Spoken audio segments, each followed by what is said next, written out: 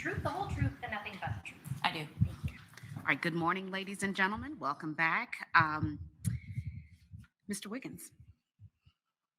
Good morning, Detective Ware. Good morning. Let's go back to where we left off, which is the conversation that the jury heard of the January 13th, 2019 phone call that you had with Ms. Redlick. Ms. Redlick was asking some questions about what information was out there in the public, what information was made available to the media. At this very early stage, what information had been released? The only information was that there was a suspicious death, and that's it. There was no other information. You heard Ms. Redlick inform you that she had told the dispatcher what had occurred. Yes. And you also heard Ms. Redlick inform you that she had told the story of what happened to some of the folks in the Baker Act facility. Yes. Later in your investigation, did you have an opportunity to interview an employee of that Baker Act facility? I did. Who was that? Mr. Copeland? Based off of what Ms. Redlick said to you on the phone and the information you gained from Mr. Frederick Copeland, did you continue to understand that Danielle Redlick was maintaining that she did not kill her husband? That's correct. Was Ms. Redlick released from the Baker Act facility? Yes, she was. She was not under arrest or police custody upon emerging? No. You mentioned Terrell Tucker. Yes. When was the interview with Terrell Tucker conducted? Can I refer to my notes? Would looking at your report help refresh your recollection? Yes. With permission from the court, may the witness refresh her recollection with her report? Yes.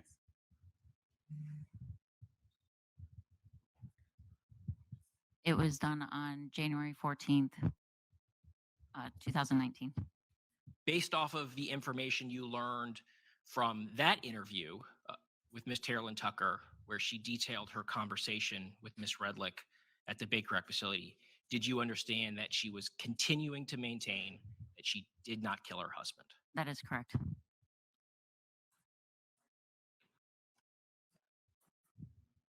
At this stage of the investigation, did you begin to conduct interviews with a wide range of individuals to get a better understanding of Michael and Danielle's relationship?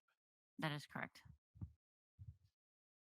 What did you see the purposes of these interviews to be? I wanted to see whether or not there was issues in the relationship before this happened, and who was the main aggressor in the relationship. Did you also inquire and attempt to gain any information about whether Michael Redlick would have harmed himself? Yes, that is correct. Did you consider the possibility that maybe someday later, maybe someday at trial, Ms. Redlick would claim self-defense? Yes. And were interviews and questions asked to try to see if there would be any support for that claim? That is correct. I'd like you to discuss kind of the range of individuals that were interviewed and sort of where people were emerging from with information that was pertinent or useful to shed light on this relationship in these individuals. Sure. So we interviewed family members of Danielle. We interviewed Mr. Aquino, which is her stepfather. We also interviewed family friends, Mr. Diebel and Peter Diebel? Peter Diebel. Yeah. Some of the neighbors that they had, Janice Reeves, and the Keens. They lived across the street. We also interviewed coworkers of the victim, and including Maria Molina. Who is that? She works at UCF as like a secretary, I think, or she did at the time. Who else? There was about 33, 34 people that we interviewed. Did you interview individuals who knew both Michael and Danielle before they moved to Orlando? Yes, we also interviewed people were starting to call in from California where they used to live and other locations where they used to live that knew them for a long time before they arrived in Florida.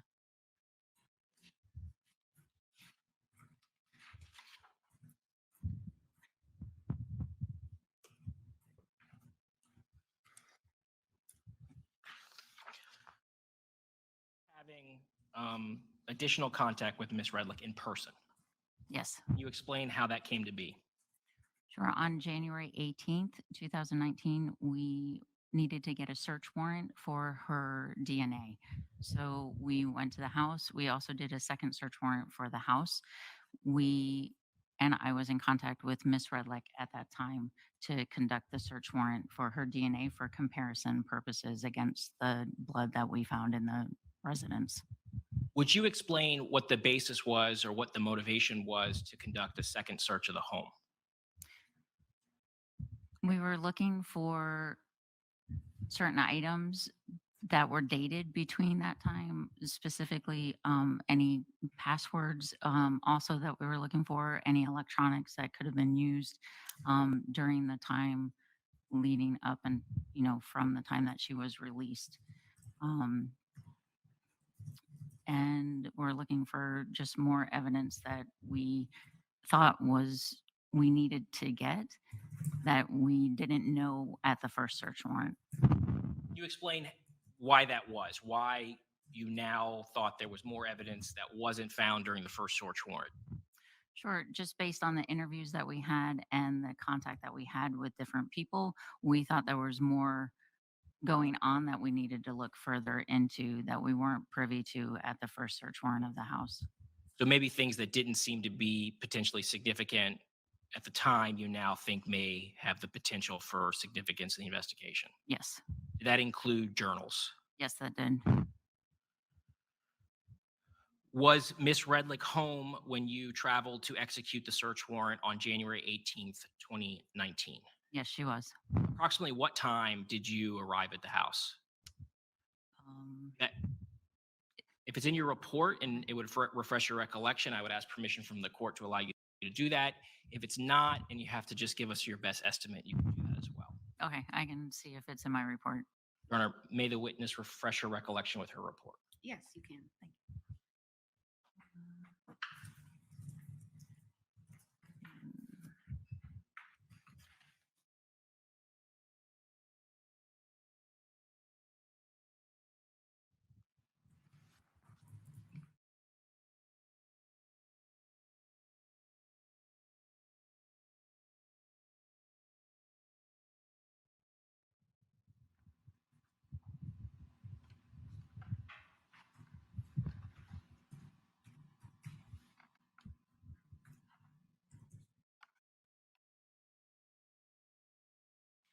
I don't have the exact time, but I believe it was in the morning of the 18th.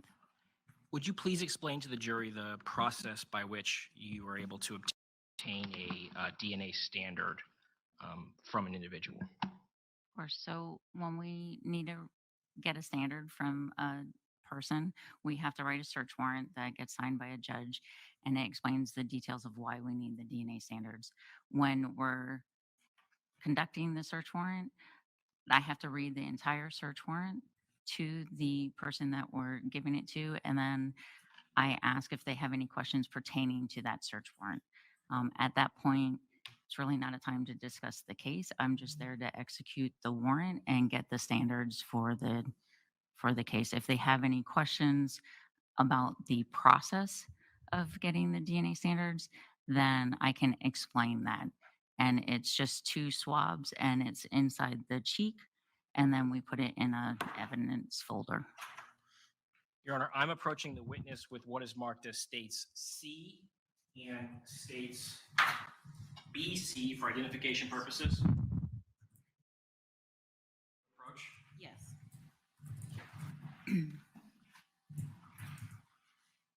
Detective Ware, I'm showing you what's marked as state C for identification purposes. Do you recognize state C? I do. And how is it that you recognize it? My initials and date are on it from when we reviewed it. We've And it, reviewed, I'm sorry. we've reviewed it before you came in here today. Yes, And does it contain a fair and accurate depiction of a surreptitiously recorded audio of the execution of the warrant we've just discussed? it does. And I'm showing you what's marked as states BC for identification purposes. Do you recognize this to be the envelope that contains the DNA standard that was obtained during the course of everything we've just been discussing, and specifically the audio that we're going to hear? It does. Your Honor, at this time, the state would seek to move into evidence what has been marked as states C and states BC. Any objection? No objection. Okay.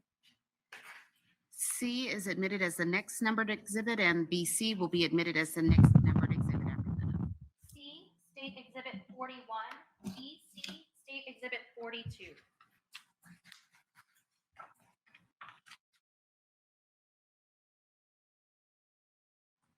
Can you tell the jury a little bit about Miss Redlick's demeanor as you're first approaching her? What's her attitude as you're arriving at her house here on the 18th?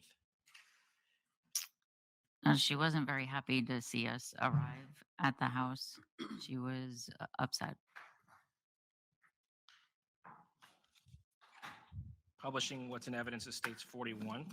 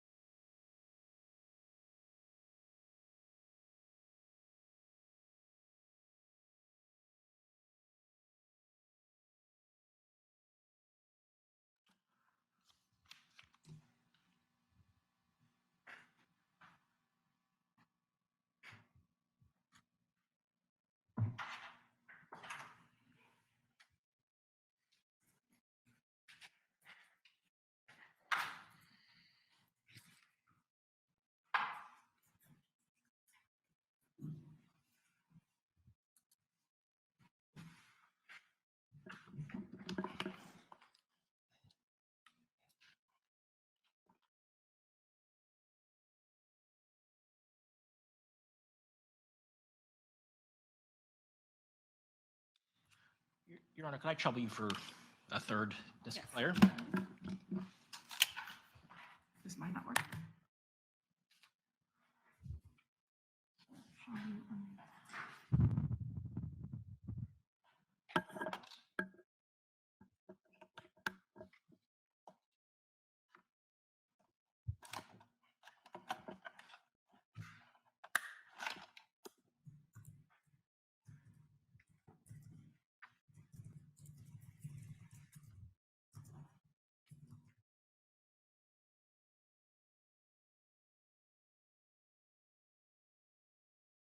Charm, okay. Publishing states 41.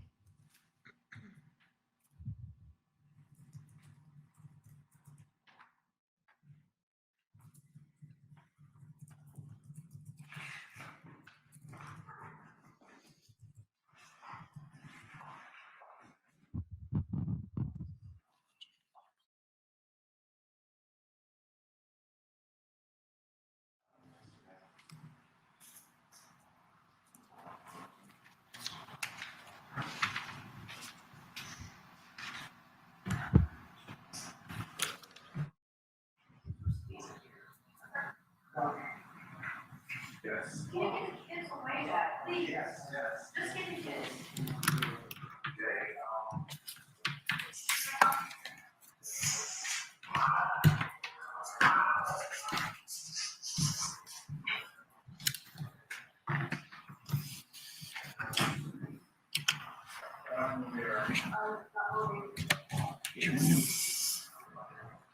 Transcript in there, right? No, it's a case manager.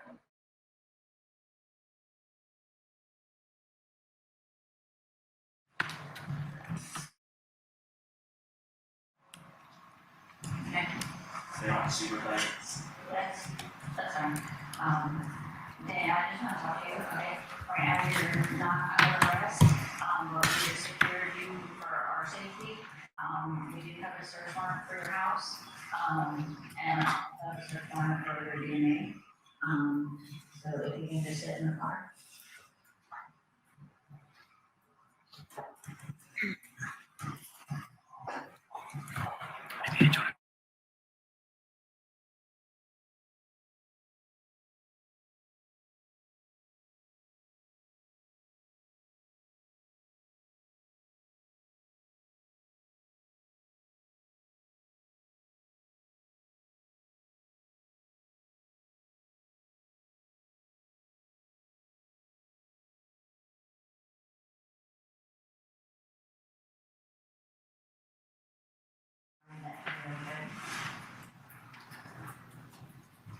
And if you have any questions about it, you can let me know.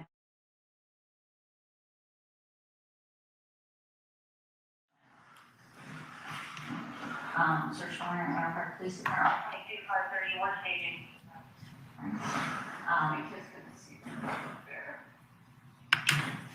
Yes, search warrant, Park Police Department, case number WGPD 2019-46-000053, in the Ninth Judicial Circuit and for Orange County, Florida, in the name of the state of Florida, to Chico Police, Park Police Department, Park, Florida, Orange County, Florida, and all sworn Park Police Department officers, deputy sheriffs of the Orange County Sheriff's Office, Department of Corrections, and medical personnel of the Orange County Correctional Facility, medical staff at UBC Medical Center, and the Orange County sworn probation officers. Whereas on this date, a written and sworn application and affidavit for search warrant has been presented to me as judge in and for Orange and Osceola County, Florida, Ninth Judicial Circuit by the applicant, Detective Pamela Ware, a sworn law enforcement officer from the Park Police Department. And whereas said facts made known to me in said application and affidavit for search warrant sworn to before me have caused me to certify and find that there is probable cause to believe that certain evidence, to wit, 2 buccal swabs, saliva standards from Danielle Justine Redlick's mouth, which is believed to be evidence relevant to proving that a felony crime has been committed, to wit, death investigation, Florida State Statute 782.04, 2 second-degree murder, are located in the person of Danielle Justine Redlick, date of birth 11/3/1973, Florida DL R342-170-73-903-0, who is currently residing at 1231 Temple Drive, Overland Park, Florida 32785.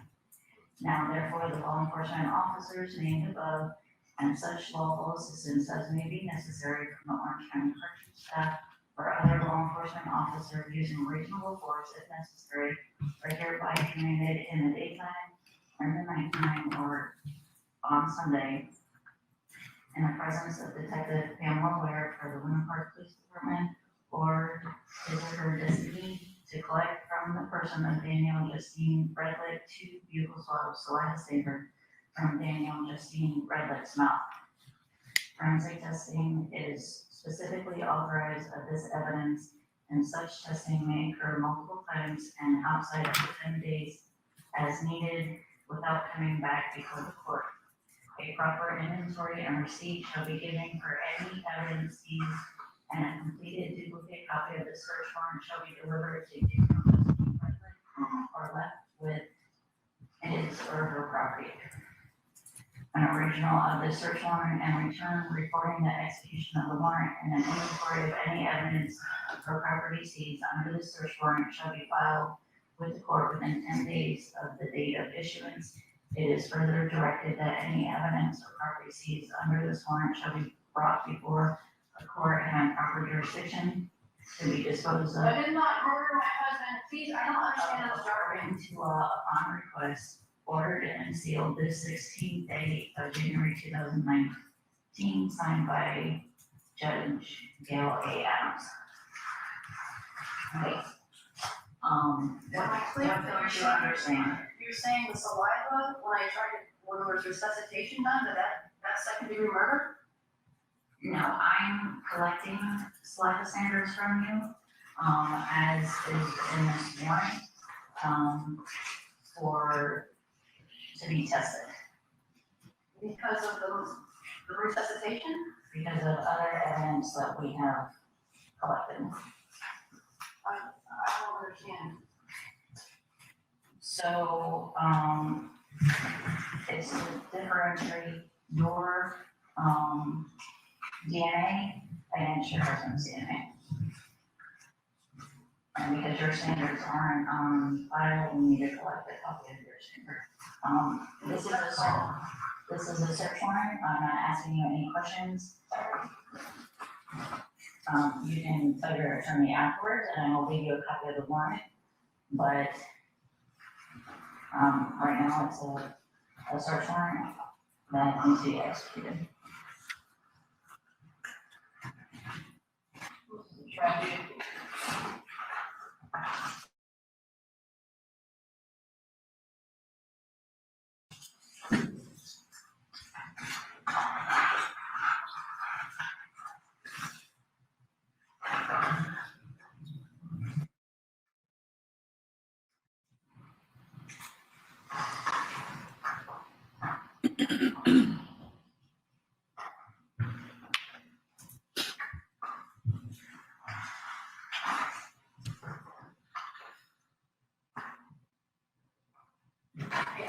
More information, please.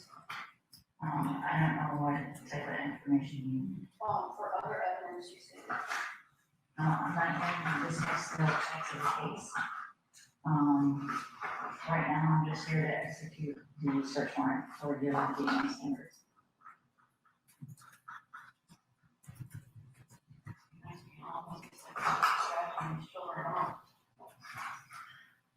Okay, for God, I know.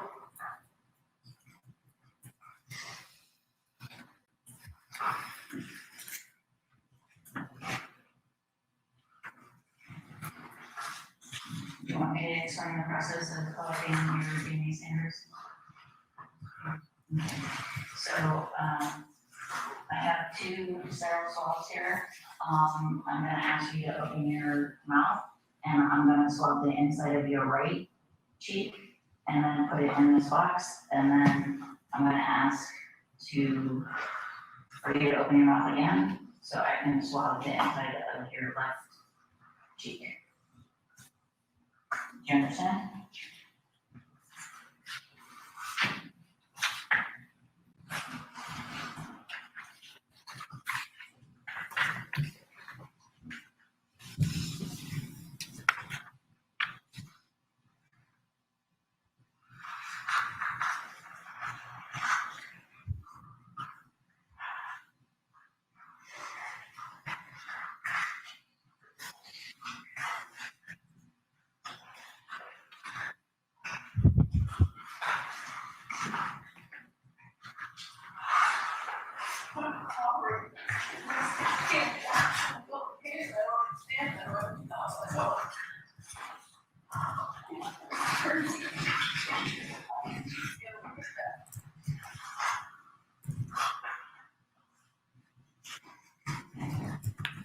Any other?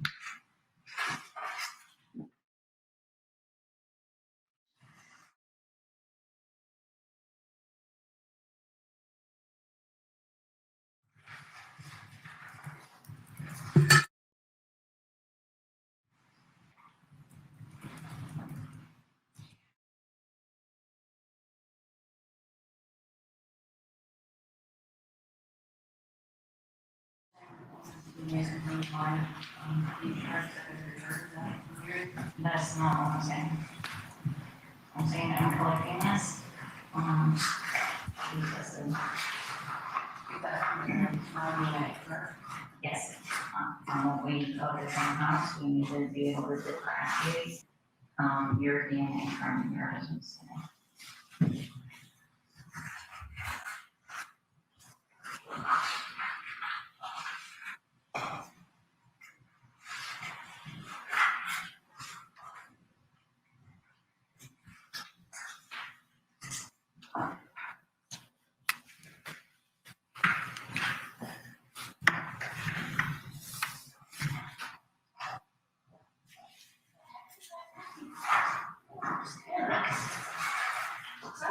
I don't understand.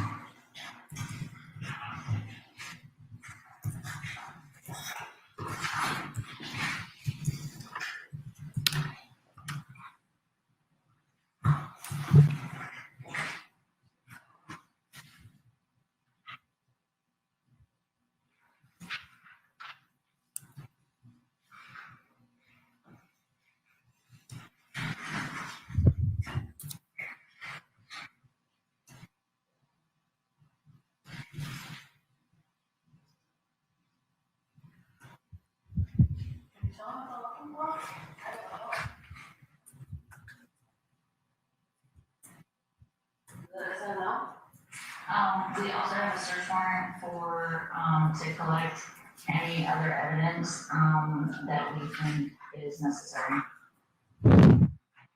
It's, I believe, Detective Giroso gave it to, Mr. Eno. I also here, left the inventory and receipt for AMC. Okay, this is your copy.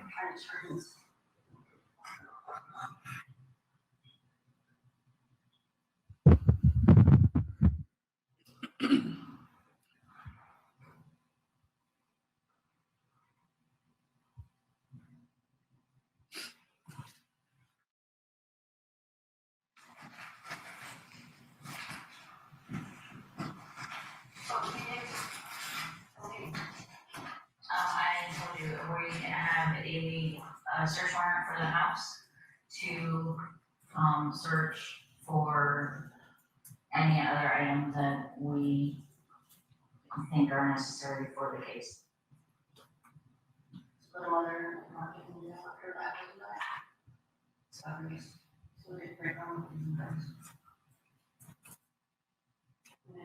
Job at the same time.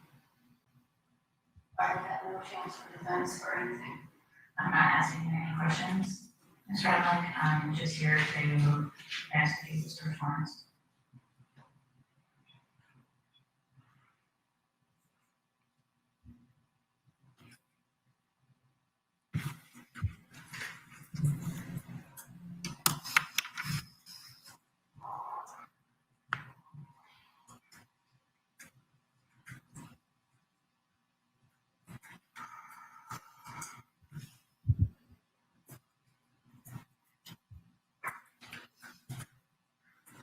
Oh, my sister, you more my kids, I think.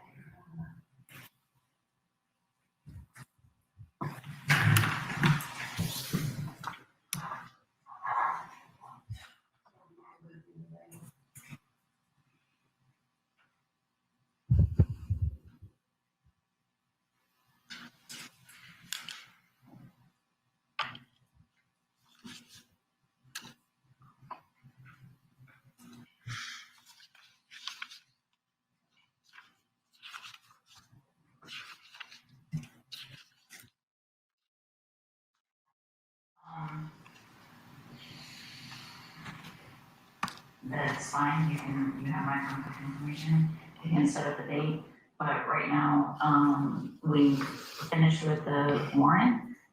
It's 12:38, so if I'm gonna open the door and, release you. Okay, do you have any other questions? Okay. Upon Upon conclusion of that audio recording, did you begin the execution of the search warrant on 1231 Temple Drive on January 18th, 2019? Yes, I did. Showing defense counsel what has been marked as states BG for identification purposes. Permission to approach the witness with states BG. Yes. Detective Ware, I'm showing you what's marked as states BG for identification purposes. If you could flip through this composite exhibit, and when you're done, I'll ask you some questions.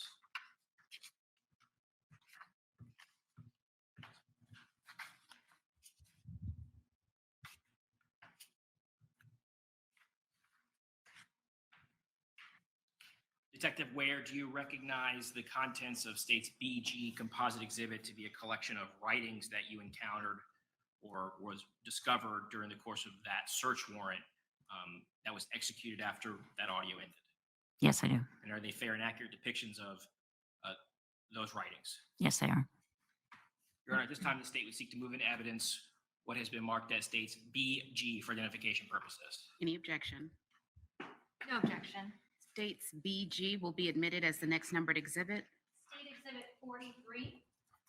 Permission to publish? Yes.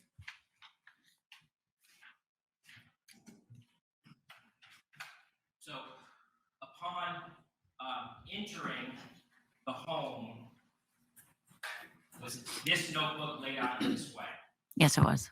to this particular page? Yes. And can you, for the record, read the last line on that page the notebook was turned to? Forgive me for all my wrongs, for I am heartily sorry.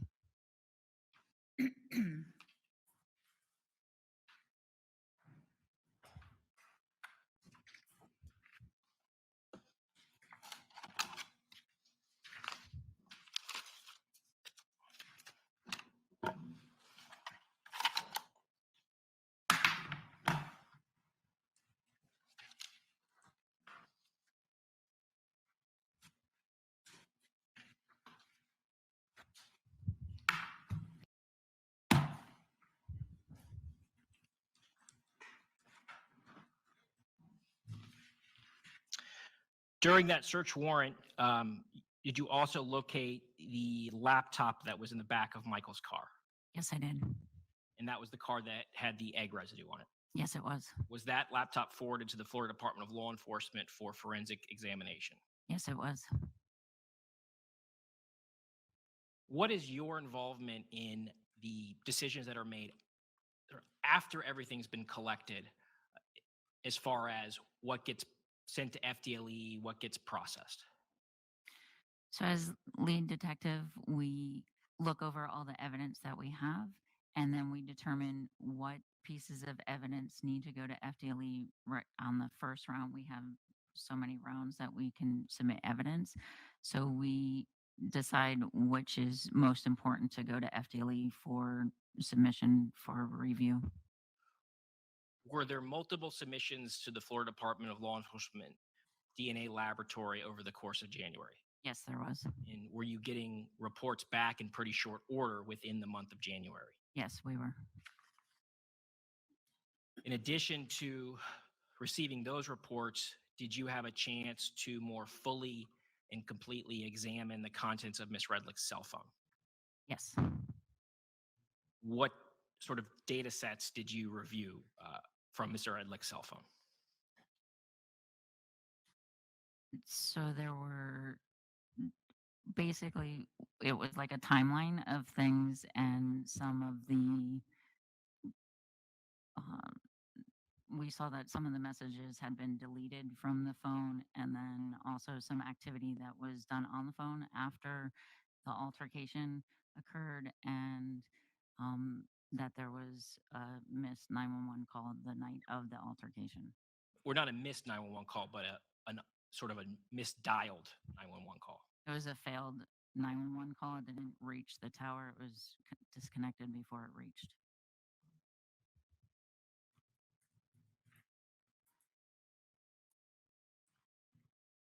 You mentioned activity on the phone after the altercation.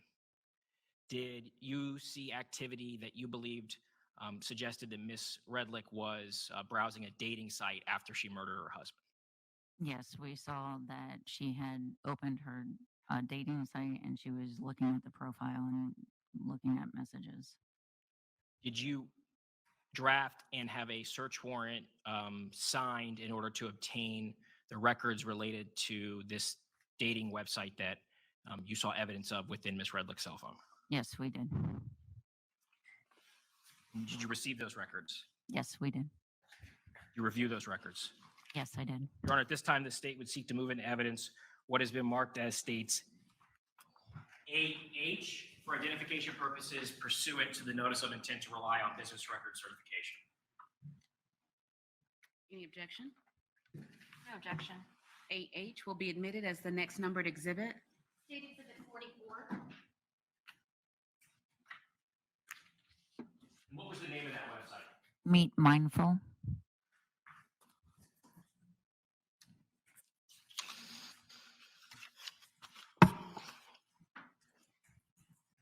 Did you also have an opportunity to review the forensic extractions that were obtained from Mr. Redlick's laptop? Yes, I did. And that would have been the laptop that was in the back seat of his car. That's correct. Did you also have a chance to review the contents of the forensic extraction obtained from a laptop associated with Miss Redlick that was located on that kitchen table? Yes.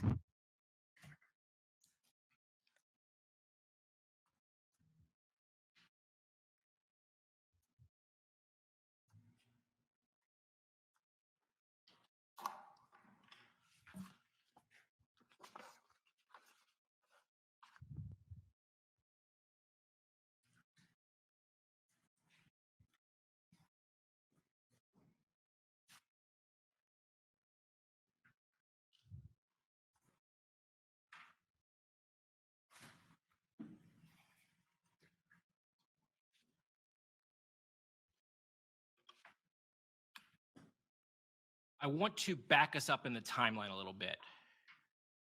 Did you actually travel to the University of Central Florida for the purposes of seeing if there was any evidence contained within Mr. Redlick's office? Yes, I did. And did you obtain a consent to search Mr. Redlick's office? I did. Can you describe sort of Mr. Redlick's office to the jury? Sure. When you walk in, there's a door and his desk is like in front of you, and then he has bookcases, and it's just like a small office with a computer and like a regular desk with drawers and papers around it. During this search, did you find a folder that contained documents relating to Danielle Redlick? We did. We found a folder relating to Danielle Redlick and a divorce. It looked like a divorce folder for a lawyer, questions to ask a lawyer. Amongst that folder, were there documents related to their marriage and Miss Redlick? There was an email that he had printed out that he had sent Ms. Objection. Redlick. This is all hearsay. There's not been a statement by a declarant. Not yet. Instructions overruled. There was an email that you found within that folder. Yes.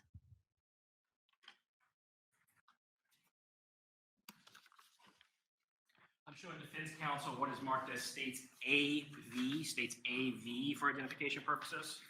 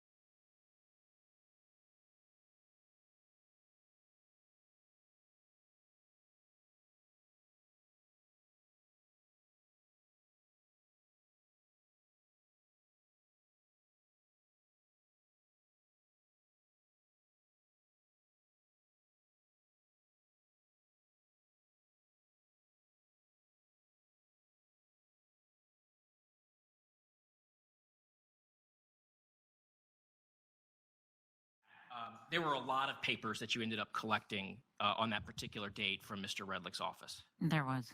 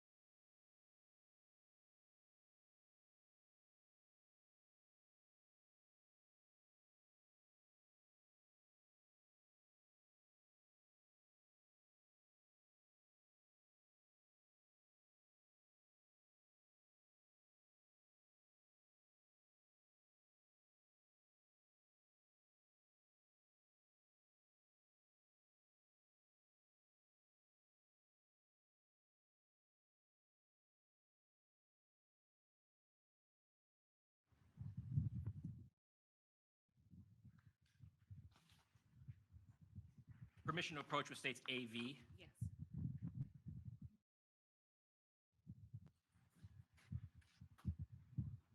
Detective, I'm showing you what's marked as states AV. Would you look through this composite exhibit, and I'll ask you some questions.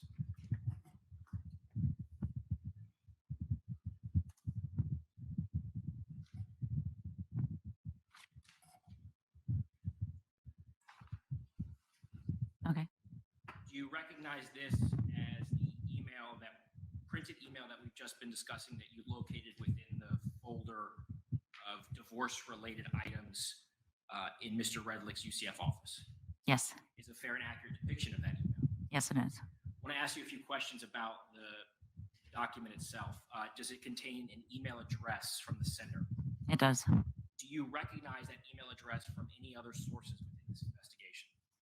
Yes, I do. It's the same email address that was used for the Meet Mindful application. Did you actually use that email address to obtain a warrant for those Be Mindful records?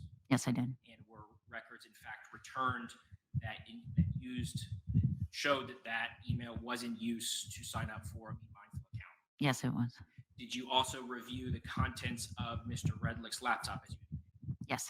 Did you see correspondence between Mr. Redlick from the email that says to with the sender email, Danielle Redlick@yahoo.com? Yes. In addition to seeing correspondence between those two email addresses within the forensic extraction of Mr. Redlick's laptop, did you also see an electronic version of this particular email contained within the laptop? Yes, I did. Your Honor, at this time, the state let me ask you a couple more questions. Is there a date associated or listed on this particular email? Yes, the date is May 14th at 1:19 p.m. From your review of the forensic extraction, can you specify what year this was actually sent? Sure, it was May 14th, 2008. Objection, hearsay. Best evidence. Overruled. It was May 14th, 2018. Your Honor, at this time, the state seeks to move into evidence what has been marked as states AV for identification purposes. Any objection? Yes. Approach.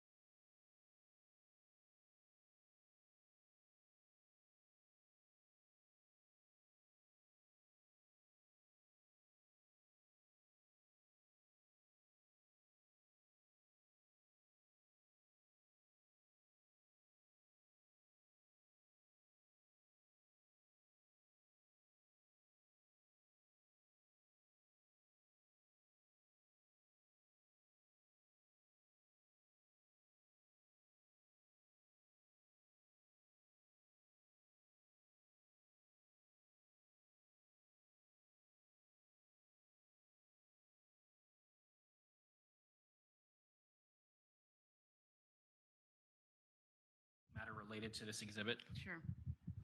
Do you need to do it up here? Is it- No. Okay. The state is requesting that the court read an instruction to the jury to address the redactions, to inform that they're not to consider them in weighing the evidence. We'd have to sort of, we could modify the recorded, similar to what we did in our last trial.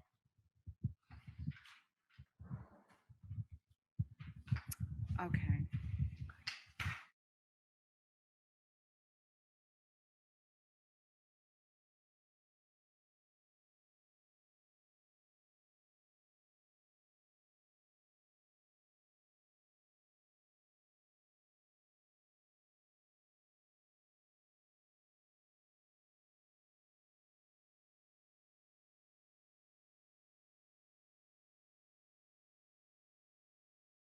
Desk copy of the May 14th, 2018 email.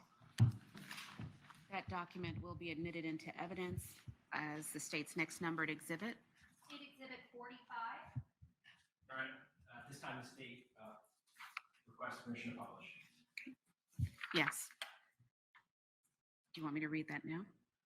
Yes. Okay. Members of the jury, you are about to view a document. The court instructs you that the document has been edited to eliminate irrelevant portions that would not add to your understanding of the case. That should not concern you in any way and must not impact the way you view and consider the evidence.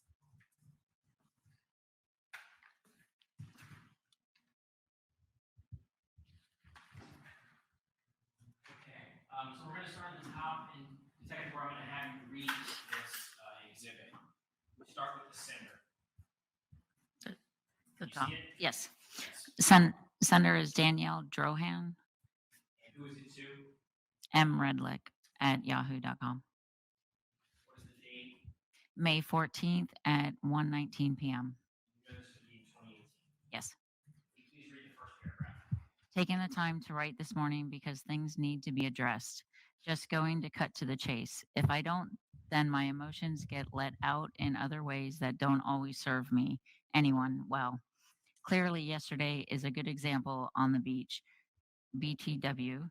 I think it's funny how you choose to take the morally superior stance by telling me I'm not a Christian because I had a sharp tongue with you regarding your total immoral, shady actions that put truly loving, loyal, well intended, caring people, namely your wife and kids, in a state of pain and emotional turmoil, not once, not twice, but continually and relentlessly. Next paragraph. I know I'm bitter at times, I admit, and no, it's not pretty, and I do need to get a grip, as you put it, but you have a lot of nerve as well. Although my words may be cutting, they are only sounds, a dull knife compared to the sharp, disloyal, deceiving, phony, and never ending selfish knife you continue to twist in my back, as if it's a sport at this point. Of course, someone would be messed up, traumatized, and may act out. Next paragraph. I mean, seriously, the latest discovery in what continues to unfold as the horror story of the century.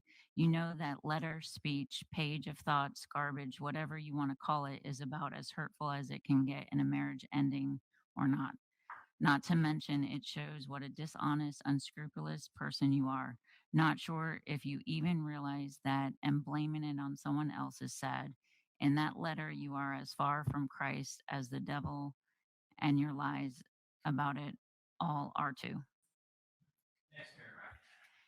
As if the doubt on top of it for me wasn't great enough already, how could I ever be at ease after that? I never recovered from the David sessions, honestly, and certainly you will never help to reverse or move any mountains for me. I know that for sure. I've never met anyone who convinces themselves over and over that their immoral, conniving actions are not just that, but are somehow justified and or reasonable, no matter their cost, harm to others. I notice whenever I confront or attempt to process, work through the cuts your knives wound me with, you have a hard time. trouble admitting the true nature of just how sharp and dangerous their edges are. There are nonetheless weapons, and you are always claiming the right to hurt me with them. When I ask you about the hurts you put me through, I hate the answers you give me. I mean, how do you love a man who will, because you are acting in agony over the aftermath of his cutting, hurtful actions to begin with? How do you love someone who watches you suffer, go without, fade into struggle to finish school with no support, not financially, to try and better herself for autonomy and a chance to reclaim the life she always wanted to live? Someone who spites your wishes for respect because they are insecure and angry that you want to be happy. Next 2 paragraphs. That being said, I don't want to spew, rant, hurt anyone. That's the last time. That's the last time and the worst of it in this letter. Actually, I'm writing this to free myself from the bondage I live in for almost a decade. Not all your fault, but I have been so emotionally beat up, my heart assaulted over and over in ways I never imagined possible from someone you love or spent so much time with, invested so much with, had children with. My loyalty all these years has really been the chains that bind me. My own fault. You didn't put them there. My pain got so deep that I did not know how to comfortably live anymore, hence the self destruction behaviors and unraveling of spirit, neglecting myself and even my kids, because when you neglect yourself, you essentially neglect them. And that was the action I took to mask the longing need to truly be held, seen, regarded, loved. To truly live, that would be to feel that. I'm not sure I ever really felt it. I know I only felt the longing and lived in paranoia that I would perhaps never feel what I am so deeply desired, ached for. I turned away that I deemed as phony attempts to love me. It didn't feel right, so I rejected it. Next paragraph. I went on sacrificing my own happiness and ended up jeopardizing my children's as well. I blame you, but really, I am just as fault. I am just at fault. I did not take care and I did not act with self love. I was wrong. I drank, I raged, I became the ugly pain in my heart on the outside. I changed and witnessed a darkness in me that I never knew was there or could be a part of me. My pain made me dark, ugly, and shameful. Next paragraph. But really, I don't know how to be happy loving someone who does not represent the things I love or hold sacred. That just sets the stage for pain and for struggle, conflict as it has. I just want to be happy now. I made up my mind that that is what I need to commit to, not a person or marriage, but my own true happiness. What a concept, I know. I think some of us have the subconscious belief deep down that we don't deserve to be happy or that we don't get to be happy until we have suffered and or bled to death first. Well, I think I might be one of those people, and as illogical as the previous statement is, I have suffered, even bled to death, I'd say. And so any subconscious prerequisites to happiness and technically fulfilled. You wrote words that your spouse, lover, does not have the capacity to be happy with anyone, whether that was something you believe. Detective Ware, was this underlined under even bled to death on the document when you found it? Yes.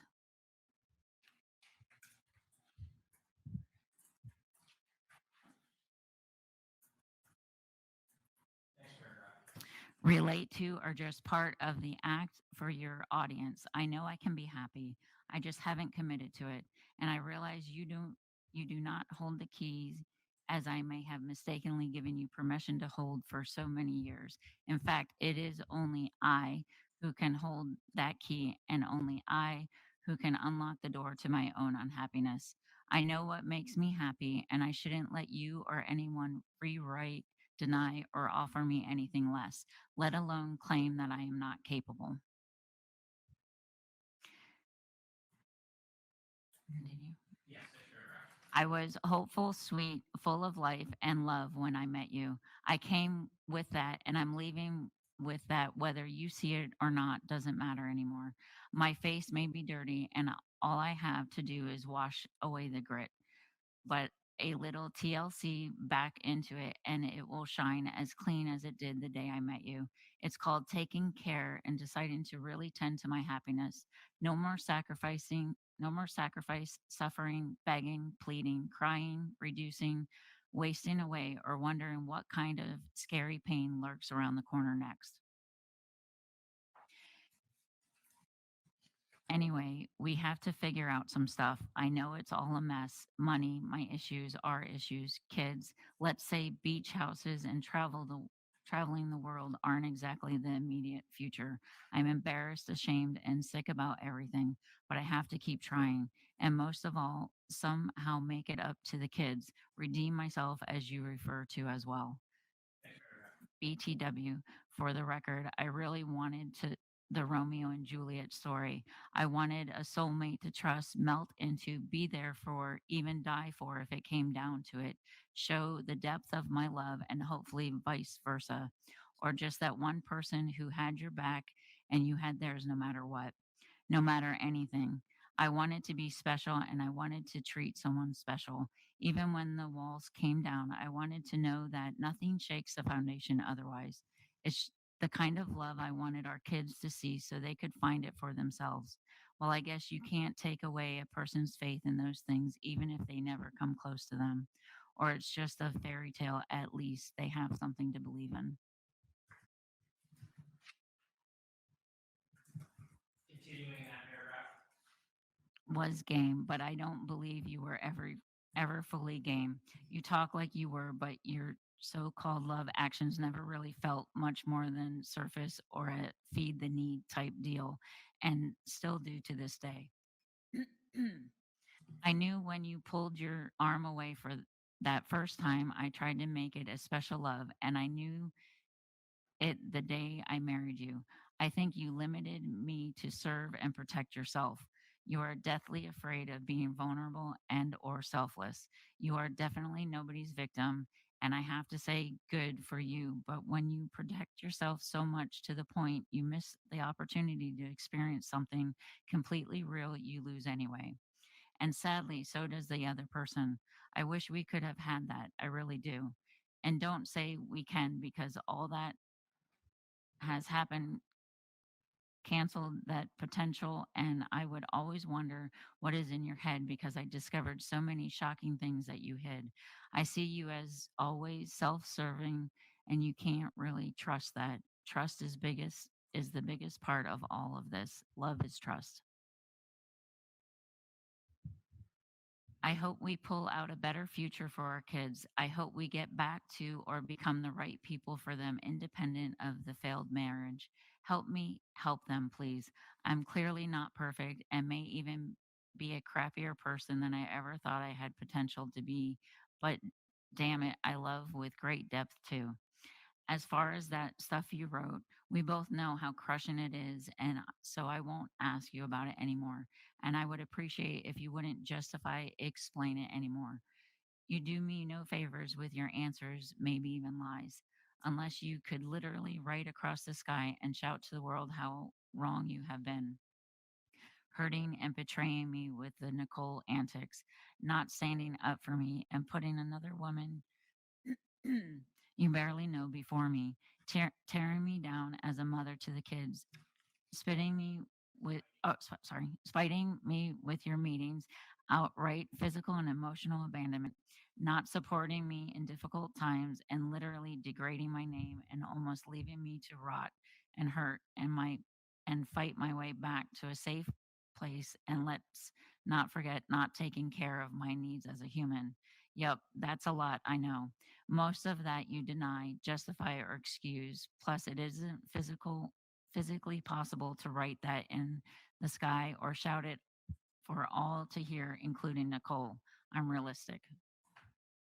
And if you really do have feelings for that woman, I guess now is the time. I'm still hurt and it cuts, but I have the ability to move on too. So who knows from here? I guess we need to get it together as best as we can. Talk to you later then, Dan's. No further questions for this witness.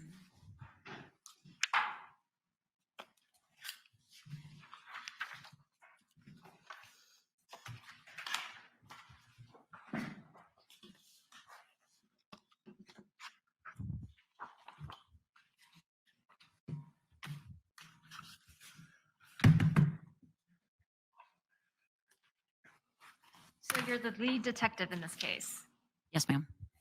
and your job is to investigate what happened Yes. and to find out what happened, Yes. to find out everything that led up to the incident. Yes. And that's why you went to the McDonald's, Yes. because you had information that Miss Redlick had gone to McDonald's the night of the incident. That's correct. And you obtained the video from McDonald's of Miss Redlick's drive-through purchase, Yes. you saw that the state entered into evidence yesterday. Yes. And as part of finding out everything you can about the day of the incident and what led up to the event, you were also able to determine Michael Redlick's whereabouts for the day of January 11th, 2019. That's correct. Okay, can you tell us everywhere that Michael went on January 11th, 2019? Yes. So he went to work in the morning, and when he left work, he stopped by ABC Liquors on Howell Branch and then went home.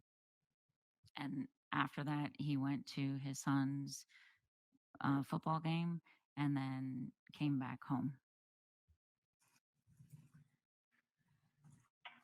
You found vodka at the Redlick home, right? Yes. And based on your investigation, as you stated, Michael Redlick went to the ABC liquor store to purchase alcohol. That's correct. And that alcohol was vodka.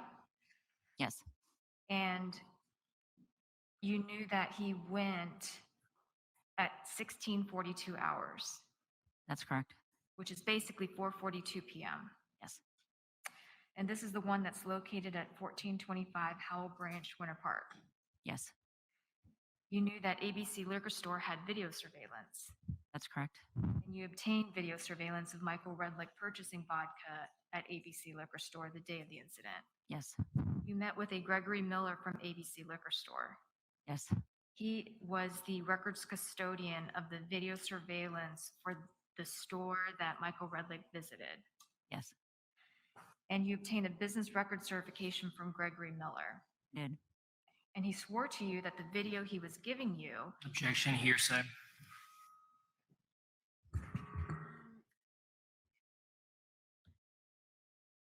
Let me ask a question.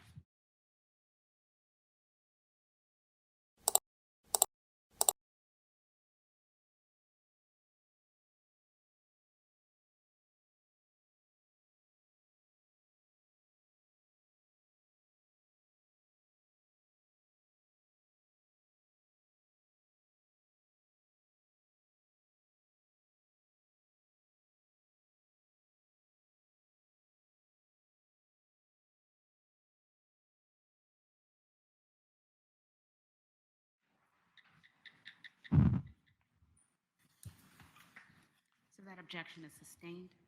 when you went to the ABC Liquor Store, did you meet with Gregory Miller? Yes. And did he pull up the video from January 11, 2019? Yes. Did you watch it? Yes, I did. And then did he provide a copy of that video that you watched? Yes, he did. That video showed Michael Redlick. Objection, best evidence. Sustained.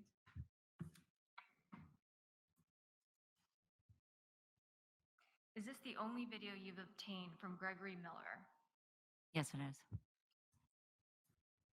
And this video showed, Objection, best evidence. Sustained. Next question. you took Danielle's cell phone on January 12, 2019, That's correct. and she voluntarily gave it to you. She gave it to Sergeant Struby, and which she gave to me. And she also gave you her password. That's correct. And this was before she left for the hospital. Yes. And that's why she had to call you to get phone numbers from her own phone. That's correct. And you kept her cell phone. Yes, we did. And you kept it even though we heard in the call yesterday that she wanted it. Yes.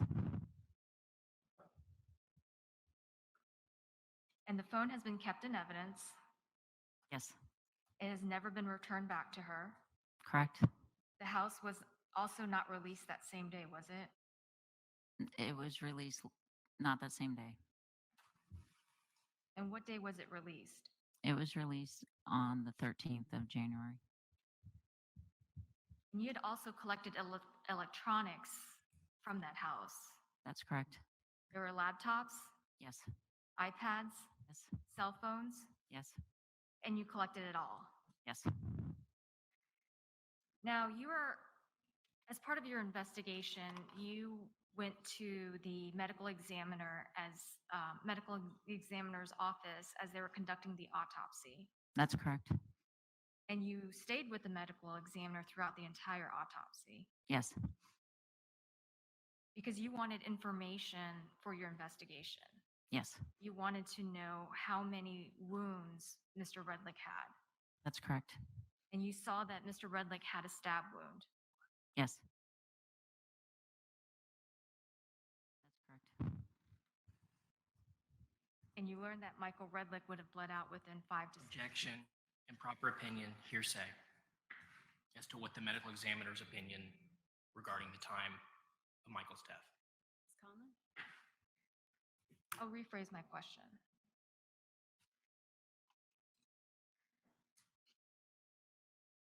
You said earlier today that you thought this could have been, you were investigating it as an accidental stabbing. Is that right? Suspicious death. Okay. But you were looking at all possibilities, That's correct. and that included accident, Yes. self-defense, Yes.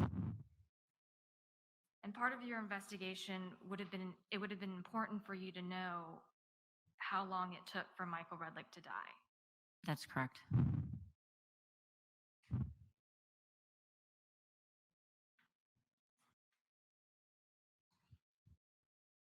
And you received that information from the medical examiner.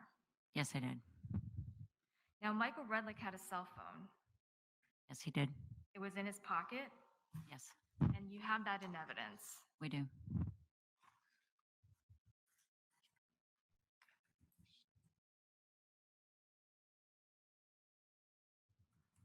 So when you visited, or when you were conducting a search of the Redlick home on January 12th, you mentioned earlier, whether it was yesterday or today, that you also went into the house with the CSTs. That's correct. And the CSTs are trained to document evidence, Yes, they are. to collect evidence, Yes. collect relevant evidence. Yes. And you also walked in with them pinpointing items of evidence that you wanted collected. Yes. So it was the three of you? It was the three of us. Okay. that went in. And you guys were thorough? Yes, we were. And the CSTs were thorough? Yes. And you knew Miss Redlick immediately afterwards was transported to the hospital. That's correct. You knew that she was going to be going to the Baker Act Center. I knew after I talked to her that she would be Baker acted. Okay. And you knew she would be held for at least 72 hours. That's correct. And you had found out that Danielle's family had arrived into town. Later, they arrived. Yes. Okay. And you had conversations with Danielle's family. Yes, I did. And you spoke with Danielle's family. Yes. And you wanted to make sure that you wanted to make sure that before they went back into the house, that the house was cleaned. Yes, I told them that before they let the kids back into the house, it needed to be cleaned. In fact, you advised that it should be professionally cleaned. That's correct. And so you would understand that cleaning would naturally mean throwing what appeared to them to be either garbage. Is that a yes? Yes. And things that, because by that time, police had already took all of the relevant evidence, right? At that time, what we thought was relevant, we had taken yes. Okay. So they were free to clean up the house That's correct. and throw out anything that either had blood on it or looked like garbage. That's correct.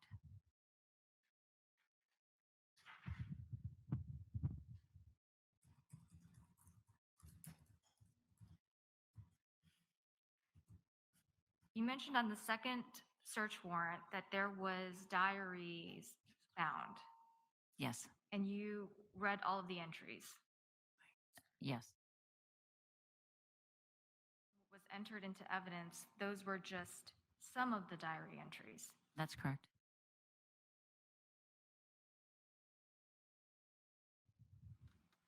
You mentioned earlier that you were surreptitiously recording Danielle Redlick, Yes, and this was when she was at the mental hospital? on the phone. When she called, we record the phone calls. So she was at the mental hospital. Yes, she was at the mental hospital. You're recording that call Yes, surreptitiously. yes, And that also included the time when you when you were executing the buccal swab that which we heard. correct. So let's talk about that warrant that you served. Part of that procedure including putting on handcuffs. Yes, And this was done at her house. yes, it was. You could hear the noise that we heard in the beginning. It was police putting handcuffs on her. That's correct. You did this in front of her children, Yes, they were home. and what we heard was her asking to get the kids inside. Yes, And she's initially crying yes, she is. that it's not fair her kids can see this. Correct. May I have a moment? Yes, ma'am.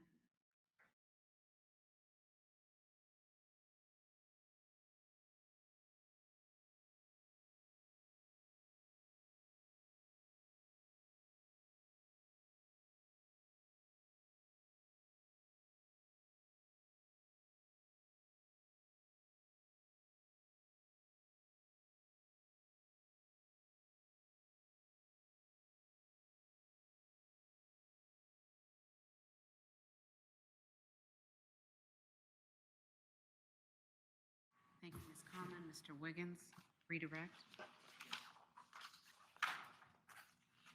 Detective Ware, the actual execution of the search warrant, that recorded conversation, where was Miss Redlick when that occurred? She was sitting in my car. Doors were closed, Doors were closed.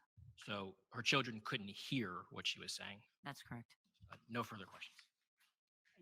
Detective Ware, you may step down. Thank you. State your next witness.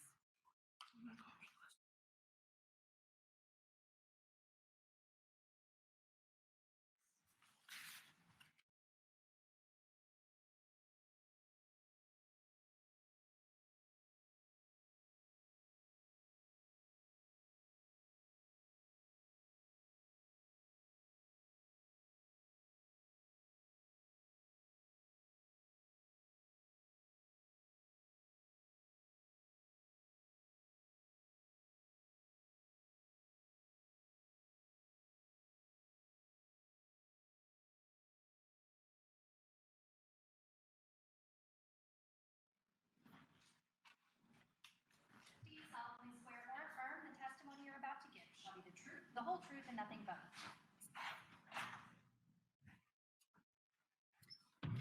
Ma'am, would you please state your full name for the record, spell your first and last name? Marcia Inglis, Marcia Engillis. Thank you. Ms. Garcia. Could you please tell the jury do you currently live here in Orange County? Yes, I do. And do you currently live in Winter Park? Just outside of Winter Park. And at one point in time, did you know both Michael and Danielle Redlick? Yes. And how long did you know both Michael and Danielle Redlick? It's probably been about 6 or 7 years. Our boys are in school together and play baseball. So And I know it's been a while, but if you saw Danielle, would you be able to identify her? Okay. Could you look around the courtroom and see if you see Danielle? I see her in the gray, silver jacket in the middle. Great. Now, I'd like to direct your attention to Friday, January 11th, back in 2019. Were you present at a football game that night? Yes? I know you're a little soft-spoken. Can you speak up just a little bit? Yes. Okay. Now, that evening, now you said something about the boys playing football. Do you have a son? I do, yes. And what's his name? Ryan Okay.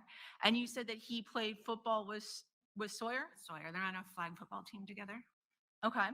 And Sawyer was Danielle and Michael's son? Correct, yes. Okay. And back in 2019, what grade were they in? Do you remember? It's been a while. Fifth grade, I think. Fifth grade. Okay. And so was there a flag football game that night? Yes, there was. Okay. And prior to the flag football game, had there been any arrangements for Sawyer to stay the night at your house? Yes, my son came home that night from school and they knew they had a flag football game together. So they had just asked if they could have a sleepover. So after the game, they had just talked about coming back to my house after the game. And had arrangements been made for Sawyer to spend the night at your house before the game had even started? It did. After he came home from school, I texted Danielle and just asked if he could come with us after the game. And so that had already been approved and plans had already been made before the game had started? Yes? Okay. And so that night at the game, was Michael Redlick at the game at all? Michael was coaching the game, yes. So he was a coach that evening? He was a coach for the team. And do you remember, I know it's been just a bit, do you remember when the game started that night at all? I believe it was an 8 p.m. game, so it was the latest game, so I think it was an 8 p.m. game. Do you remember how Michael got to the game that night? I do not know. Okay. But did you see Michael at the game that I did see him, yes. He was on the sidelines coaching the team. And did you have an opportunity to observe Michael that night? I did, again, just kind of watching the game, watching the boys. That was really all. I didn't. Could you describe Michael's demeanor that evening? I mean, he seemed okay that night. Just again, he was on the sidelines doing his normal thing of coaching the game. So, Okay. Now, at any point in time that evening, did Danielle ever come over to the game? yes, I did see her at the game. Okay. And do you know what time that she arrived? Was it like in the middle of the game, towards the end of the game? I think it was shortly after it started. She arrived. And do you know how she arrived at the game? I believe in her car. Yes, So she drove there? she drove there in a car. Yes. And at some point in time in the evening, did you happen to have some interaction with Danielle that night? Yeah, as we were leaving the game was over. We were just walking to the parking lot together because the boys were getting ready to leave. So I did walk out and just had a brief conversation with her. Okay. And so did you have an opportunity to observe Danielle that evening? I did, yes. And what was Danielle's demeanor that night? She just seemed irritated, upset. Something was on her mind. Okay. And you said that you had an opportunity to have a brief conversation. What, if anything, did Danielle tell you that evening? She just said it had been a strange evening. Okay. That evening, did you have an opportunity to actually observe Danielle? Like physically observe Danielle? Yes, because we walked out to the parking lot together. Did you see any injuries on Danielle that night? No. I know this might be a strange question. Did she ask you for help or anything that evening? No. Okay. So that night, did you see Danielle leave? Yes, she left in her car. And did Sawyer leave with you that night? Yes, he did. And how did you guys leave? Like, how did you guys leave the football field that night? We left in our vehicle. We got the boys food and then went back to our house. Okay. And did you ever hear from Danielle again? No, not that evening. Not that evening. Okay. Would you hear from Danielle the next day? Okay. And how did you hear from Danielle the next day? I received a text from her that morning just asking if I could keep Sawyer after the next morning's football game because there was a family emergency.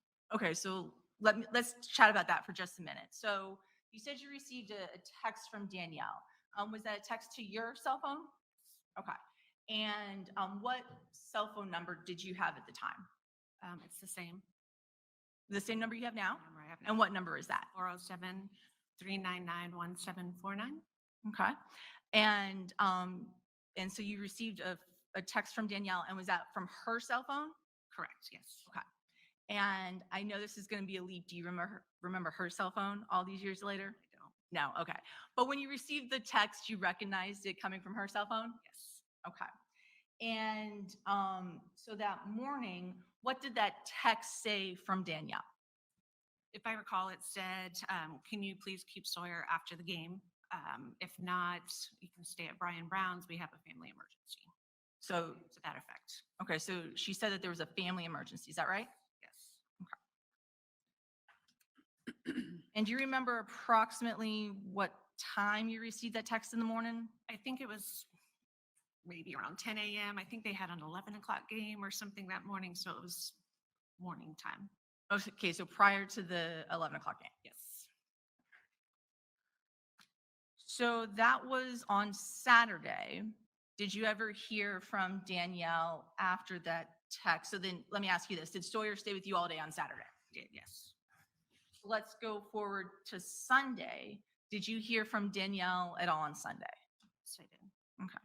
And was this a text or a phone call? It was a phone call. So did she call your cell again? Yes, she did. Okay.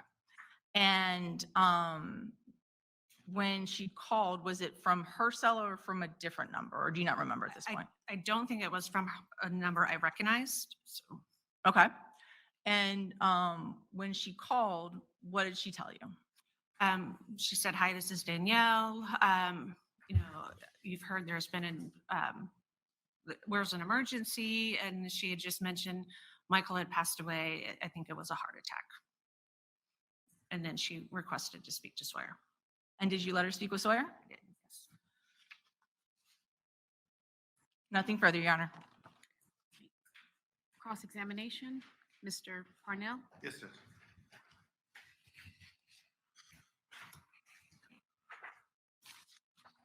Good morning. Morning. Your son, how old is he now? He is 14. And at the time prior to January 11th, 2019, he was good friends with Sawyer, best friends with Sawyer. Sawyer stayed at your house. Your son stayed at the Redlick house Yes. numerous occasions. Yes. So he would be supervised by Danielle, by Michael on numerous occasions. And that was even recent before January 11th. I know you probably don't know the last day, but in the short time frame leading up to it. Yes. The call that you received from Danielle on the 13th, do you know where she was physically located when she called you? Okay. And she was calling to speak to Sawyer? And when you had talked about the family emergency, she let you know that her husband had passed away? Okay. Nothing further, Judge. Any redirect? No, Your Honor. All right, thank you very much, ma'am. You may step down. State your next witness. Maria Molina.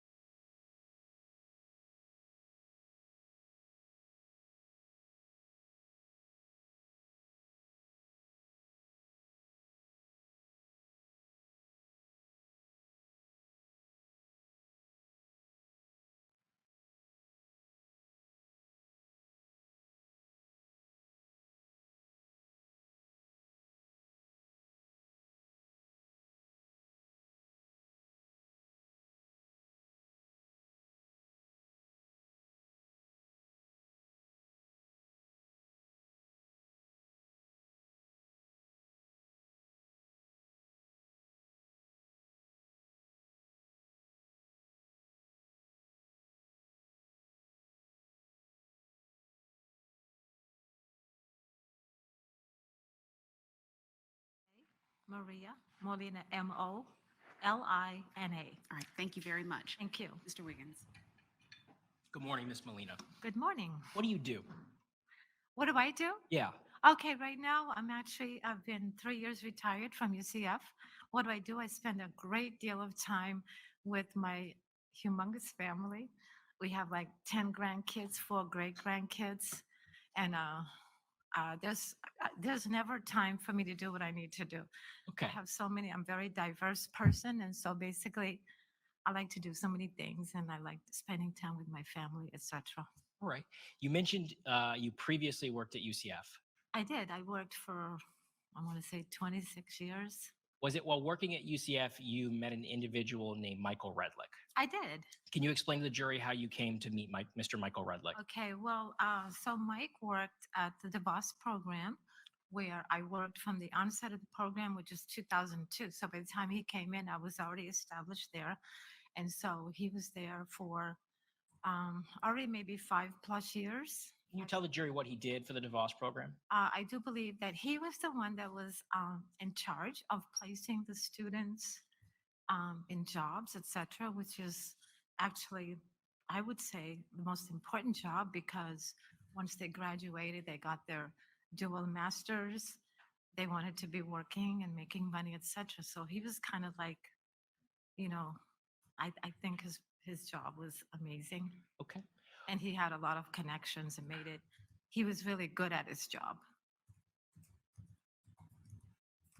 What was your role in the office that Mr. Redlick was working in? Okay, so my role, I was kind of like office manager, administrative assistant. I was the one that was in the office the most. And so people would be either traveling, perhaps working remotely from home, but I was always in the office. Did So I interacted a lot with the students and my team workers.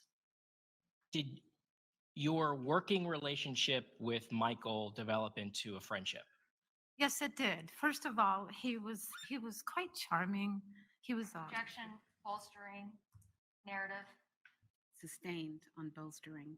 I'm just saying that he was No, a no, no, no, nice no. guy. Hold on, just a second. Ms. Molina, whenever I make my ruling on that, just wait until you hear Yes, from ma'am. either myself or Yes, Mr. ma'am. Wiggins. Thank you. Okay. All right. Can you explain sort of the sequence of events that led you guys to being friends? Okay. Well, first of all, I mean, in the office, it was a small office, and so we all had a great working relationship. Um, Mike was, I believe that he was selling a bunk bed that was great for what I needed for one of the rooms in my house because I would have the grandkids over, and so I thought it was ideal. So I told him, I said, "Let me look at it. Maybe I'd be interested." And so I did. I went over with my husband to the house, and we looked at the bunk bed, etc., and we ended up buying it. It was great. So it was a good buy. Objection, narrative. This is responsive to question, Your Honor. Okay. I'm going to overrule the objection, but it is bordering on being narrative. It's not quite yet. I'll ask another question. Ms. Molina, can you explain how buying a bunk bed actually develops a friendship? Okay, so then he was generous, and he said to me, "Hey, Objection, improper bolstering. Sustained. What did he say to you? he said, Objection, would you be hearsay. interested in?" Hold on. Not Mr. all, Wiggins. it's not offered for the truth of the matter asserted. It's Sis- effect on the listener. Objection is overruled on the hearsay grounds. You Go can ahead. answer that question. What did he offer you? Some pots. And did you take him up on the offer? Yes, I did. And how many pots are we talking about? We're talking about an entire set of Cuisinart pots. Okay. And he gave these to you. Yes. Did you do something sort of in return for him giving you pots? Yes, I was grateful, and so I had his family over. Objection, relevance. Approach, please.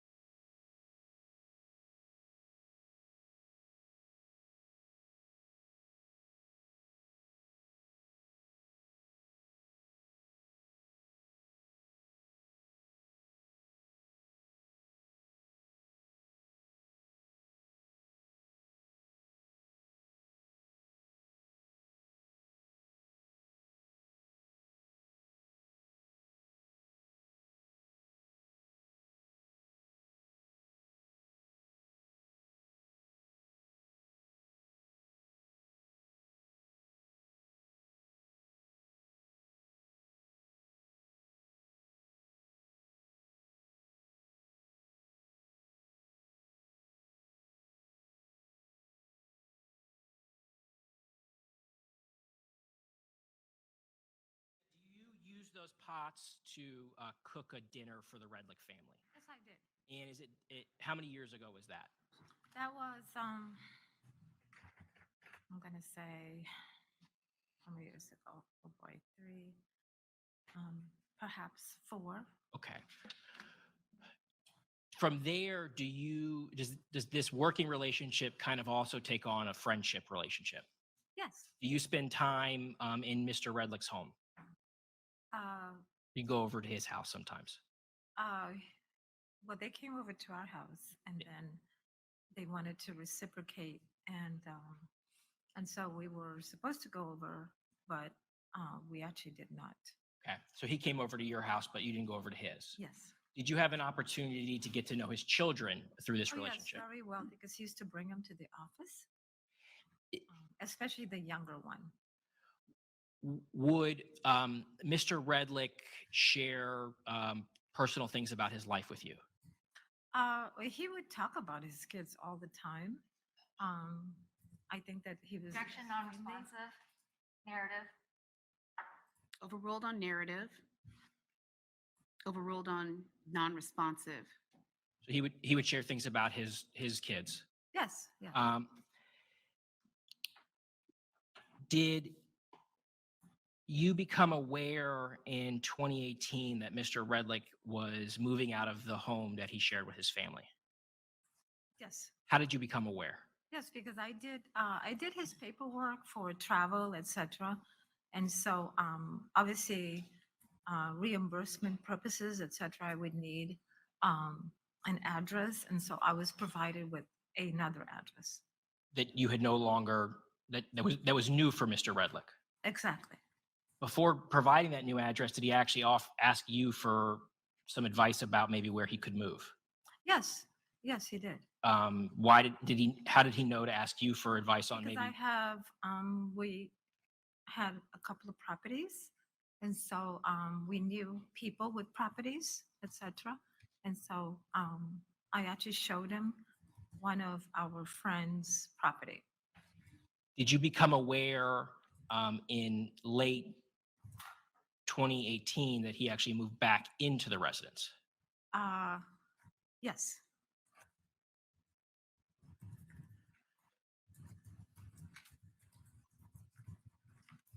Were you still working with him through the month of December into January of 2019? Yes. At any point, and are you working with him on almost a daily basis? Just about.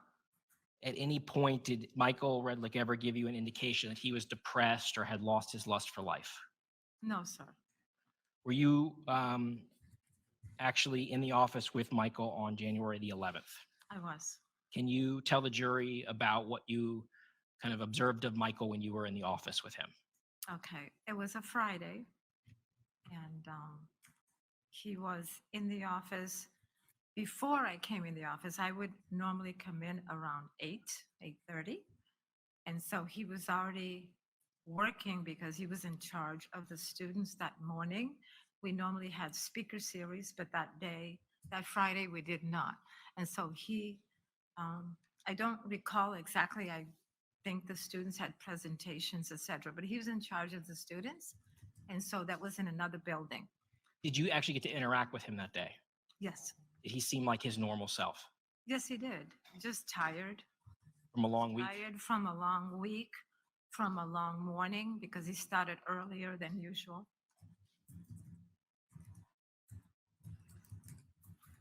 When was the last time you saw him? It was approximately, I want to say, vicinity of maybe 2:30, 3 o'clock. And then you never saw him again. I have no further questions. Elizabeth. Ms. Conlon.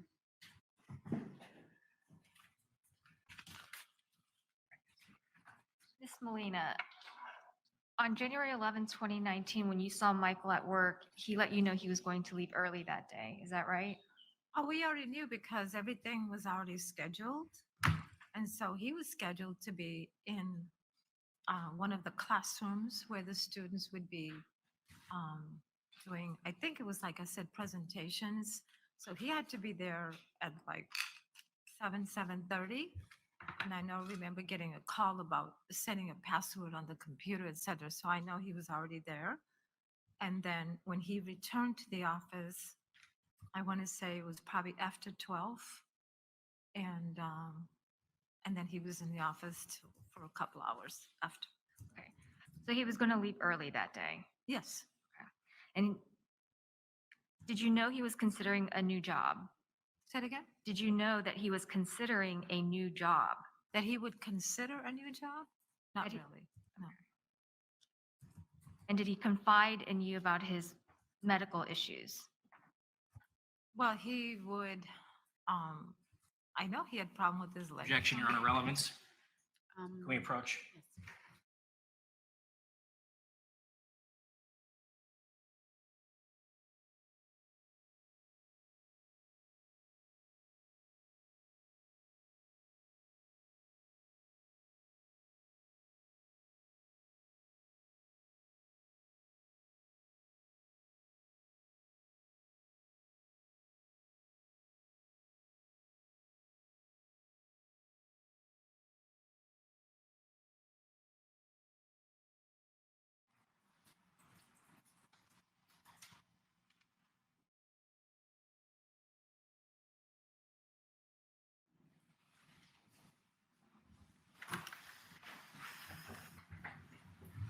Did Michael Redlick let you know how he was performing at his job? How he was performing at his. Yes. At UCF, they give evaluations, right? We did evaluations on everyone. Okay. And an evaluation was done on Michael Redlick. To be honest with you, I don't recall all of that detail. It's been a while. Did Michael Redlick share with you the performance grades that he got? No. Nothing further. Mr. Wiggins. No redirect, Your Honor. Ms. Molina, you may step down. Your next witness, state. Keith Gruen.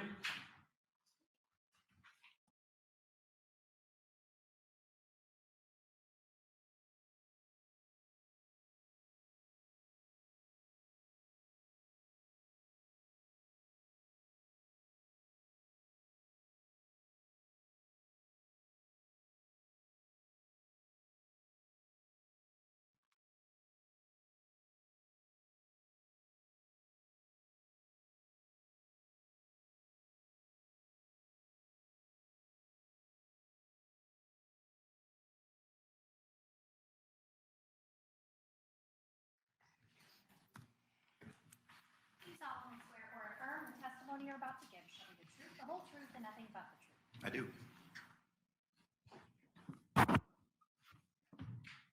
Sir, would you please state your full name for the record, spelling your first and last name? Keith Andrew Gruen, Keithgruen. All right, thank you so much. Mr. Wiggins? Mr. Gruen, where do you live? Boulder, Colorado. What do you do there? I own a dating site called meetmindful.com, and I operate a coaching business.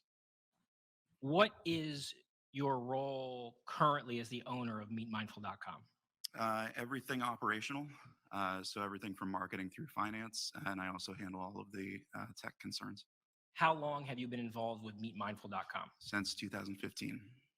What have been your roles starting in 2015 within the website? Came on as a member of the founding team, primarily working in marketing.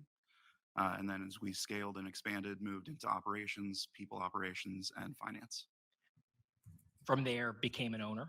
Correct. Yeah. Through these positions, have you gained knowledge and experience as it relates to the record keeping and the databases of information that are produced when someone interacts with your dating website? Yes. Before we go into those details, would you tell the jury a little bit about what Meet Mindful is? So Meet Mindful is an app and dating website focused on a market that is interested in personal development, health, wellness, yoga, organic eating, and other mindful activities.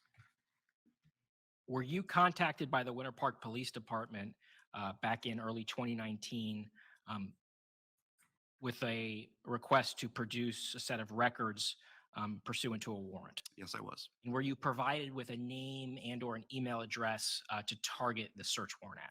Both name and email. What were you provided with? A name and an email that we were able to cross-reference with our user database.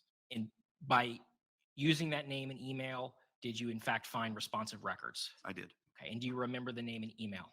It was Danielle Redlick, and it was ddrohan at, I believe, yahoo.com. Your Honor, at this time, the state would seek to publish what's been marked as states 44 for identification purposes. Okay, you can publish that.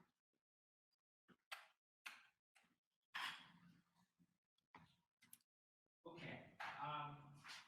And were you ultimately the person that was responsible for culling all of these records, going into all the various database sets and producing a record of everything that was there associated with this particular user? I did, sir. And you're familiar with the contents of these specific records and how to interpret them? Yes, sir. All right, so let's start to talk about what we can learn from these particular records. Looking at page 3 of 62, let's just start at the top. Is there a unique identifier number associated with this particular account? That ID number is the unique identifier associated with this account. Would you see that number associated with certain portions of this record rather than maybe a name or a The name is tied to the ID number, and everything else within our system is attributed to that ID. All right, so what is the name associated with this particular account? That would be Danielle. There is no last name listed, but the username is Dan Drohan. And the email address? And email as dandrohan at yahoo.com. How is it that this information is obtained when a person like Ms. Redlick signs up for your website? So they would land on a landing page on our website and then either connect through email or via Facebook. In this case, the sign up method was email because we do not have a last name present. Would the user be sort of faced with a number of basic information gathering questions at the stage of the sign up? Yes. And do we see some of the responses to those sort of basic information gathering questions within this data set? We do in further pages. Okay. So what about this? What's this? That is their current relationship status. So whether or not the user that signs up is single, separated, married, divorced, etc. So does this indicate that when Ms. Redlick signed up for it, she indicated that she was separated? It appears so. I want to go to the created at line. What are you able to determine from this particular entry? That is the UTC timestamp in the database for when the actual user ID was created. So it's essentially the start of the user creation. This is sort of the beginning of the user account on the Meet Mindful website. Correct.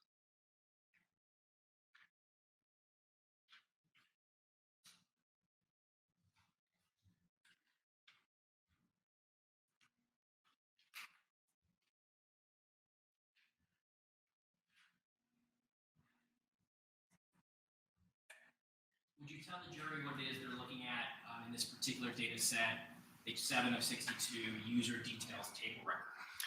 Yes. So when a user signs up, they fill out a basic profile, and then we begin collecting activity about their activity on the site or the app. And this data it describes a number of things, including the total number of profiles that the user favorited or hid or sent messages, received messages, other activity like that.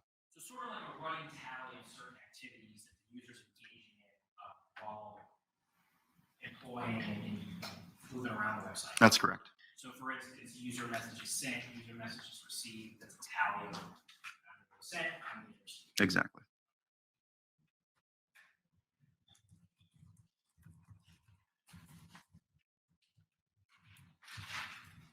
And can you explain to the jury what we see in the Meet Mindful database profile question responses? Yes. So as we just spoke about, when the user signs up for an account, they fill out a profile.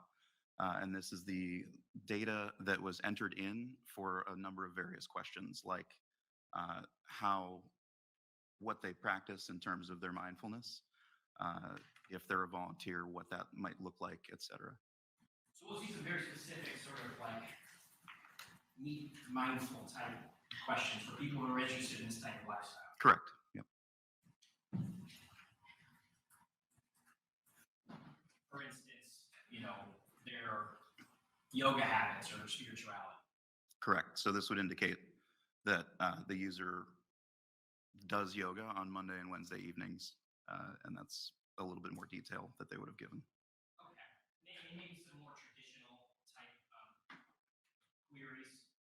Under this looking for box, can you please read what the person who signed up for this account wrote? Sure. Looking for down-to-earth, kind of deep would be interesting, passionate, zest for life type guy with sense of humor to spend time with and hopefully shares same definition on love.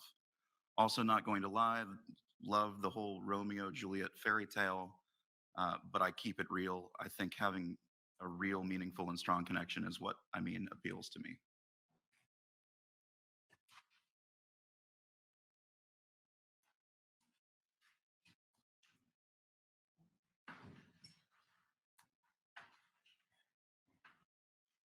And we're going to look at the bottom of page 14, this bottom box. Can you please explain to the jury what they see here? So this data point, when someone signs up for a profile, they can select which relationship type they are interested in.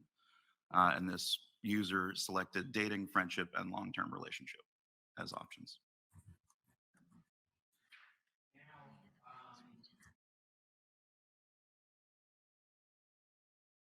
how did these photos end up in your particular database? As a part of account creation, the user would have a chance to upload several photos representing themselves.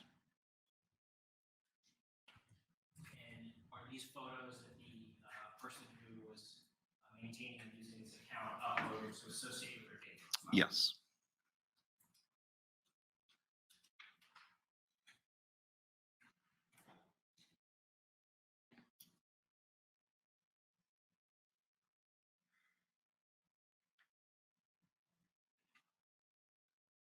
Page 18 of 62, another example of a photo that the user of the account uploaded to their dating profile. You're correct.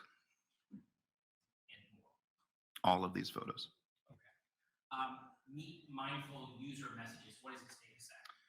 This is a compilation of all of the draft and sent messages that a user created in a conversation that we exported for this data, or for this evidence.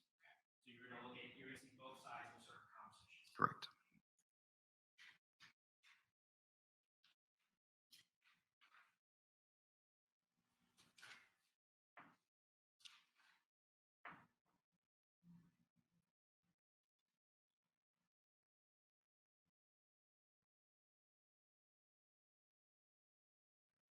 So would this be an example of, let's see here, this 9372030, an outgoing message of the user account, sending it to a person who's being referred to as Mark? That's correct. Would you please read what the user of this account wrote to Mark? 21 or 30. Hey, Mark, I ended up not going to Disney Springs, but I'm leaving it on the list. The weekend got a little off track with the unexpected, however, all good. Sometimes you just have to go with life, with what life puts in front of you. Actually, that's technically called surrendering to life, which is probably something I should practice all the time. Sorry, not preach my mindfulness, LOL. So when do you leave for Buffalo? I'm jealous. You may see you may see snow. If you happen to be captivated and want to share a pic or two, feel free.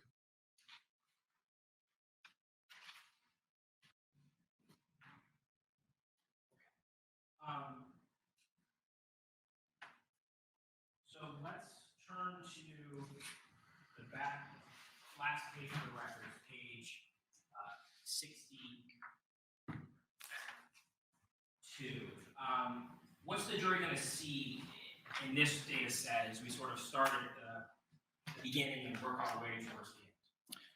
So this record comes from a program called Mixpanel, which tracks all user behavior across our application.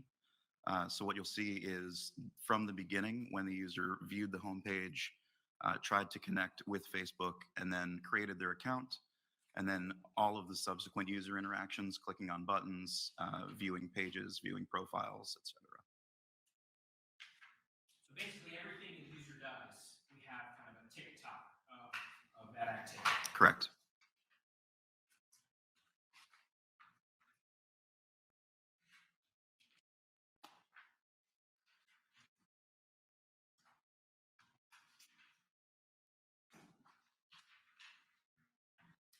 So we're looking at Wednesday, December 5th, 2018. Do you see, based off your knowledge of how the database works, how the signups work, and sort of the sequence of events that's consistent with someone coming onto your website for the first time?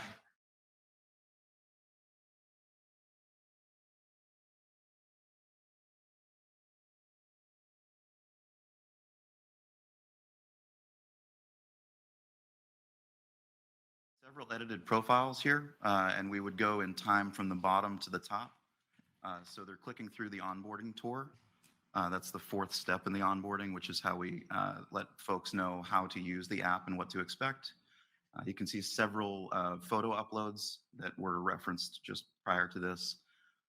Setting new primary photos, deleting photos, editing profile, and then we can start to see editing mindfulness profile details. So this user is actively filling out their account and preparing to be on our website. And if we were to sort of make our way through time, would you see every day the website is interacted with and everything that was done on the website on that particular day? Yes. Okay, so let's jump ahead in time a bit.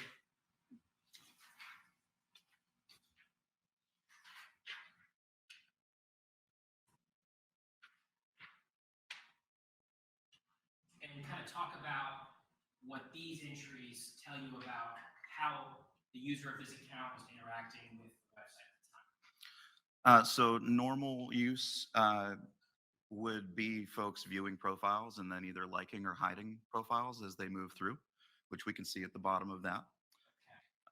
They also received favorites, which sent notifications to them to bring them back into the app. Favorites are likes, essentially. So when we see something like viewed a profile, that's the user activity of this account viewing a profile. Right. This user has viewed another profile on Be Mindful. What we see was viewed, that's someone else interacting with this user's account. Correct. And so we're seeing activity on Ms. Redlick's account all through December 8th of 2019. Correct. Hiding a user, viewing a profile, so on and so forth. Yep. Yes. We'll move forward in time.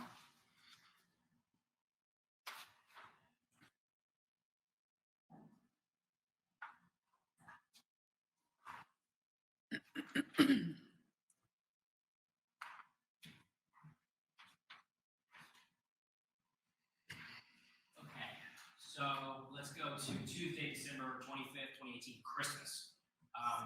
Is this consistent?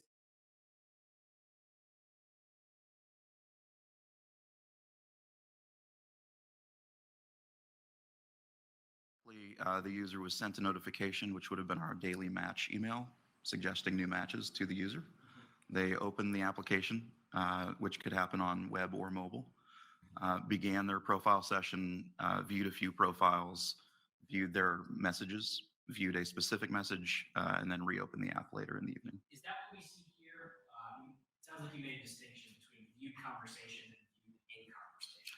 Viewed conversations is the loading of our conversation page, which is essentially an email inbox. And viewing a conversation is clicking into a specific message. So like if I had my phone and I went into my messages and saw all my text messages sort of lined up there, it's sort of like that action. That would be viewed conversations. And if you clicked into one of those messages, it would be viewed a conversation.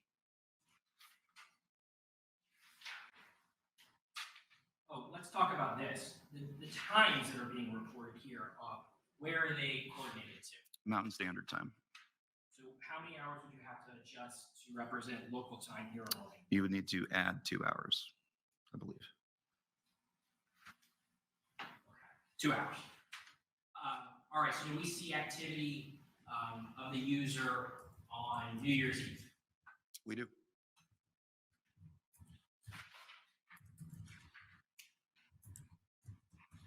And New Year's Day on page 35 of 62. That's correct. And the day after New Year's. Correct.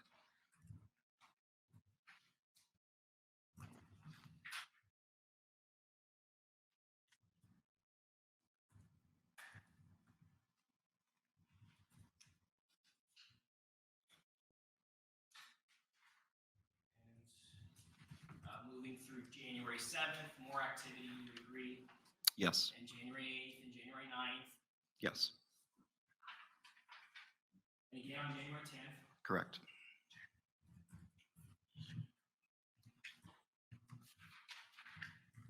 And then we see activity of the user on Friday, January 11th. We do.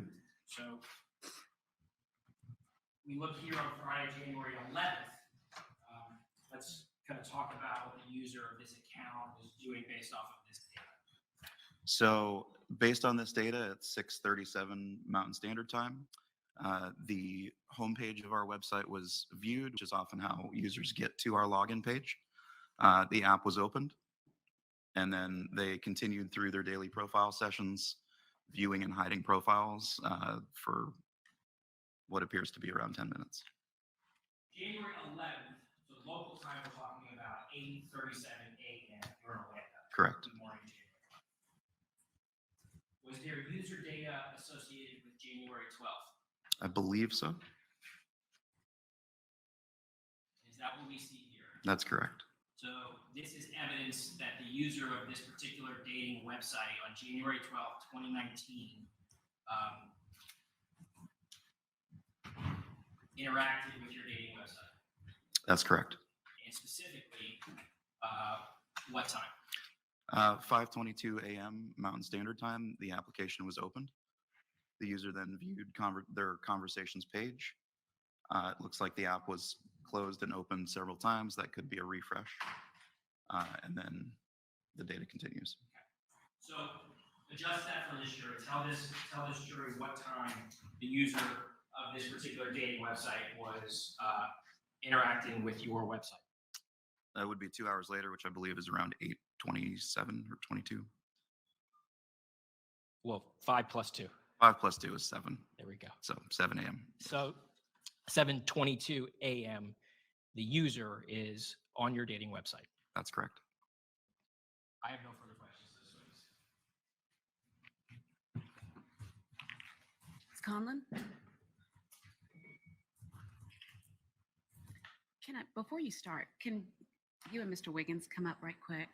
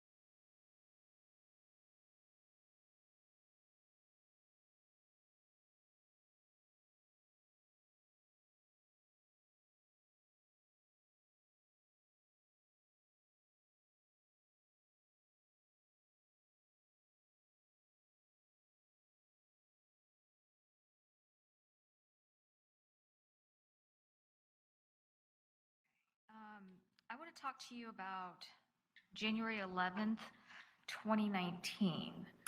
It looks like the last user activity was 3:24 Eastern Standard Time. Is that right? That's correct. And then let's move on to Saturday, January 12th.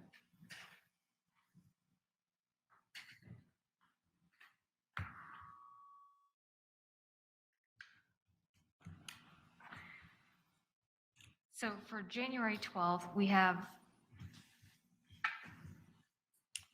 two activities for around the 7:22. Is that right? That's correct.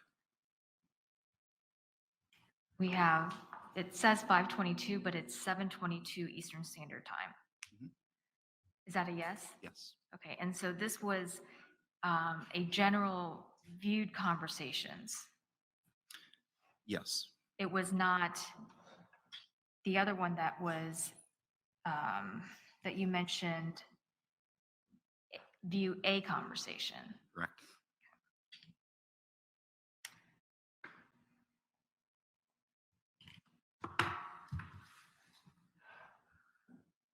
Have you had an opportunity to review what was just admitted into evidence? These documents? Yes. Yes. Okay. The last message that Ms. Redlick received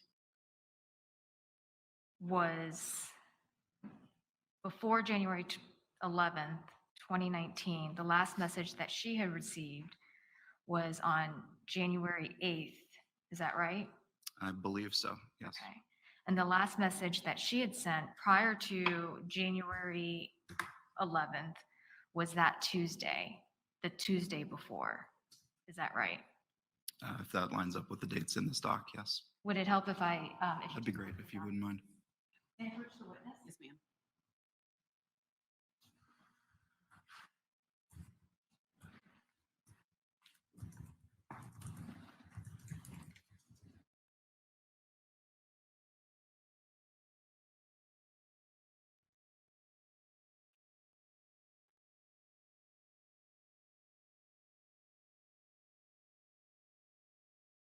The user sent occurred at 1/8/19 p.m. What was the time? 3:45 p.m. And that's in UTC. So it would have been in the evening of the 8th. Got it. So she was not sending or receiving any messages on January 11th or January 12th. Is that right? Correct. Nothing further. Can you redirect, Mr. Perkins? No, Your Honor. Sir, you may step down. Thank you very much. Ladies and gentlemen, we're at a natural break for lunch. It's about 10 minutes to 12, so let's all come back at 1:30 and we will begin the afternoon. And we'll finish up today at 5:30. Have a great lunch and be mindful not to talk about this case or any of the testimony that you have heard. Don't do any research as well. Have a good lunch. Your Honor, at this time, the state intends to move into the opinion portion of Mr. Stewart James's testimony. Objection.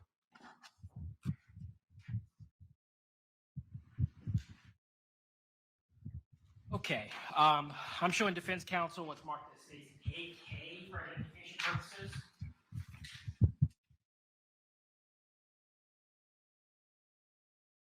Permission to approach the state's AK, Yes. or actually to publish as a demonstrative exhibit. Okay. Any objection from the state? I mean, from Objection. the defense? From the defense, no objection. Okay.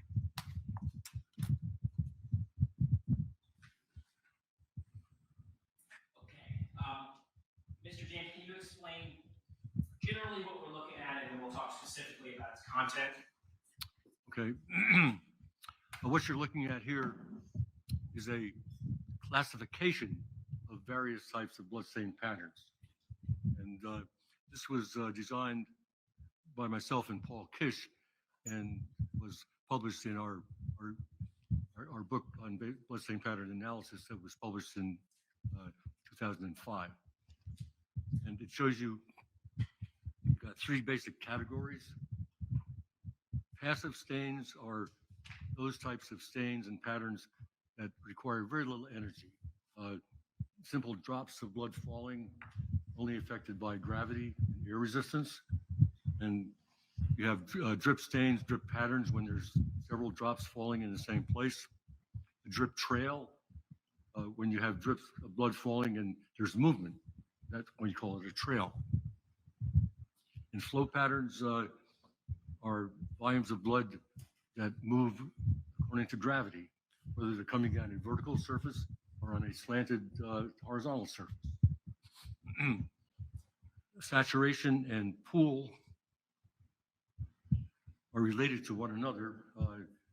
They can essentially be the same volume, but saturation refers to a volume of blood that's on a surface where it has been absorbed into the surface, whereas pool of blood on a harder surface, it remains in a two-dimensional configuration, doesn't absorb in, so that's why we make that distinction. Let me ask you, you may have, maybe I missed it, but you may have skipped it. What is a transfer stain under this passive category? All right, I started with drip stains, I'm sorry. A transfer stain is a stain created when you have an object or portion of a person that has wet blood on that area, and they come in contact with a non-bloody surface. They transfer the blood from one surface to another. And there are two types basically of transfer stains. One are called wipes. Wipe stain is when you have blood pre-existing on a surface that is not quite dry, and you wipe through it, and you create what we call a wipe pattern. And by contrast, we have a term we call swipe, S-W-I-P-E. And a swipe pattern is where you have blood on your hand or on another surface, and you give lateral motion on a surface, just creating a swipe. So we make that distinction.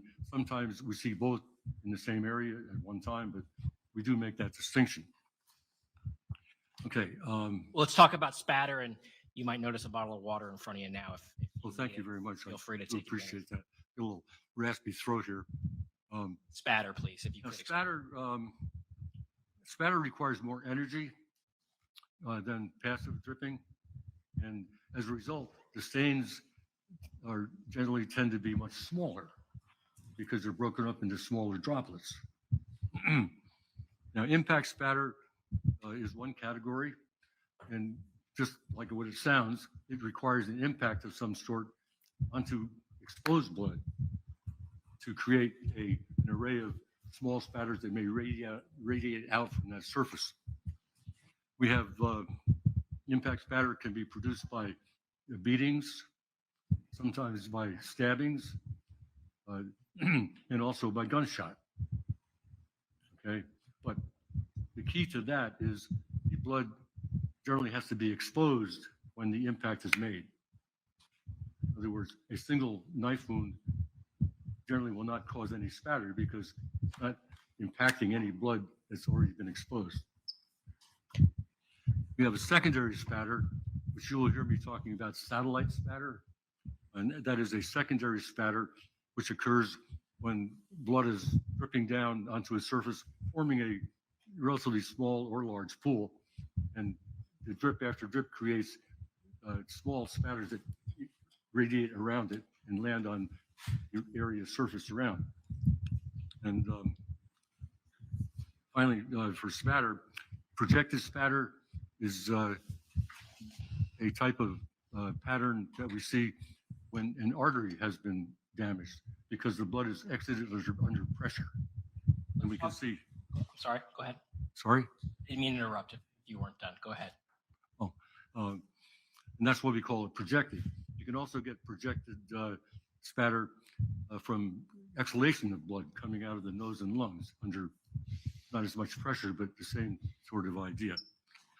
And then finally, Talk about altered, please. Hmm? Talk about altered, please. Yes, I'm going to say finally, altered stains actually can be, altered stains can affect all the other types of stains. It's an alteration of stains that have been produced over on these two categories of passive and spatter. First one is clotted blood, because after blood has been exposed to an external environment, it begins to clot. And the time of clotting varies a lot, but generally you can see beginnings of clots within 3 to 15 minutes or something like that. And of course, with clots, you then will get what we call serum separation. The liquid portion of blood will appear because the clot, after extended periods of time, will come together and express, and the serum will be around that area. And it looks like a pale yellow type of a liquid. Diluted blood really speaks for itself. When you mix blood with some other liquids, such as water, you get a dilution. And we can generally see that as a result of that activity occurring. Dried blood, of course, is something that starts right after blood has been produced. The drying generally occurs from the outside in, whether it be a small stain or a large pool. And of course, the other one we're going to talk about a little bit are voids. Voids are just what it says. You have a pattern of blood and something produced, and there's a blank space in the area. We call that a void, where blood should have been. Okay? And you see various types of voids. Talk to the jury a little bit about sequenced. Is that a reference to an ability to understand sort of the sequence of a bloodletting event based off its appearance? Yeah, so sequencing is something that you try to do with crime scene reconstruction, which blood stain pattern analysis is a tool in order to help facilitate that. But sequencing also, another good example, sometimes I'm asked, well, here's a footwear impression on the floor, and there's spatter, which appears to be on top of it. Can you tell which occurred first? And that's called sequencing, if you can be able to do that. Another form of sequencing is essentially a wipe pattern that we talked about. If you have stain on the floor and you wipe through it, you sequence that by knowing that the stain occurred first and the wiping came afterwards. So is it possible by using this discipline, this science of bloodstain pattern analysis, for you to help or for you to be able to reconstruct sort of the order of certain events within the scene based off the appearance of blood? Yes, that is our ultimate objective, is to use bloodstain pattern analysis and also, general crime scene knowledge. I mean, what I mean by that is like various objects that may have been moved throughout a situation, but bloodstain pattern analysis is a part of the overall job to reconstruct whatever happened. We need the results from the pathologist, what type of injuries occurred, because that assists us in determining where someone may have been based on the type of stains that have occurred. If there was an arterial cut and we see one at a scene, we have to verify that there was an arterial cut on the victim. So those are all the things we have to deal with. In addition, and probably most importantly, would be the testing of the blood, and especially for DNA analysis. And I've been working with this in this field well before DNA became, actually used in forensic science, and it's made a big difference in being able to distinguish between, example, when you have more than one bleeder. If you have 3 victims at a scene and there's a lot of movement around, DNA is about the best route to take to determine who went where. Okay, That's why that is important. The ultimate goal when you are brought onto a case is not just to come in and describe stains, try to describe stains and then understand what can be inferred from the appearance of those stains. Yes, well, a good way to point that out is that when we teach basic bloodstain pattern analysis courses, and we teach law enforcement most of the time, we've had pathologists and we've had some attorneys take the course as well. A basic bloodstain course will teach one to be able to document properly bloodstain patterns, meaning proper photography, proper collection, and things of that sort. It does not make one an expert, which is really a court term. I mean, I refer to it more as experienced. you gain experience by taking an advanced course and then doing a lot of casework in order to become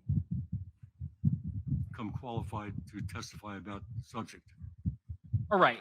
Were you asked in this particular case to review some of the evidence to see if you could offer any opinions in this field of bloodstain pattern analysis and crime scene reconstruction?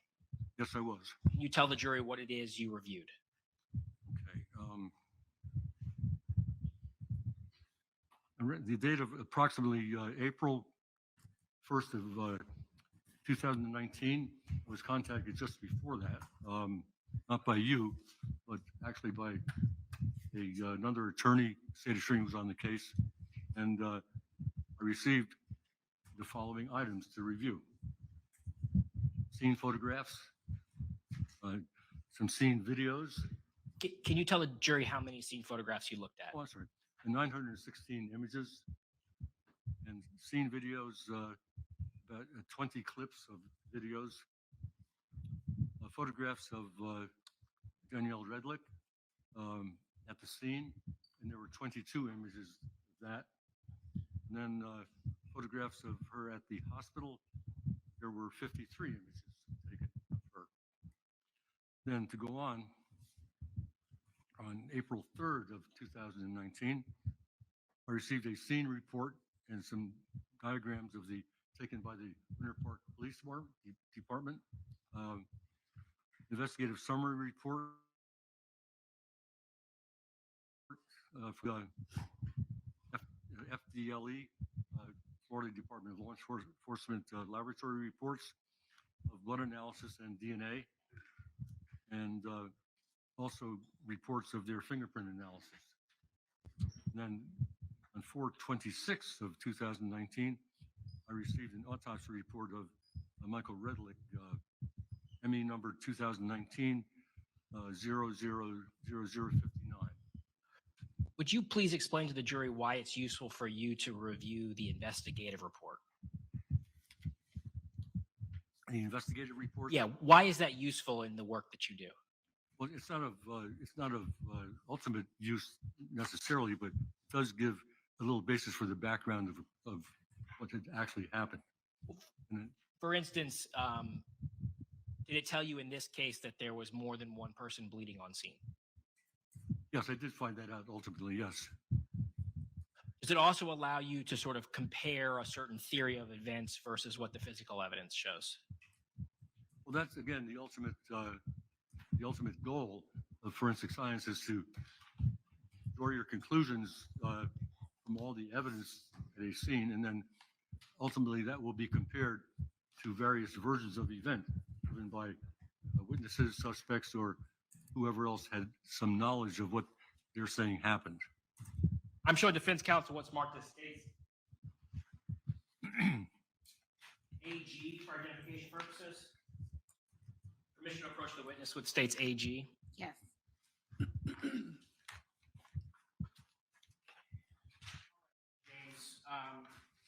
prior to your testimony, did you create several PowerPoint presentations that will aid the jury in understanding the various conclusions that you were able to draw and observations you made concerning the bloodstains in this particular case? I did. And prior to your testimony here today, did you have a chance to review the contents of states AG to confirm that it contains those PowerPoints and that those PowerPoints are in fact fair and accurate copies of your PowerPoints? Yes, and I also put my initials on it to verify that I did see them. All right. All right, this time the state would seek to move into evidence what is marked as states AG for identification purposes. Any objection? No objection. AG will be admitted as the state's next numbered exhibit. State Exhibit 46.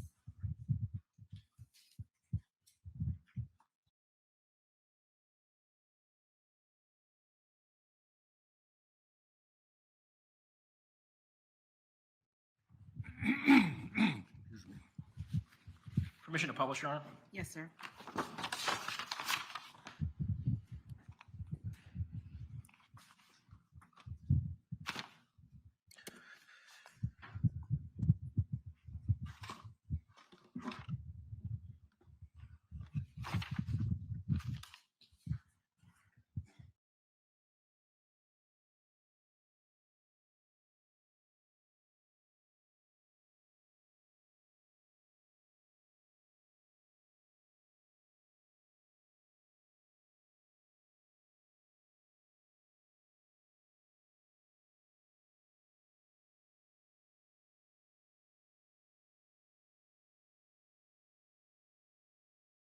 publishing the PowerPoints that we just discussed. We're going to start with the first PowerPoint, exterior front.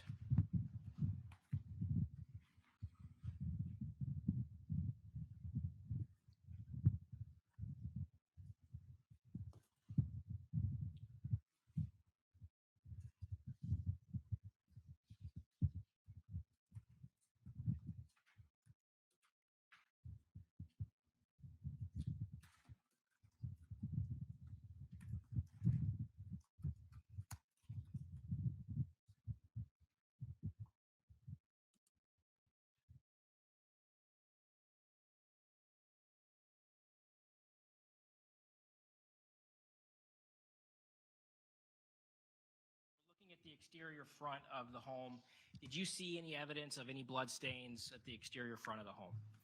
No, I did not. And you looked through all these photographs to see if there was any sort of opinion you could offer or any evidence that would be relevant to your consideration? Relative to the exterior? Yes. Yes, Okay. And this is just documenting some of the things that were out front, correct. including some eggs or Yeah, there was eggshells. some evidence of eggshells on the floor of the driveway, And that, which I just made note of. They were not part of my conclusions in this case at all. so we'll look at the next PowerPoint titled Danielle Justine Redlick at Scene and Hospital. What do we see here at this slide? Well, you can see Ms. Redlick there standing with, well, go back one. You can see there's apparent injury to both her wrists, and the hands are relatively clean, but the wounds do not appear to be bleeding. Tell the jury the type of stain that we see present here in this photo 162. Yes, I would classify that as a transfer stain, meaning that a bloody object or portion of a person with blood on it, wet blood, made contact with that area of the neck and created a transfer stain. Next slide is a close-up of those injuries that you previously described. Yes, And now we're looking at photographs of Miss Redlick in the hospital. mhm. Is this a close-up of that transfer stain that you previously described?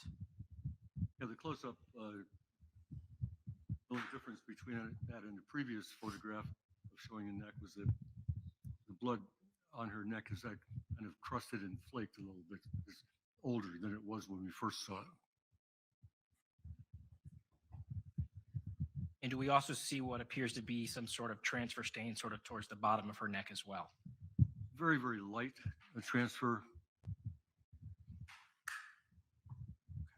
Additional photographs of the state of the injuries at the hospital. Yes, and you can see there's a small accumulation of blood, especially on the left hand toward the base of the palm. Here, where my cursor's at. Yes, that's correct. What are we looking at, and what do you see in terms of the stains that you're observing? Well, here on both the left and the right foot, you can see more extensive transfer stains.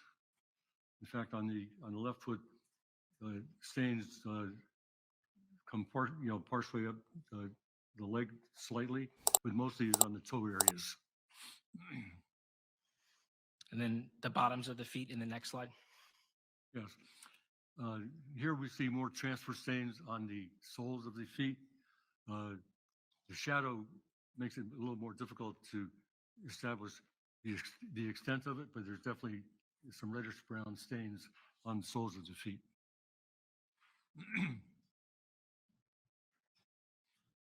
Okay, the next presentation entitled Foyer. All right, so what do we see here in the first slide of your Foyer presentation?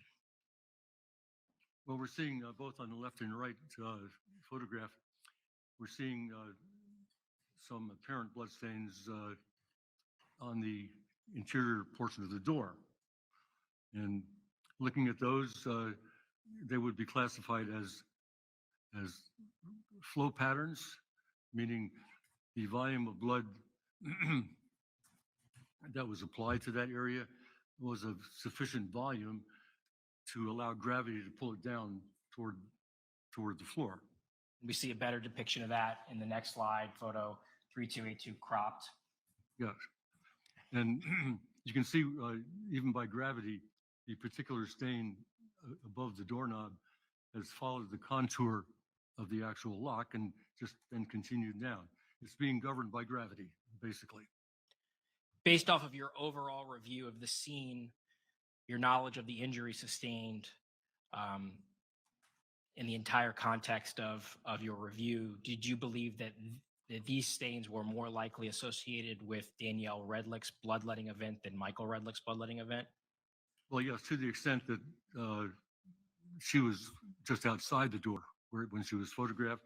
So, but at least someone, made contact with the interior knob to get outside, presumably. Okay. But the blood was not tested, so I Couldn't say can't for be certain. certain of that.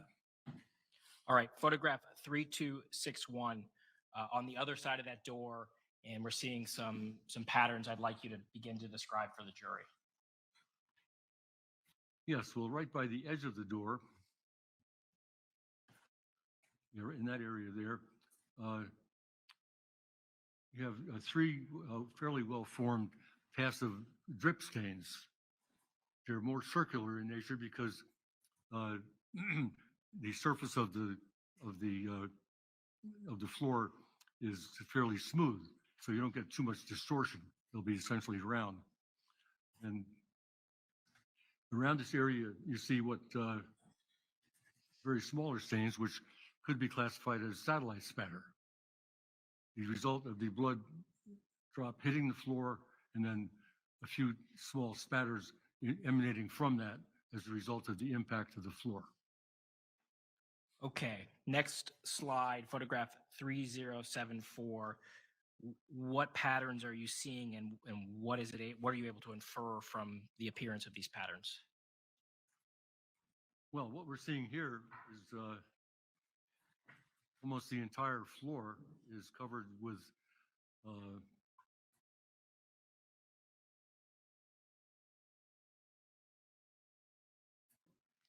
even from looking at this perspective, some appear to be diluted.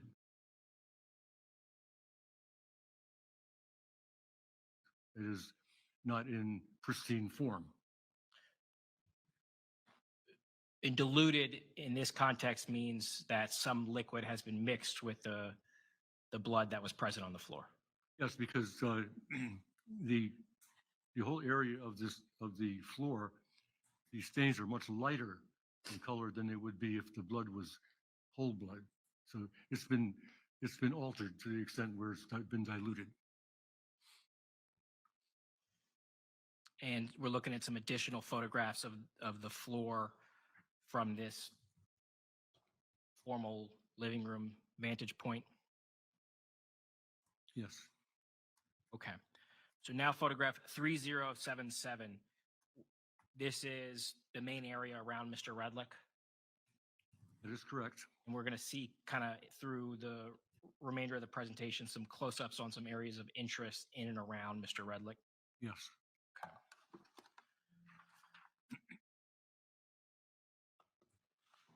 What does the jury see here? What can you see here, and what can you tell the jury about the patterns that are present sort of towards this bathroom and then off heading towards the master bedroom? Well, essentially what I'm seeing in this photograph is on the left side, below the area where the brown chair is. What I'm seeing there is a large area of wiping of blood. And you can almost see some circular motion applied right at the base of the side of the chair. So that's near where blood was wiped up to a certain extent. Not entirely, but to a certain extent. Would an object such as a towel produce a pattern like we see in the floor in this area? Howard, what? A towel. Would a towel be an object that could produce that Yes, kind any object capable of absorbing some blood and being white. Yes. All right. Photograph 3018, sort of looking back the other way, what do we see as far as the patterns of blood? Well, we're seeing another large area of what I would consider diluted blood, very light pink in color, extending down to the south, down the hallway. And then in the foreground, there's what appears to be several areas of drip stains that we saw by the front door, meaning that blood had dripped from some height above onto that area.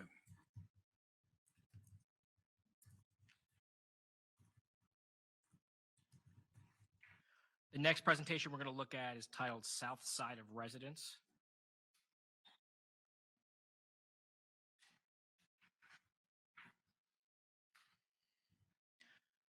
All right. Explain to the jury what you've highlighted here and what this pattern appears to you to be.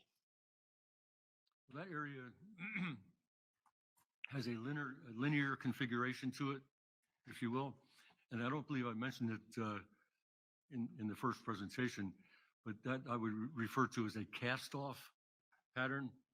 And what I mean by that is if you have blood on an object or your hand and it's swung,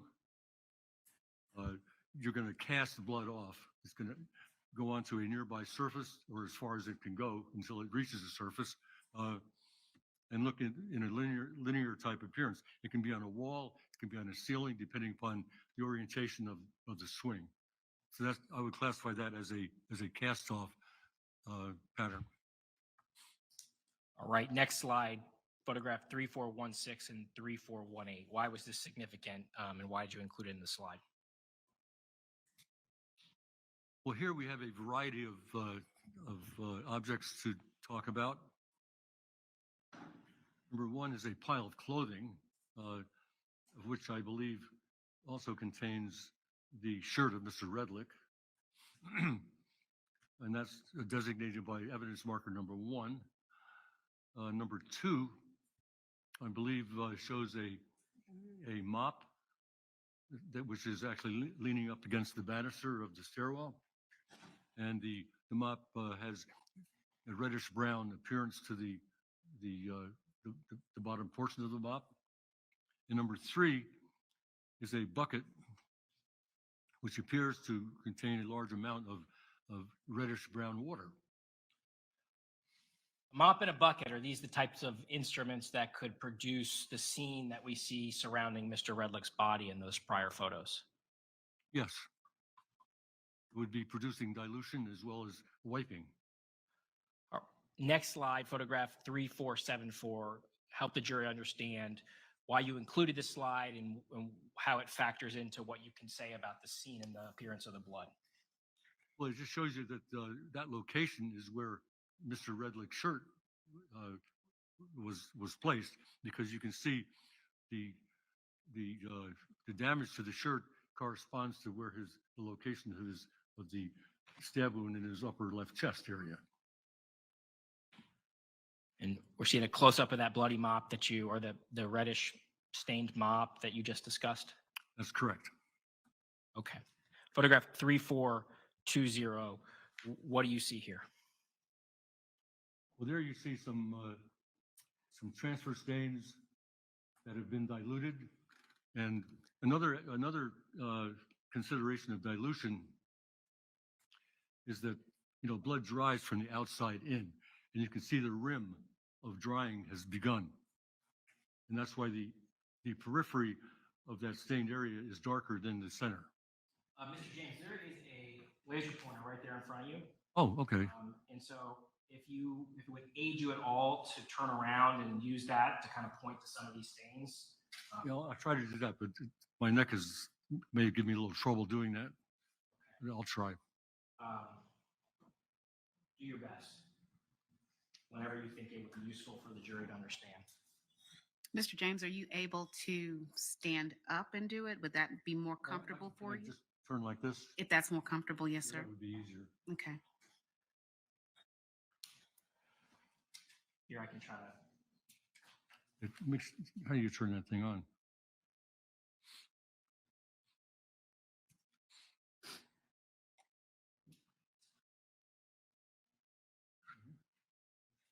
Good. All right, you were talking about how it dries from the outside in, and we see an example of that here. Yes. You see these diluted areas here, very light pink in coloration. And what I was talking about is that the periphery of these stained areas has got a darker appearance to it. It means that it's begun to dry. And that is true of the same areas on the other side of the photo. You may have already mentioned this, but do you also see a pattern that is consistent with being a footprint? Yes, right here it's kind of vague, but that does appear to have characteristics of the sole of a foot. What about to the left also, right to the left of that? I'm sorry? To the left of that, right there in the center. Well, right here, yes. Would appear to be, I'm not a footwear analyst, but I can certainly say consistent with a portion of a bare foot. Okay.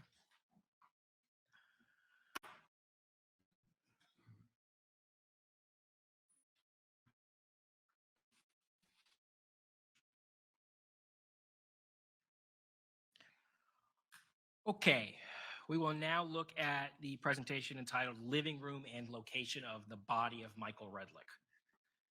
So we're looking at photograph 3077, sort of setting the scene and moving to some additional photographs, 3246. Could you please explain to the jury some of the patterns that you see here in the area surrounding Mr. Redlick? Okay. Well, we're seeing some altered stains around the body here on the left side, continuing down the leg, and also going beyond his feet there. We see drip stains, which we've talked about before. We're seeing a large saturation pattern on the front of the blue jeans of Mr. Redlick, meaning that they're saturated with blood, especially around the waist area and coming down the leg. We see that the chest area at this point in time is relatively blood-free. You've got blood, a little bit of blood here and a little bit more up here. And then around the left side of the head, we see a pooling of blood, an accumulation of blood of large volume. And remember I talked about the serum separation, when blood begins to clot.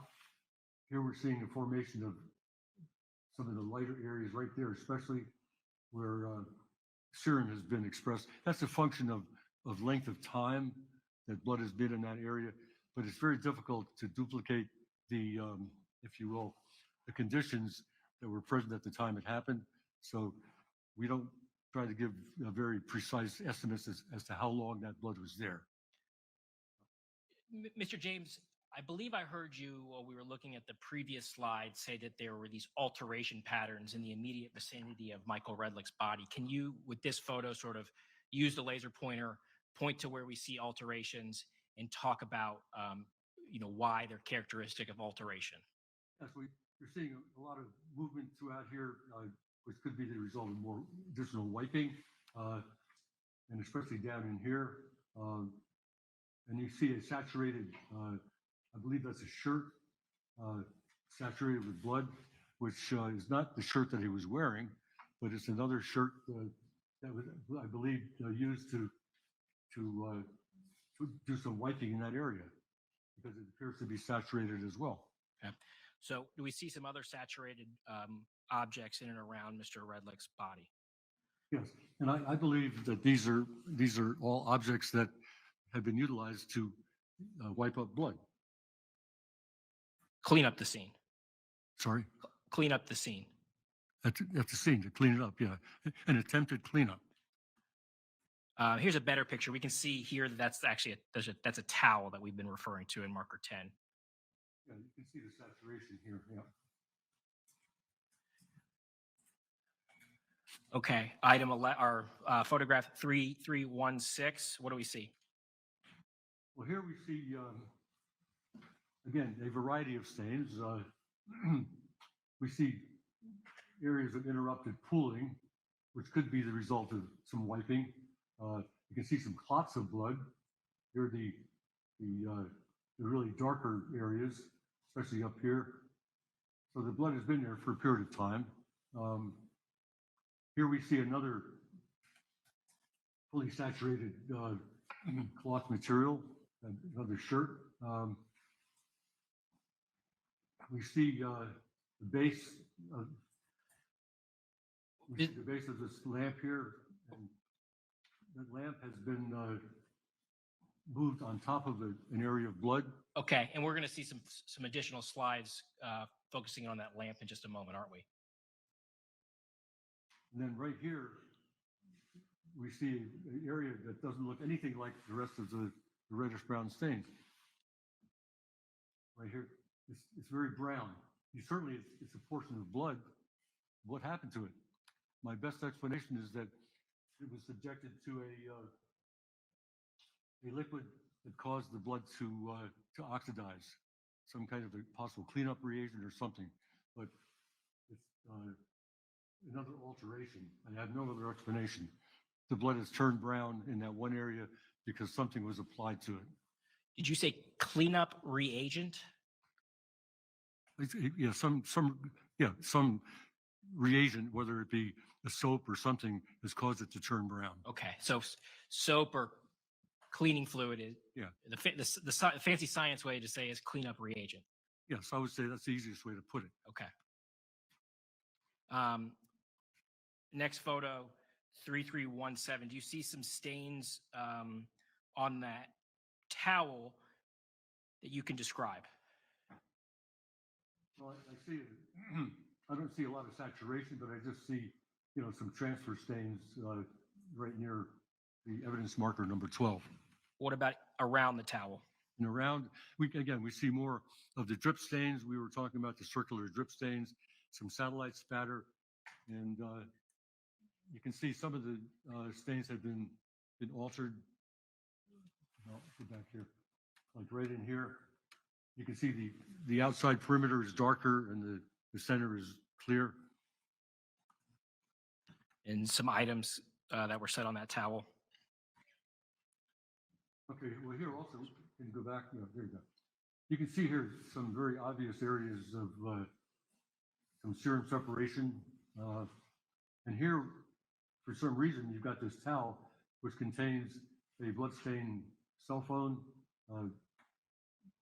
let's see, eyeglasses, keys, which have been placed there after the blood was on them. Okay. All right. So now moving back to the area around Mr. Redlick's left arm and that lamp, tell the jury the patterns you could observe from this particular photo. Okay. Here we're seeing, again, more of the same. We see more drip stains that have been altered. You get a very good image here of the serum separation. Here's a major, large blood clot, and the serum has emerged because the clot has retracted, and this is all that light yellowish material or liquid, which still contains some blood, but it's certainly serum separation. And you can also see an area where I believe his arm was up here possibly for a short period of time before it came to its final position. What can you say about the location of the lamp and the stains that are under the lamp? Yeah, the lamp. And on the lamp. You can see a large white area at the base of the lamp, and in my opinion, the lamp was moved where the base is on top of a portion of the wiped area. And also you see some stains on top of the base of the lamp as well, which have apparently dried and maybe formed a few clots. But mainly it's been moved to be over a previously wiped area. Is this an example of the sort of reconstruction or sequencing that you can offer through the appearance of the evidence and the bloodstains on the scene? Yes, to determine which came first. We know that the wiping occurred first and then the lamp came after, was moved afterwards. So we had blood, wipe, lamp. Correct. And again, we're seeing another image of this altered blood stain, which again, my only explanation is that some chemical or something like that was applied to it. All right, what are we looking at here? Here we're looking at another area of the living space. And number 12 is another towel or shirt laying on the floor. And then do we do a close-up of that table in this next slide, photograph 3544? Yes, here we see some deposition of blood stains on top of the table. The ones on the right are more linear, well, more linear than this, but that would have some features of possibly fingers coming in contact and just moving a little bit. There were also a bit of that on this side as well. Let's talk about the cup that is also placed. Yes, the cup, the glass shows some blood transfer. So it was touched with a bloody hand, most likely. Looking at another angle of Mr. Redlick, what are some of the stains that you can begin to identify on this portion of his body? Well, we see some transfer stains on his on the right side of his abdomen and mid-chest area, which would be right in this area here. You see some transfer stains on his arm, and his arm is resting on a previously wiped area. So there's been movement of his arm that occurred after the wiping occurred, because the wiping does not go across his arm, it's below it. So someone had to have wiped that area and then manipulated the body. Yes. Okay. Yeah, moved. Yes. Manipulated, moved. Yeah. 3245 and 3310. What are we focusing in on in this particular slide? Well, here we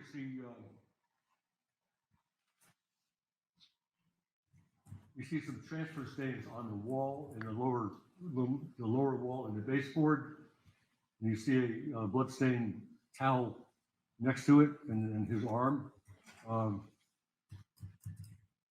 There's also some small spatters, which are down at the baseboard. Again, this area has been altered. I can't say specifically what caused those transfer stains, but a possible candidate would be his right arm, but it would have to have been, the body would have to have been a little closer to the wall for that to occur.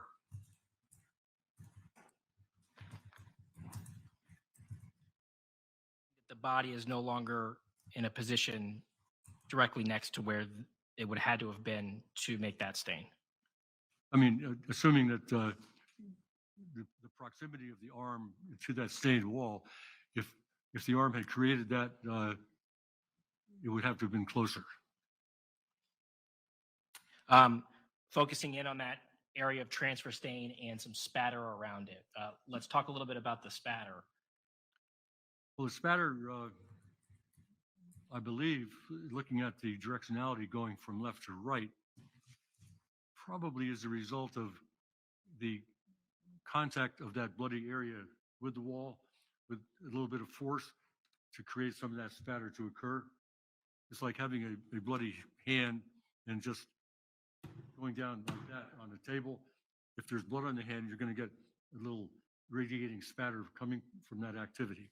Can you brought up this word directionality. Can you explain to the jury what you mean by directionality and how you see it in this photo and how that allows you to offer the conclusion you just offered? Yes. If you look at the stains over here, first of all, they're oval shaped, and some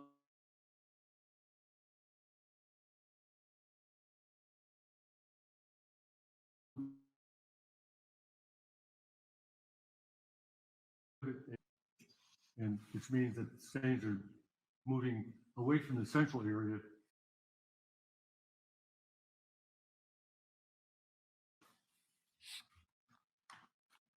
Okay. Photograph 3263. What do we see here? Well, that shows you some of the areas of blood stains on the upper chest and arm area, as well as just for reference, the location of the injury to his upper left shoulder area. And the next photo, sort of a clear photo of this absence of blood on his chest. Yes, as well as the, excuse me, the saturation of the upper portion of his blue jeans. And then talk to the jury about what this photo shows you in terms of some of the terms we've been referring to, or maybe haven't yet referred to. I'm sorry? What does this photo show you as far as a particular pattern? Well, it shows you more of the saturation of the rear of the jeans, as well as some lighter areas of white blood below. Do we see an example of a void pattern here? Yes, there's a void pattern right here, which is, it's a blank area within another bloodstain pattern. I'm not sure what caused that, but it could have been something that occurred prior to the position of that body, maybe during a wipe-up period or something like that. Okay. Photograph 3259 and 3260. What did you observe? Now, these two photographs show both of the socks of Mr. Redlick, which appear to be saturated with blood, which it would indicate as not a sequencing, but a prior activity that he was upright and making contact with his feet with blood. Next slide. That shows a pair of shoes which don't appear to have any blood on the soles. They're just sitting there. And then some what looks like blood on the carpet. Yes, some reddish brown stains. And a close-up of that pattern. And you're not a footwear expert or anything like that. That appears to be a portion of a foot, yes. Okay. It's got the right configuration. All right, now let's talk about photograph 3556, and then a close-up of that area in the next slide, 3557. Tell the jury sort of what this is sort of a classic example of. Okay. This, that's a nice term to use, a classic example of a diluted wipe pattern. You can see the dilution as well as the activity of wiping. And again, it's a part of the cleanup of the area, attempted cleanup. Moving into the hallway and master bedroom presentation.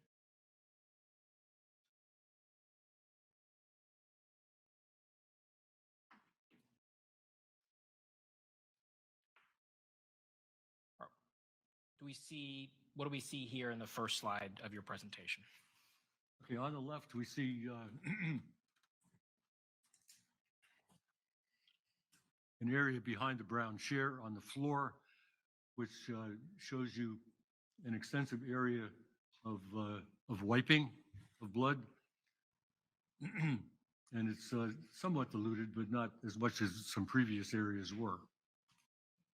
And you can see that the pattern extends back toward the bedroom from the living room. And number 13, I believe, is a towel. But again, you can see the area that has been wiped through. I'm sorry, go ahead. You have some drip stains as well, which were not altered. You mentioned this term directionality in the context of a spatter. Is there also a way to infer or discern directionality when it comes to the wipe pattern or the direction of the overall wipe pattern in this scene? Yes, sometimes you can see the what we call the feathering of an edge, and in this case,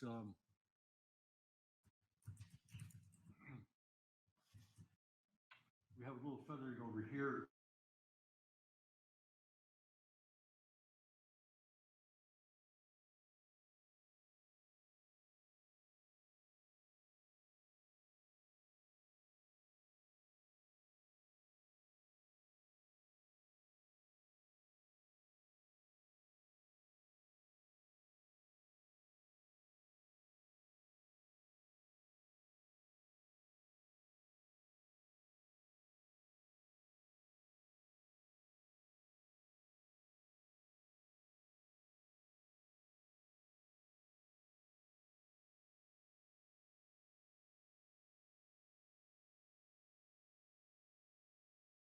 Okay. And Indicate anyone walking or anything like that.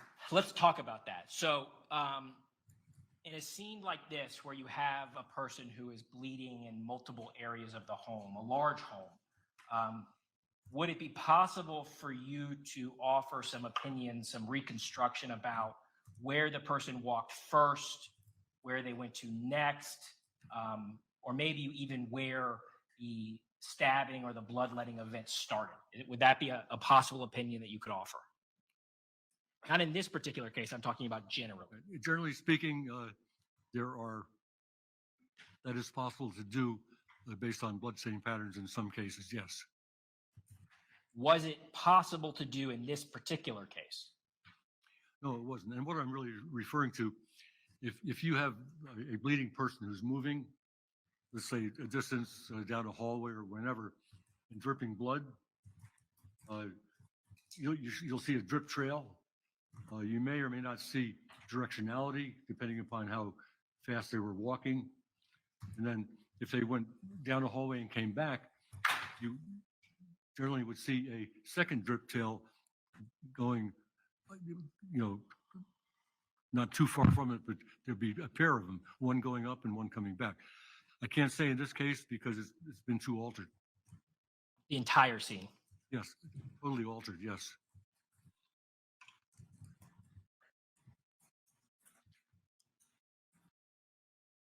What do we see here? Photograph 3396 and 3398.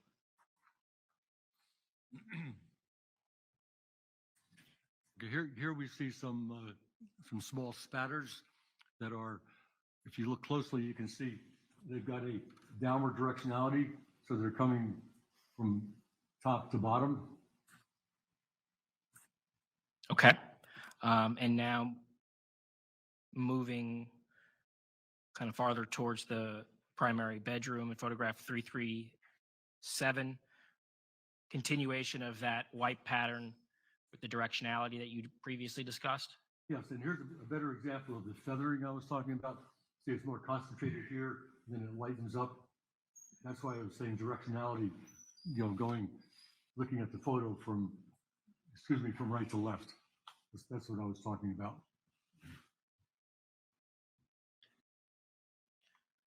Photograph 3341. What is this, a useful photo Yeah, that's to describe? That's another good example of the wiping, but you also see right below that, you can see some altered stains that have begun to dry. You got the outer perimeter area, and then you got some small spatters over here, which may also be just some dried flakes of blood. Again, here's a good example of, stains that have begun to dry from the outside in, but the centers are void. So that is more indicative of wiping, especially right here too. These all used to be drip stains before they were wiped through. So this is another example of sequencing where the blood was deposited. There's sufficient time for it to dry from the outside in, and then it's wiped through, but that dry part is still left. That's correct.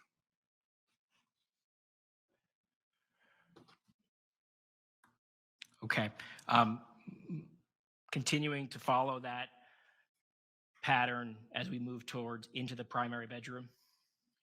Yes, the pattern continues, through the hallway, around to the edge of the bedroom. Could you just go back one? Yes. Yeah, you can see where the bedroom is. And then it turns in toward the bathroom.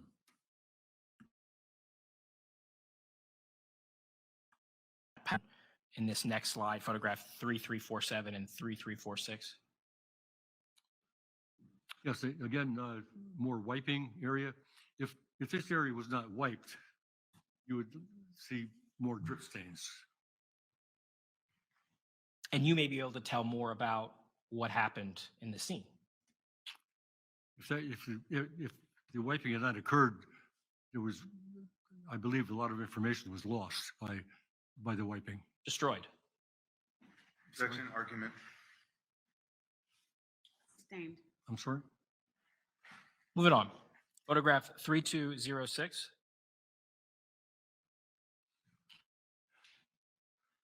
We're continuing to follow that pattern towards the bedroom, the Yes. bathroom. Yeah, the picture on the left is, you can see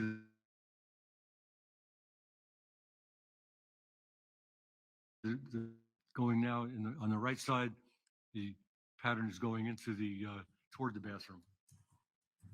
Do we see sort of evidence here of kind of a more thorough cleanup as we get kind of closer to the bathroom? Sort of more. Well, certainly there's not as much blood, but then again, I don't know how much blood was there originally. So again, it's an unanswered question. Photograph 3355. The number 15 here, evidence marker 15, shows you a pair of slacks that appear to have some blood saturation on them. And adjacent to that, you see some well-formed drip stains that have not been altered at all. Okay. And photograph 3774 and 3776. Yeah, there you see, there are two closets, one on the left side of the hallway and one on the right. And I believe this was one or the other, male or female closet. And that's simply a transfer stain on just inside the interior wall of the closet, just caused by an object wet with blood that made contact with it.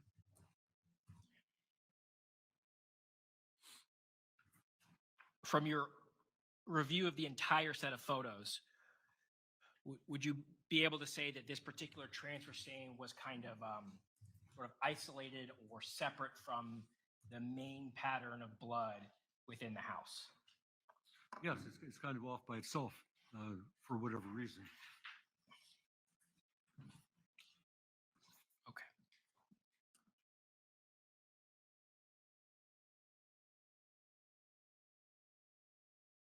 All right, going to look at the next presentation. And are we now going to focus in on the patterns that were present in the primary bathroom? Okay, you can see the wiping pattern coming up to and just over the threshold into the bathroom. Okay. Look at that. Those pants again. Now let's look at these two photos and talk about what you're able to opine based off of the order of events.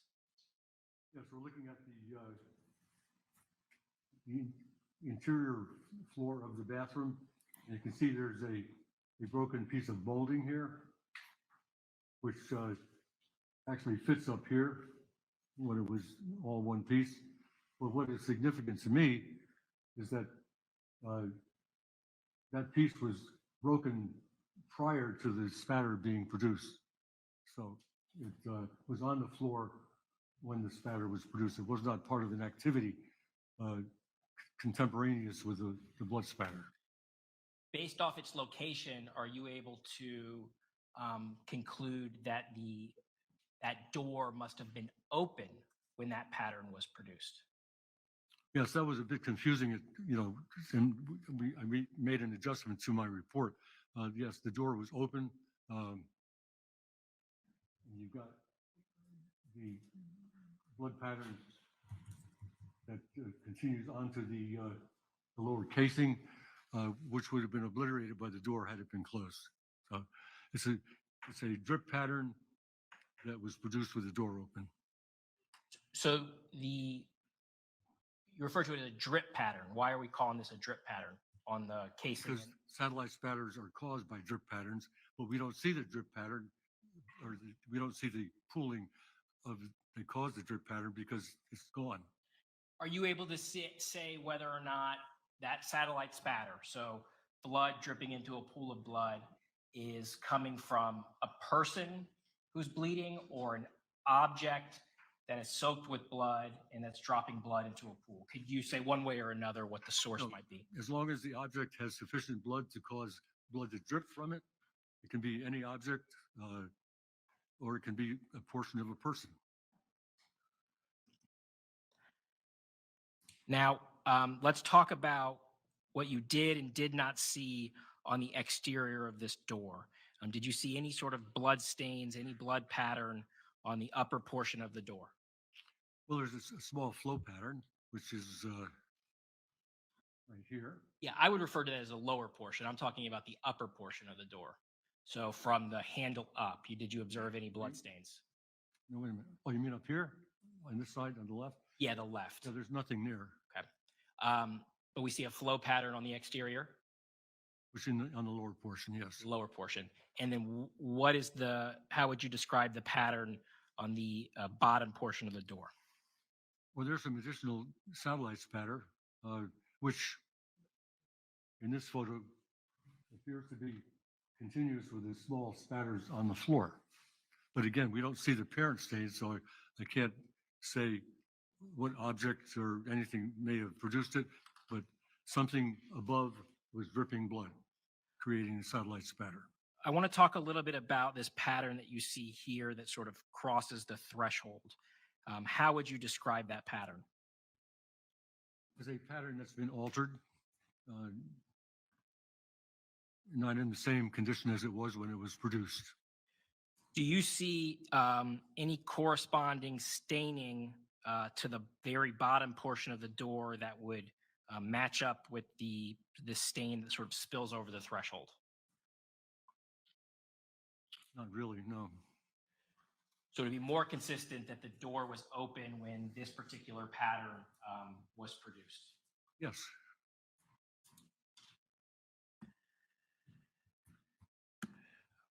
Now, photograph 3244, did you observe any blood or any staining to the interior side of the primary bedroom door? No. Now moving to some additional photographs of the bathroom to this particular sink. How would you describe this stain? Well, evidence marker 22 is designating an area where there's been some blood dilution, and you can see it within the bowl of the sink, and a little bit on the edge right there. So contact was made there with some dilution, and then more dilution in the sink. And let's talk about this top photograph. Did you see some red-brown staining where my cursor's indicating that was consistent with a transfer stain? Yeah, so that's the water control in the shower, and you can see a transfer stain on it. Okay. All right, so let's move on to the next slide. Or the last presentation, which is titled Kitchen.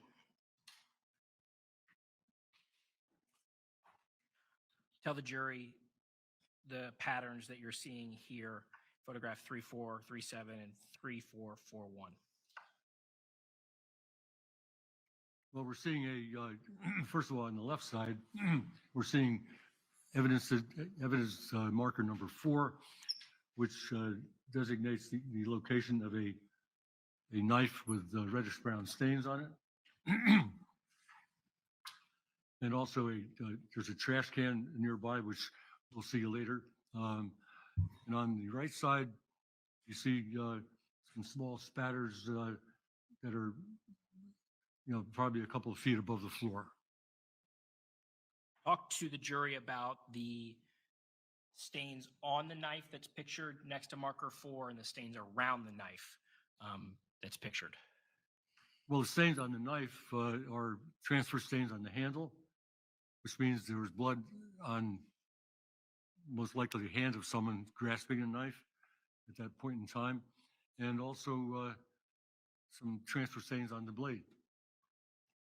What about around the knife? Around the knife, we see, again, some classic dilution of blood, which is still consistent with a cleanup attempt. Close up of those transfer patterns, photograph 3488. Is a close up of that, those transfer patterns you were discussing?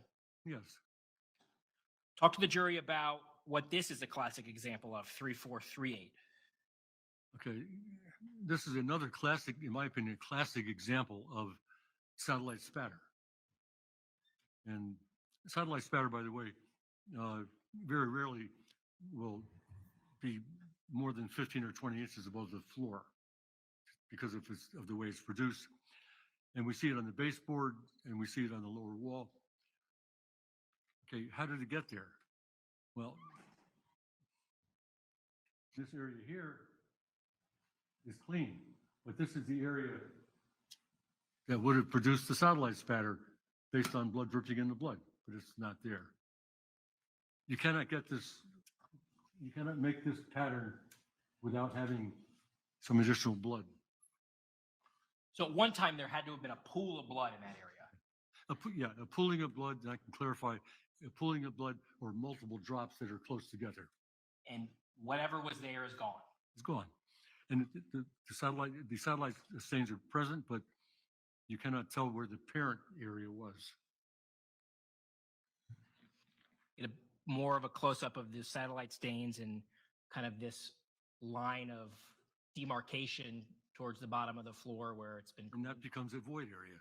Okay. You can see there's some of the drip stains are actually still present over there, but there was much more there to create the satellite spatter on the baseboard to the right. All right, talk to the jury about this collage of photos on the next slide, photograph 3451, 3458, 3456. Well, you can see the trash can has been dented. I just made that observation. I'm not attaching any significance to it necessarily. But you see the contents of the trash can have been photographed. And you've got the that Laura Mercer box. It's got blood transfer on it. And you've got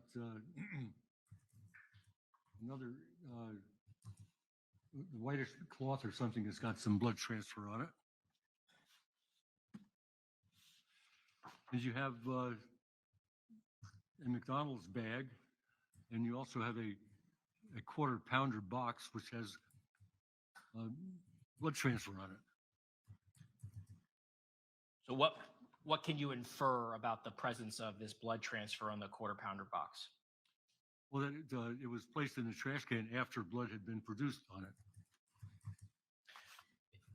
And something or someone with blood on them coming in contact with that object.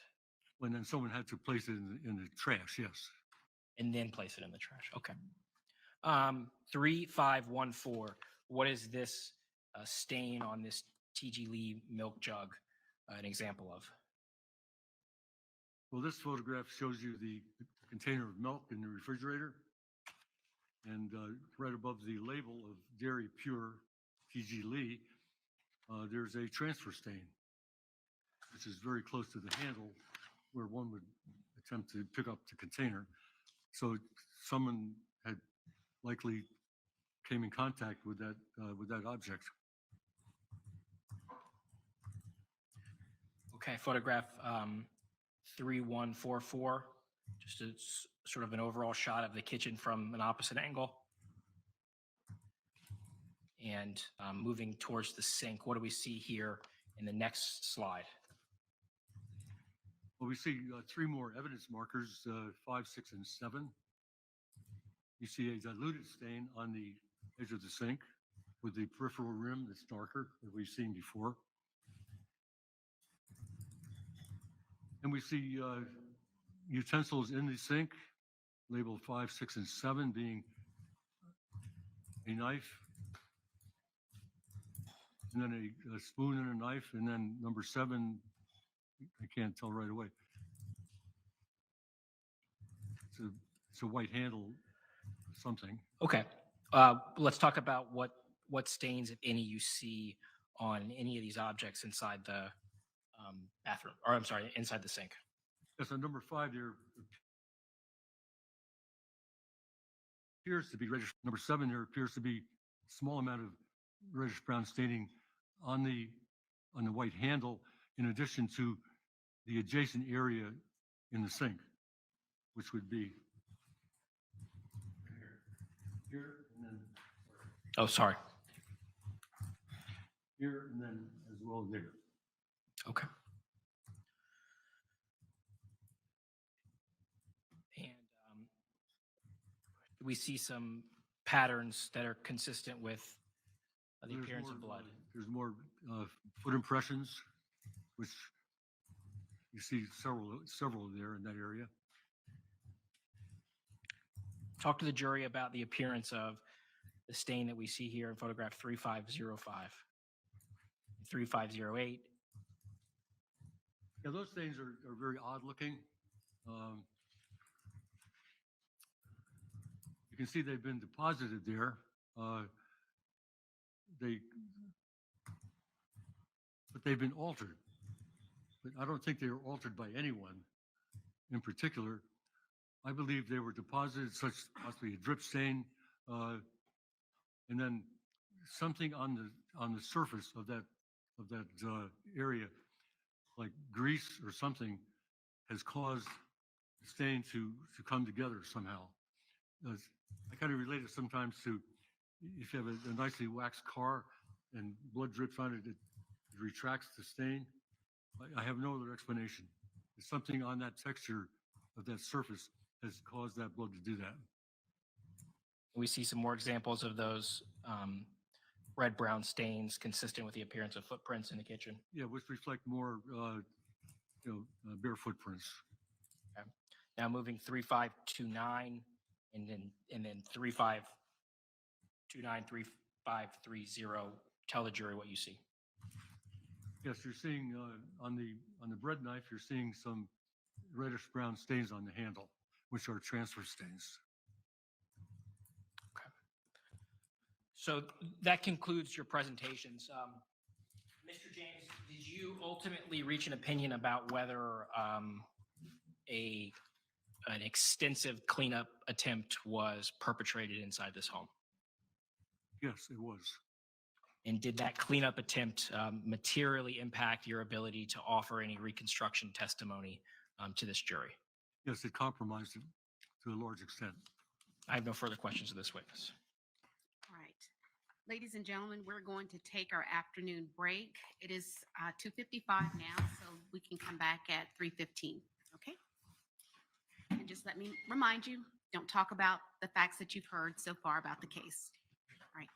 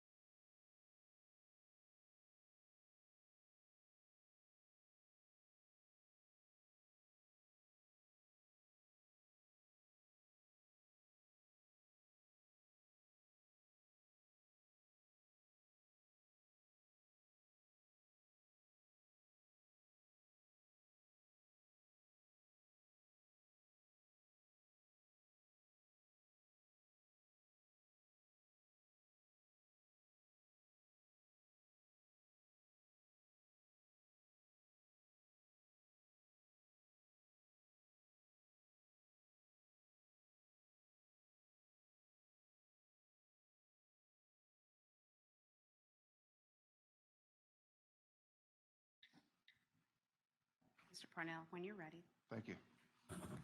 Good afternoon, Mr. James. Good afternoon. You would classify yourself as a forensic scientist, not a medical doctor, correct? Yeah, absolutely correct. You do not hold any licensing, any certifications for bloodstain pattern analysis specifically. I just have a series of proficiency tests I take every year. You incorporated your forensic expert business in the late 1980s. I'm sorry?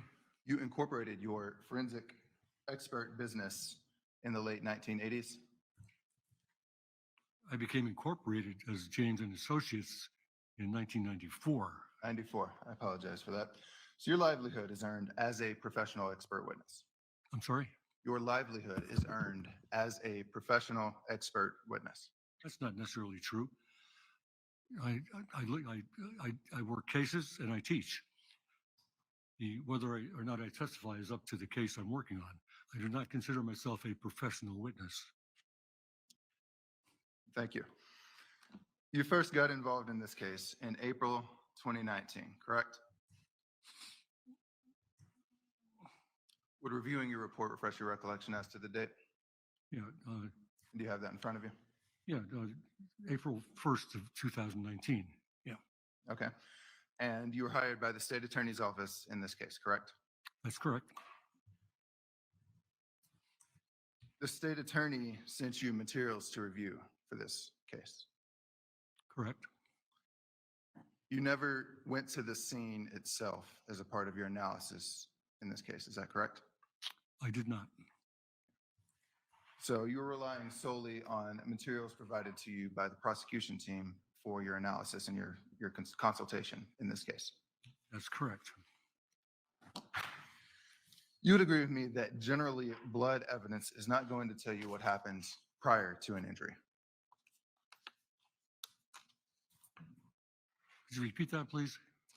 Generally, this case, other cases, blood evidence, what you're doing, is not going to tell you what happened prior to an injury, correct? Right. I rely upon the blood evidence as to what happened prior to that, right? I don't know. Because blood stays in the body until there's an injury that makes it no longer in the body, correct? That's pretty much the way it is. That's how it works. All right. What you're looking to determine is how an injury occurs, where it occurs, and what the person did after sustaining the injury, correct? Well, to the extent that I'm not testifying about the specifics of the stab wound, that's the pathologist's job, but That's not your expertise. That's not your, and I don't get into that, so. okay. So what we're looking at is after an injury is inflicted, what's the person doing after that is pretty much what we're dealing with your testimony. Yes, or what the blood is telling me based on my examination, correct? Which again deals with events after the injury is inflicted. Yes, correct. You said on direct that sequencing is possible in some cases, certainly not all. That is correct. By that you mean telling what happened, what order events are happening, right? That's correct. Based on the materials that you reviewed in this case, you have no reason to believe that Mr. Redlick sustained his injury outside of the home. No, there's no evidence of that whatsoever. You have no reason to believe that Mr. Redlick left the home at any point after sustaining his injury. I don't believe he did. You are aware that this case involves a single stab wound I am aware of that, yes. and that the bleeding coming from Mr. Redlick that we're dealing with is coming from that single stab wound, or that the evidence is consistent with that. Well, I believe he had another, if I can look at my notes here. He had a small incised wound on his left eyebrow and one on his abdomen, but they were probably not contributing very much to the bleeding, but there were three areas of bleeding. Okay. So what we're dealing with, the blood being deposited on the ground, that's coming from the wound in his shoulder. Yeah, most of it has, yes. You mentioned this on direct, so you would agree with me here that a single stab wound is not going to produce spatter. That's true. So the spatter, if there's a repeated stabbing, or if there's a repeated beating or bludgeoning, is going to come from the hand or the fist or the object making contact with the blood that's already coming out. Is that fair to say? Yes, in fact, another way to put it is that stab wounds are blunt injuries with a sharp edge, because it's a hand that creates a spatter from an exposed blood. And since there's not exposed blood at the time of the first stab wound, you're not having blood bounce off of where the wound is like you would for a second, third, fourth wound, correct? And the blood has to flow, and then if that area is impacted again, and with a knife. Okay. So knowing that this is a single stab wound case, you would not expect to see any spatter indicating where the injury was inflicted, meaning where in the house, where in the home. In terms of spatter, that's correct. You're looking at where did he bleed after sustaining the wound? That's essentially what I did, yes. You're able to conclude that the wiping, there's evidence of wiping going through pre-existing blood stains, correct? Yes. And a lot of what we're looking at there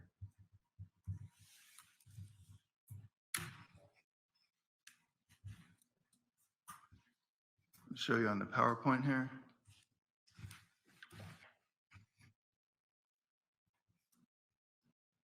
So these slides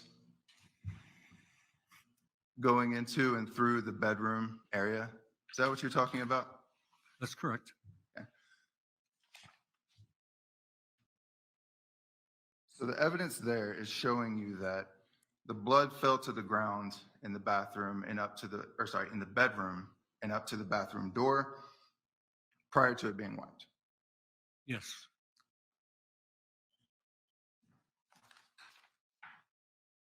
The blood contained in those areas does not come from somebody using a mop like a paintbrush to essentially take the blood from the living room or from some other place and move it into the bedroom or into the bathroom, correct?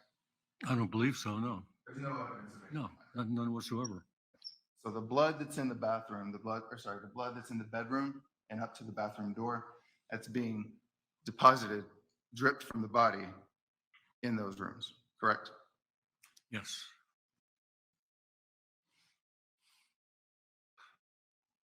This would indicate to you that a bleeding person, presumably Michael Redlick, was walking around after the event that made him start bleeding, presumably the stab wound to his shoulder, and that sometime after that, somebody, presumably Danielle Redlick, is cleaning it up.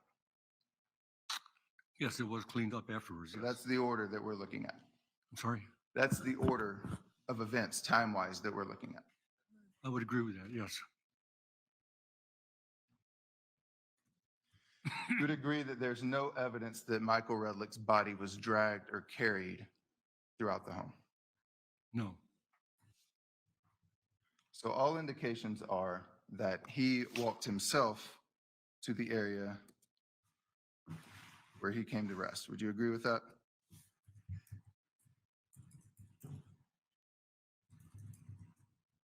Just here in the living room? Yes. So he's getting there himself. He's not being dragged. He's not being carried, rolled, nothing like that. I mean, for what evidence is available to look at, that's true. But what evidence is available certainly does not indicate what I just said. Correct.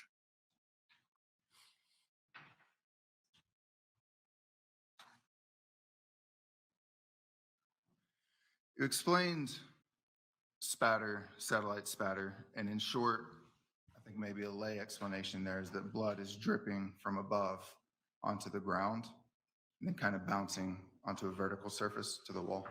Yes, I guess you can use the word bouncing. Some people use the term ricochet, but multiple drops coming down will create the satellite spatter, and it will it will land in the periphery of that parent stain, basically.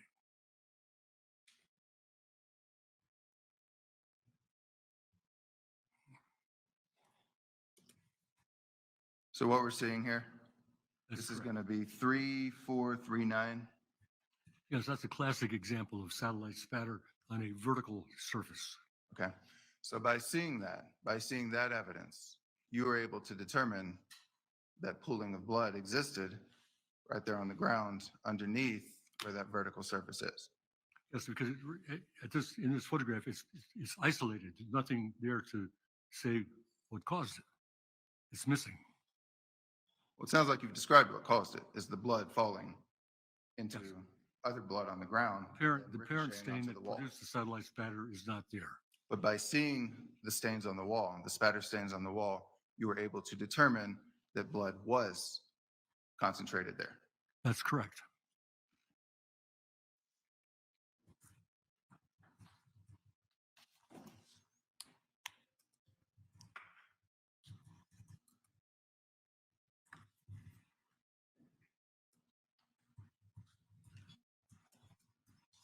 Some of the things that you observe, we're looking at 3774 and 3776. You can see those? I do.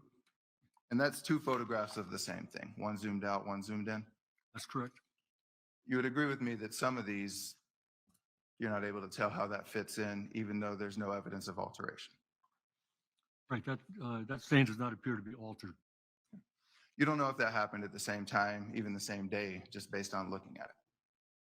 That's true. I mean, it's kind of an isolated stain that could or could not have been associated with that event. So some of the evidence is relevant, some of it may not be, as to actually making your determinations. Yeah, in other words, I could not connect that particular stain with anything else that occurred. But you can't rule it out either. Well, I couldn't say how it occurred other than being a transfer stain. Right. So you can't say it's at the same time, it's at a different time, who's doing it, how it gets there. You can't say any of that just by looking at a picture of blood on the wall. Right? Or even whose blood it is. I don't know.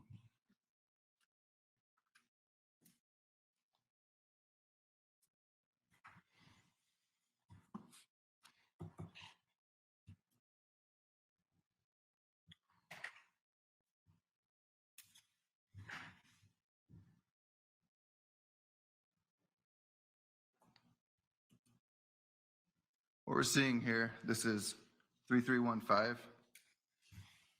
Yes. Then again here on 3308. You're not able to say exactly how that occurs, correct? No, it's a very complex pattern, but I would be comfortable just calling it a transfer stain without trying to make any further identification of it. So several possibilities can exist there. Yeah. One, as you kind of intimated on direct, is that it's coming during the cleanup process, right? Possibly, or another mechanism would be his arm, possibly, or his hand. But So another is that his arm nearby the door is making it on his own, right? yes, but there's too many possibilities to really draw a firm conclusion. Another possibility there is that obviously we know at some point Mr. Redlick was upright. We see in this photograph that he is no longer upright. He had to have fallen down at some point, you would agree? Of course, His body's lying right next to that stain. Possibility that as he falls to the ground, he deposits that blood, makes that stain? that's certainly another possibility, which is why I couldn't draw a firm conclusion.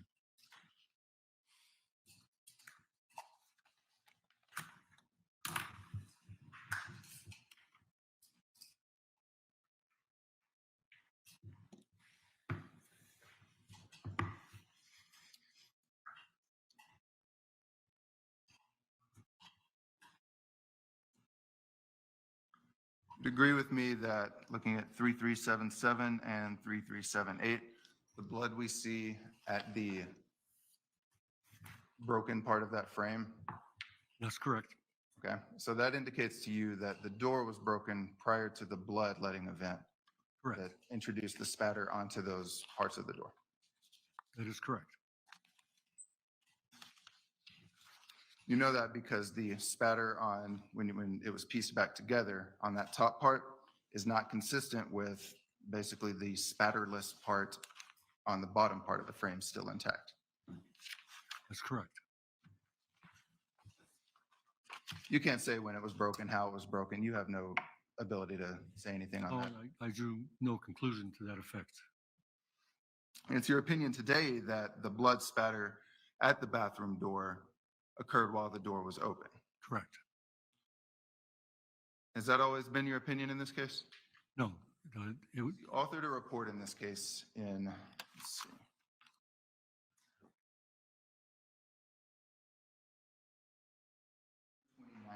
Correct?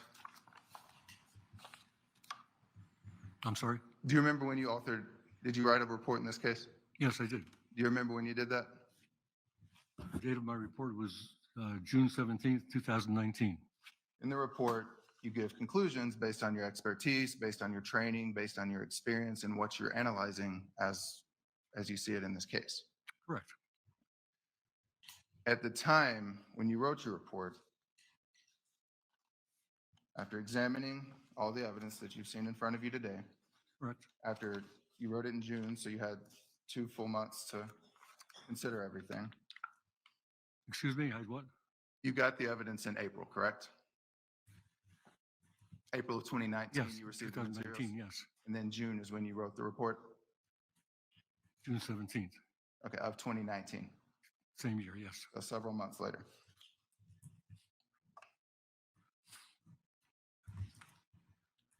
Is your opinion at that time that the door was closed, correct?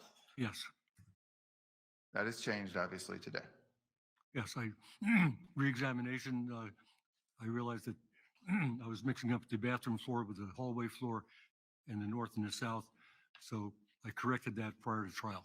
So getting another chance to look at it, to think about it, to contemplate the evidence in front of you, you realize you'd made a mistake. Yes, I'll certainly admit that. You gave a deposition in this case, correct? A deposition in this case? I did, That was July of 2021. correct? I was present, State Attorney Mr. Wiggins was present, it was recorded. That's correct. You swore an oath, tell the truth, tell the whole truth, just like you did in court today. Well, of course, You reviewed your materials, you reviewed your report prior to that deposition, I would assume. probably, yes. Do you remember being asked about your opinion as to what was going on with the door at that deposition? Yes, I had the The same, bathroom door specifically? and I had the same conclusion as I had in my report. I That didn't it was notice, closed? I didn't notice the mistake until recently. Okay. So your opinion at that time in July of 2021, 2.5 years after, 2 years after you got the material and reviewed it and authored your report, was still that the door was closed? Yes, but of course, I hadn't looked at my report in 2 years, but I looked at it again before I came for my deposition and still at that time had the same conclusion. Okay. And your conclusion in this case prior to this week has been that the blood spattered on the door was coming from a source outside the closed door, dropping blood, dripping blood onto the door from the bedroom. Correct. Not from the That's no bedroom, longer not your from the opinion today. bedroom, from the hallway. The hallway between, so here's the master bedroom, here's the bathroom. You're talking about this hallway between the bathroom and the Yes. bedroom? Okay, Right. we're on the same page there. Understood. Okay, But from outside of the bathroom, not inside the bathroom. yes, And now your opinion is that the door was open for both of those stains in the bathroom, both on the threshold of the door and then on the ground and the part of the door that's facing towards the bedroom. yes. For the reason I explained, I made the correction. So when did your opinion change as to that issue? As to what? As to the issue of how the blood gets on the door at the When bathroom? did it change? When did that opinion change? During my pre-trial preparation, When? about 10 days ago. You authored a new report, I gave you an addendum. an addendum, a correction to the mistakes in that first report. Do you remember when you authored that report? You have a copy with you?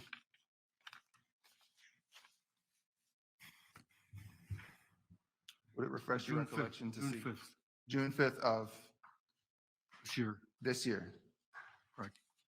So 5 days ago.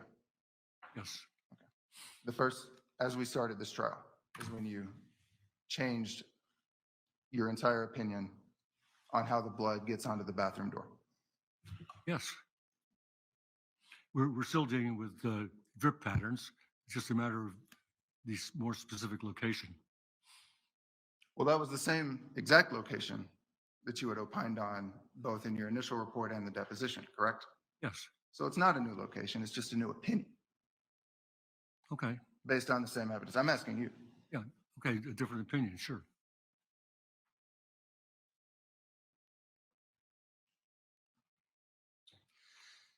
You'd agree with me that it does not appear there was any cleanup of blood on the ground or the walls inside of the bathroom.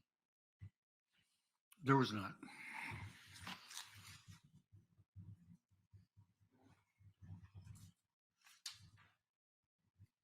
What we're seeing in the bathroom, some of what you had gone through with Mr. Wiggins, you had said was diluted blood.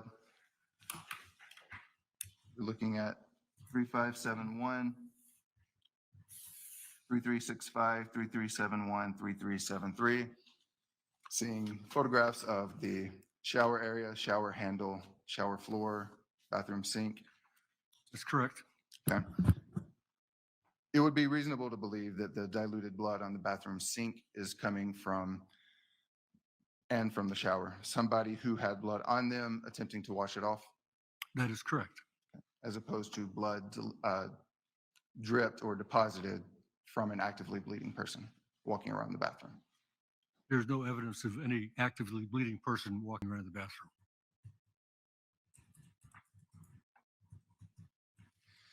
The general lack of blood in the bathroom would indicate to you that the infliction of the injury did not occur in that room, correct?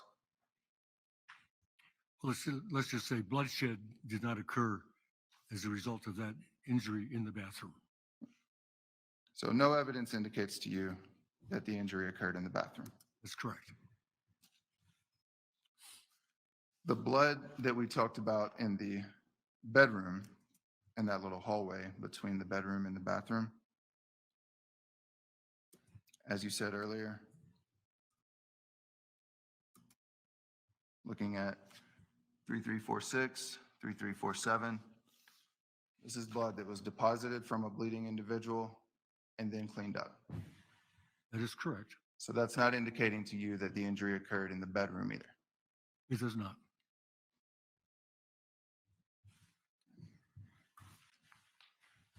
It's your opinion that the wiping of the blood in the bedroom area begins at the bathroom door and goes out. So we're starting here at the bedroom door threshold and then cleaning outwards. Yes, more or less. Yes. That was my opinion.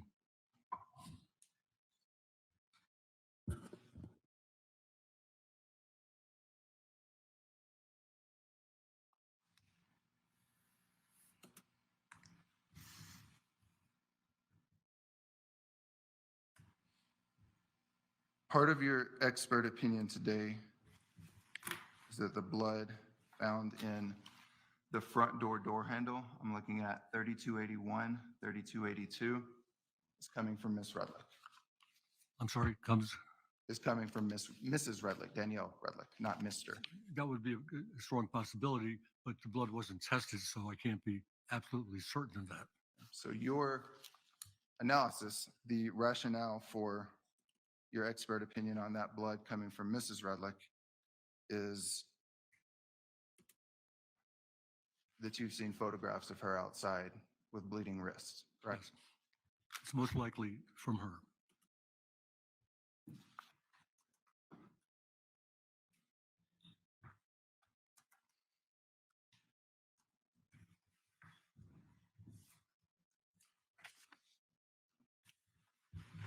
So everything in this case is consistent with the wound not occurring in the bathroom, not occurring in the bedroom.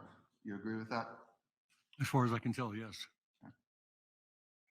You agree that at some point after sustaining his injury, the bloodletting injury as you described it, Michael Redlick walked into the bedroom, walked at least and came back out to his resting place in the living room, correct? Correct. And that's evidence that you can find through blood evidence and common sense, right? Yes. So there's no evidence that the body was dragged, moved, or in other ways from in here to out here. Not that I could see. In the other locations where you're finding blood or evidence of blood having existed, in the foyer area, and then over here towards the kitchen, right? Yes. So these other areas, we're not finding any blood evidence to indicate that anything was occurring in there. Are you talking about the family room and all those other areas? I'm talking about, yes, master bedroom, outside, dining room, family area, the kids' bedrooms, the other bathroom, laundry room.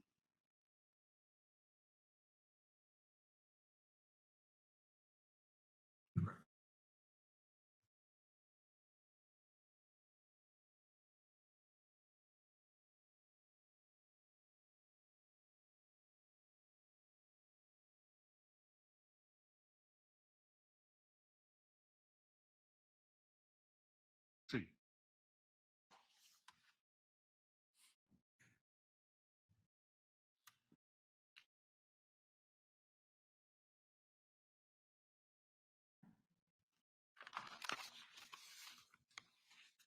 You cannot opine on how long Mr. Redlick is walking around for after sustaining the injury, correct?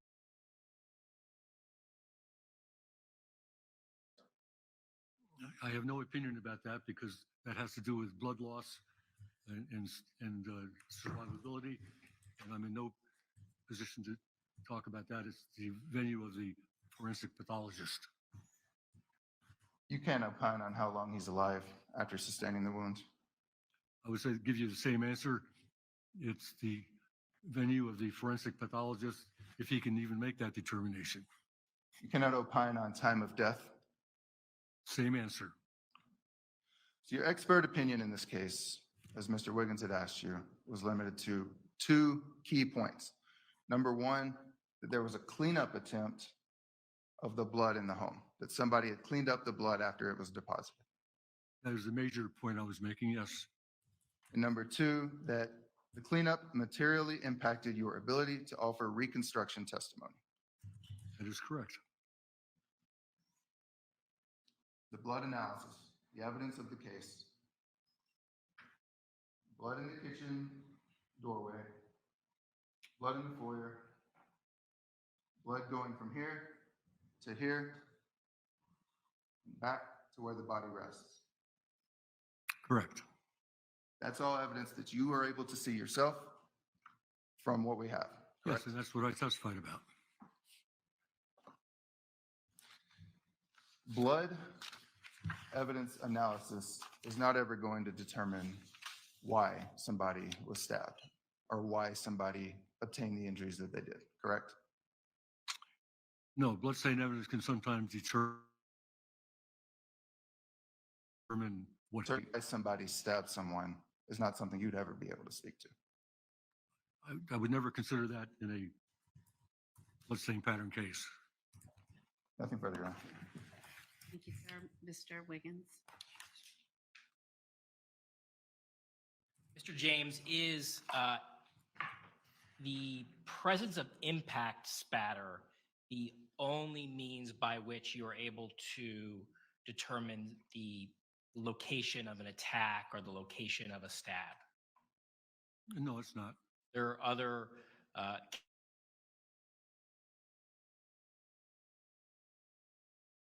characteristic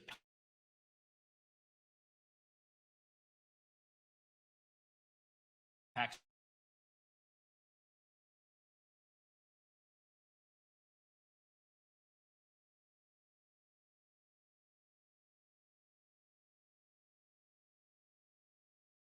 cleanup. Yes. Let's talk a little bit about the correction that you made to your opinion as it relates to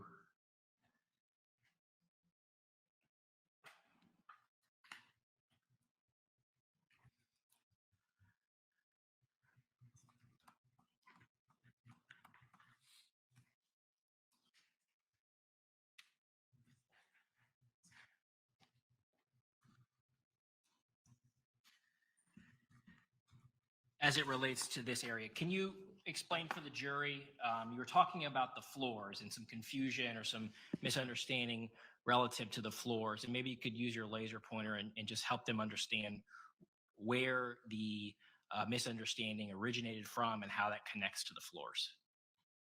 Well, it started with the the fact that north and south were mixed up, and this let's see here.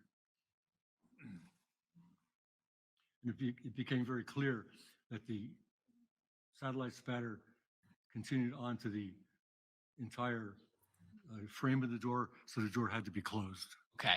So did you initially think that that broken piece of, when you looked at that close-up photo, that broken piece was sitting on the outside of the bathroom? Yes, it was correct. It was on the inside. And upon closer inspection during your pretrial preparation, you realized that it was on the inside. Yes, that's correct. And therefore, you realized that it would be impossible for the door, if it was closed, for that area to be exposed and therefore sustain that satellite spatter. Yes, that was the rationale. Now, I want to try to have some clarity on this point. Mr. Parnell asked you some questions relative to the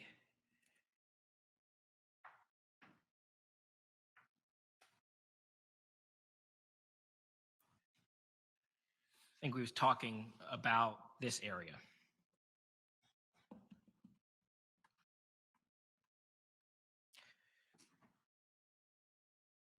Can you say definitively one way or another that the attack did or did not occur here? You cannot say.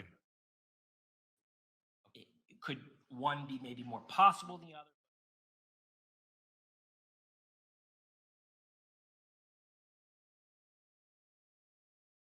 To be definitive in any shape, manner, or form. Right. I think I was asked at some point during my deposition, could I make a educated guess? And I told my response to that at the time was, Objection I don't do that. non-responsive as to the deposition aspect. Hold on just a second.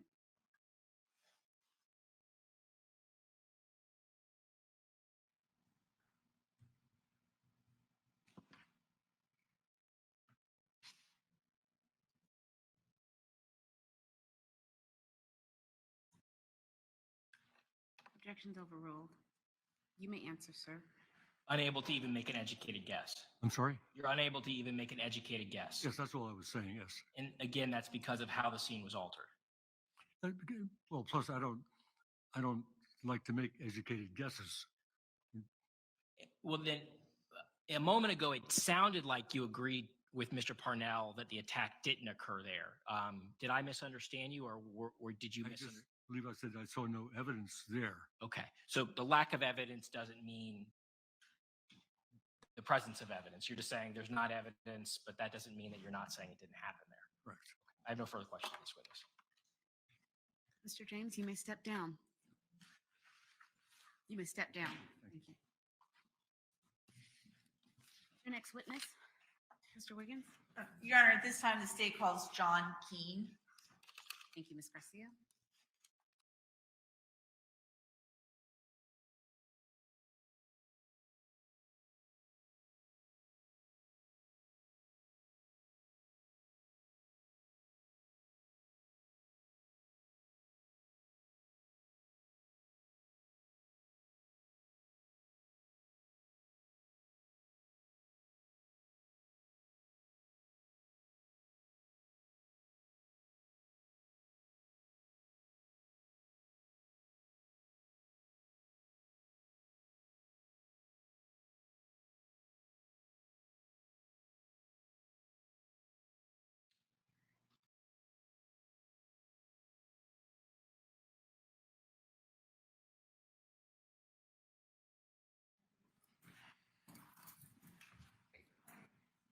Do you solemnly swear or affirm the testimony you're about to give shall be the truth, the whole truth, and nothing but the truth?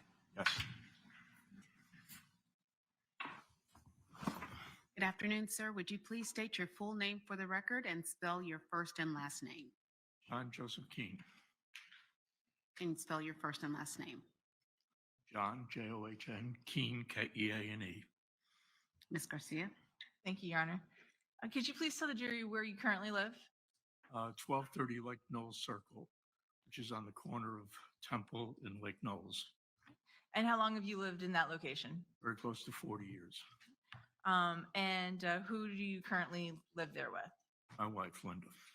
And is this close to 1234 Temple Drive? Directly across the street. And did you, what is your current occupation? Retired now. And what was your previous occupation? My wife and I owned a fashion jewelry company for 35 years. Now, at that address, and since you lived across from the 1234 Temple Drive, did you ever know Michael and Danielle Redlick? Yes. And when or how did you know them? Well, they were neighbors across the street. Primarily, it was a social situation where when we walked our dogs, we said hello and that's. And do you remember when the Redlicks moved in? Do you remember when they moved in? It was probably somewhere in the mid 2014, 15, somewhere in that vicinity. So you were neighbors with them from the point that they moved in, is that right? Yes. And could you describe your relationship with the Redlicks? How close were you? We weren't close at all. We had never been in their house, and they had been in our house one time during that entire time. Would you see them on occasion? In walking the dogs and that type of thing, basically in a social situation. Okay. And when you had an opportunity to see them walking the dogs, what were your observations of Michael and Danielle? They were cordial, and that was pretty much it, with the exception of a couple instances when we looked across the street and realized there was a little friction between the two of them. Okay. And when you said friction, could you describe who the friction was between? There was one instance. Well, without talking about a particular instance, could you describe who the friction was between? Explain. I'm sorry. You said that you saw friction between two individuals. Was that between Danielle and Michael? Yes. Okay. Yes. And at any point in time, did you ever see or hear, did you ever hear any of that friction between Danielle and Michael? Yes, on occasion. Okay. And could you describe, because you said it was friction, could you describe that friction? Yes, there was, on one instance, there was a situation where Michael was coming out of the door, out of his front door, and Danielle was just behind him, screaming at him. He just. So she was yelling at him? Yes. Okay. And did you see Michael yelling back at her? No, actually, he was very, very quiet, and he eventually just went and got in his car and drove off. But he was extremely quiet. So, and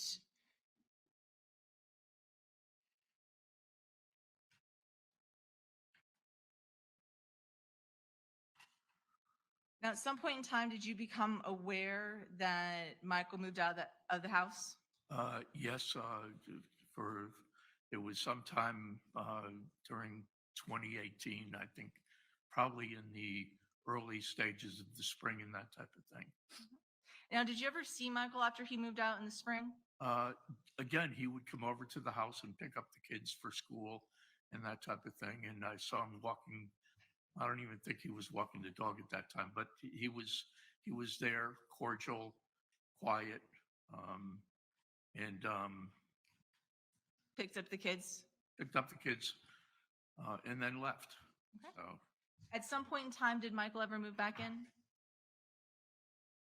He did.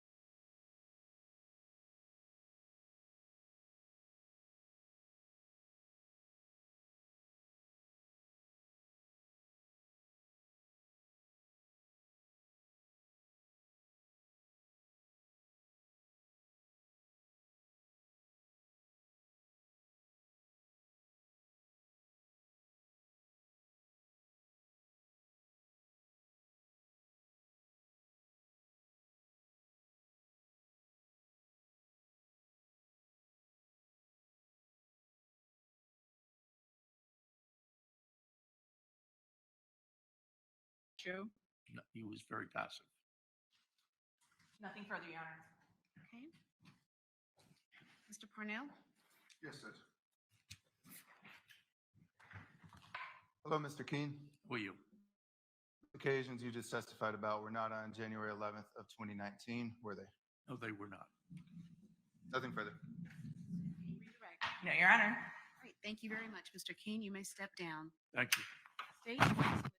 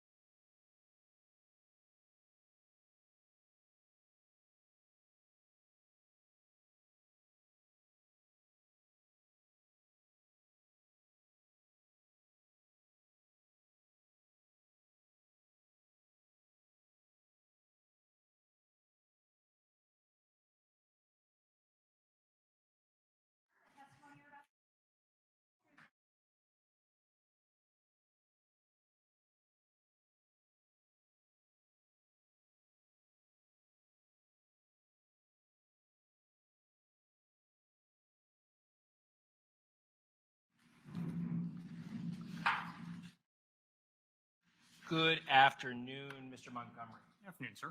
Would you please tell this jury where you're employed? Certainly. I'm employed by the Orange County Sheriff's Office. I am an investigator with the Digital Forensics Unit. I've been there approximately 7 years. In addition to my full-time employment, I am also a reserve deputy with the Orange County Sheriff's Office, where I currently hold the rank of reserve captain. I've been doing that for approximately 14 years now. What is your position within the Digital Forensics Unit in Orange County Sheriff's? I'm a digital forensic investigator.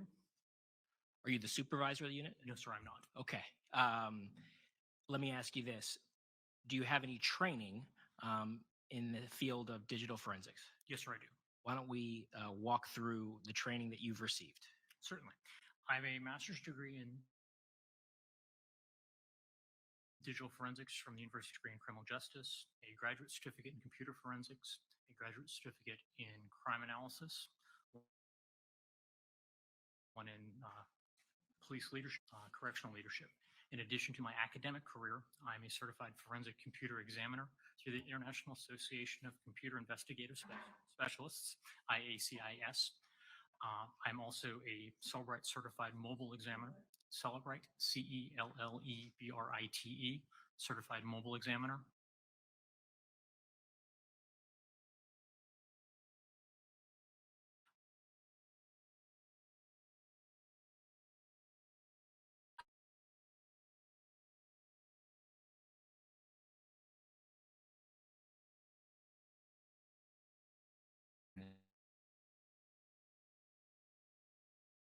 Secret Service National Computer Forensic Institute training for advanced mobile device examiner, vehicle forensics, advanced forensics techniques, network intrusion, forensic scripting. I've also attended the National White Collar Crime Center, basic data recovery and analysis, internet, advanced data recovery analysis, cell phone mapping, among other training. In addition, I've served as a guest lecturer at the University of Central Florida for their master's degree in digital forensics program. Have you had previous opportunities to testify concerning the work and opinions that you've reached related to digital forensic extractions? Yes, sir, I have. I've testified and been qualified as an expert in digital forensics in both state and federal court, in the Middle District of Florida, in Jacksonville and Orlando, and then in state court in the 2nd, 5th, 7th, 9th, 10th, and 18th circuits. Okay. So you do not work for the Winter Park Police Department? No, sir, I do not. Can you explain how it was that you actually became involved in performing a digital forensic extraction in this case? Certainly. I had seen the news coverage of this crime. I was contacted by the state attorney's office, in fact, in February 5th of 2020, in reference to the iPhone that was at issue in this case. I arranged to meet with representatives of the Winter Park Police Department. I obtained that iPhone from them, and I then authored a search warrant allowing the Orange County Sheriff's Office to search that device. While we may have already had sufficient authority to conduct that search, I demurred and did write a second search warrant incorporating the affidavit that was authored by Winter Park. Were you aware at the time that your assistance was requested that a digital forensic extraction had already been obtained from the phone? Yes, sir, I was. Part of the reason why we wanted to conduct a second extraction was at the time it was originally extracted.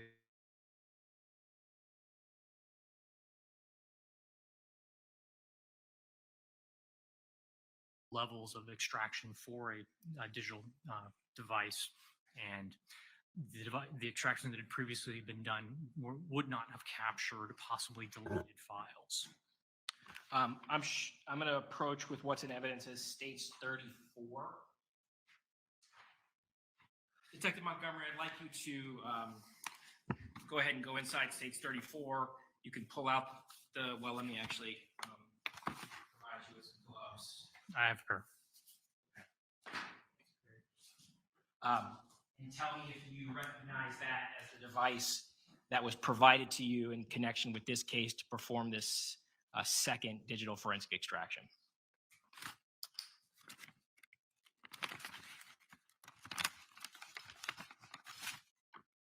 Why, yes, I do, sir. And how is it you recognize it? It has a piece of Orange County evidence tape on it, and additionally has a white file label in my exceedingly horrendous handwriting.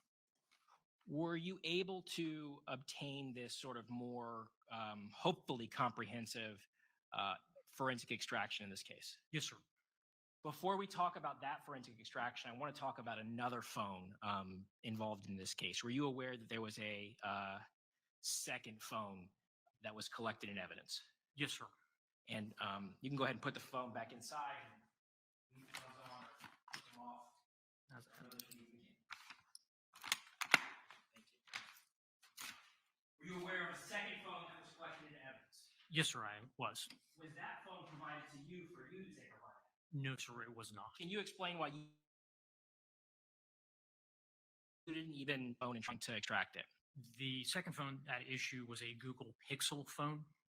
I know both from personal experience and from reaching out to my colleagues that device is a very secure device, A, and B, that there was no bypass at that time. Okay. And you're aware subsequent the device was even sent to the Secret Service for them to attempt? Yes, sir. And that was one of the sources at the time that I had consulted with. Let's talk about the forensic extraction that you obtained from the cell phone that's in evidence. You mentioned some certification experience with a technology called the Cellbrite device. Can you explain to the jury what the Cellbrite device is? Certainly. The Cellbrite is a software and hardware package. It is both a physical device for extraction of data and also an analysis platform that's on my forensic computer. If you remember, several years ago, you would go to the AT&T or Sprint store and you'd have your phone and you had all your good stuff on there and you wanted it on your new phone. They would take it in the back and they would plug it into a device and they put all of your data from your old phone onto your new phone and hand you back your new phone and say, have fun. My device is much like that, but mine just pulls the data down. It does not put any data onto the device. Is that the technology that was used to obtain the forensic extraction in this case? No, sir, it was not. Okay, what was the technology that was used? It was a advanced laboratory procedure there was some intellectual property there, which I have signed a non-disclosure agreement as to. Okay, so that technology was used to extract this device in the hopes that we could get that sort of deeper level of information. Yes, sir. And subsequently, it is available to perform a full file system extraction through the Celebrite, a full file system extraction through the Celebrite product. At that time, Let's talk about what you were able to, what were you successful in obtaining this full file system extraction? yes, sir, I was. What is the sort of product from this forensic extraction that you performed on Miss Redlick's phone? In this case, it was a zipped archive file. It takes all of the files and places them into one container and then zips it up. It is a very large binary file. Is there software that is utilized then to kind of make all of this data readable and digestible by an analyst or a user such as myself? Yes, sir. I was actually able to import it into my product, and it takes all of the ones and zeros, that binary information, and displays the call logs, the text messages, the photos, GPS data that a resident on that phone. And one of the ways that all that data can be compiled is into a big giant PDF. Yes, sir. A very large PDF. So in this particular case, can you give the jury a sense of how large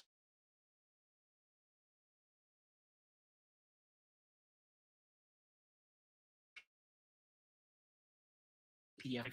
For a full file system extraction, I have never printed one out onto paper.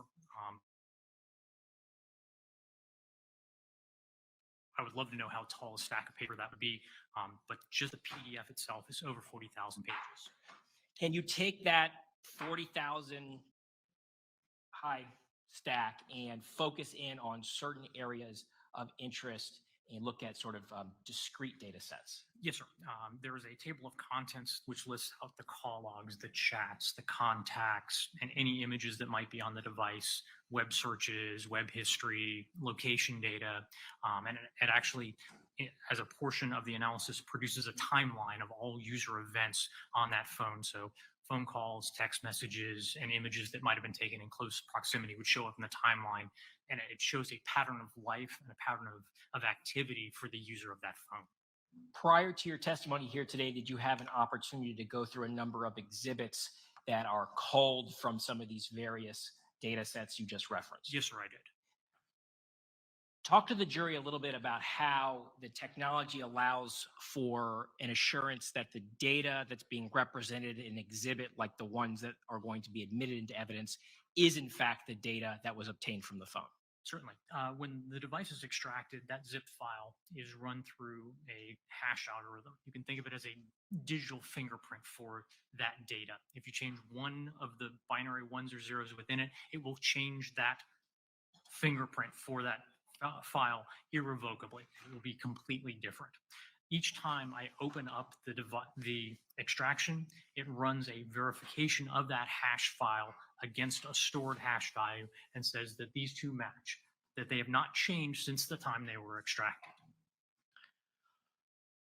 As part of your preparation process, did you confirm that the data that has been produced in the form of the exhibits that the jury will review is in fact the actual data obtained from the phone? Yes, sir, I did. Okay. And in this case, the device, I had an unlocked password. I was able to perform what I would call a sanity check. I looked at the screen where I had physical analyzer up with the data, and then I looked at the call logs and I went, these two coincide. Things that I can see on the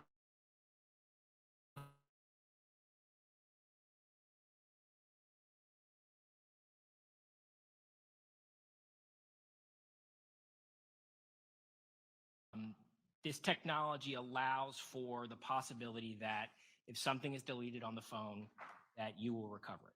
Yes, sir. Is that foolproof? No, sir, it is not. Are there instances where you recover deleted data that maybe you didn't think you would ever recover? Yes, sir, I have. Are there instances where you don't recover deleted data that you maybe otherwise think would have been recovered? Unfortunately, there are times when I'm looking for deleted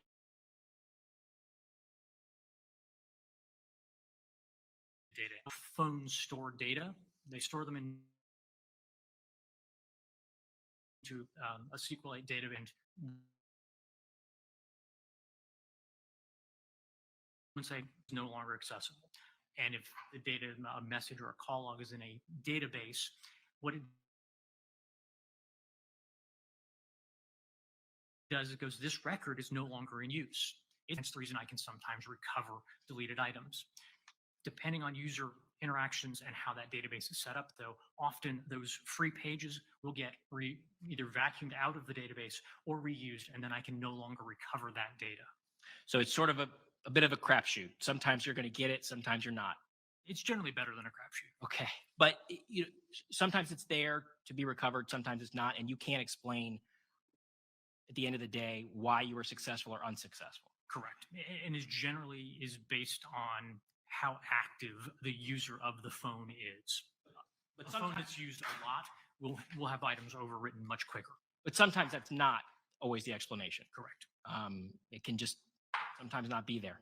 And it also is highly dependent on the application. Some applications are set to auto vacuum the database on a regular basis, and those items are no longer going to be available.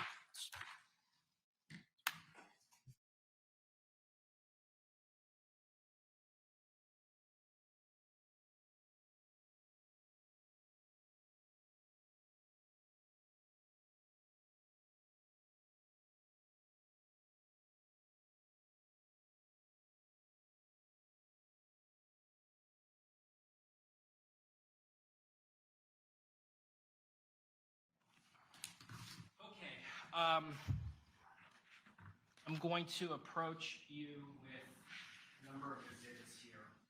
We'll do it like this.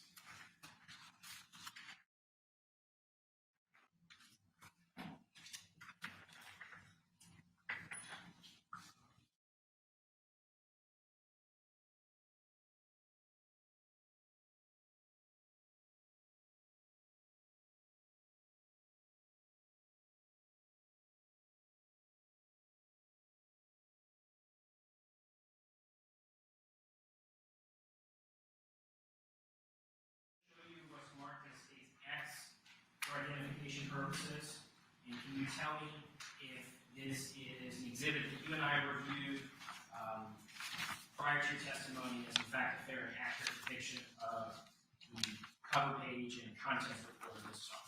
Yes, sir. It's the first 4 pages of, as I mentioned, an over 40,000 page report. During this time, state movement evidence was marked as X for identification purposes. No Mr. objection. Cornell? Sorry, Judge. No objection. Okay, X will be admitted as the next numbered exhibit. State Exhibit 47. I'm showing you what's marked as Y for identification purposes.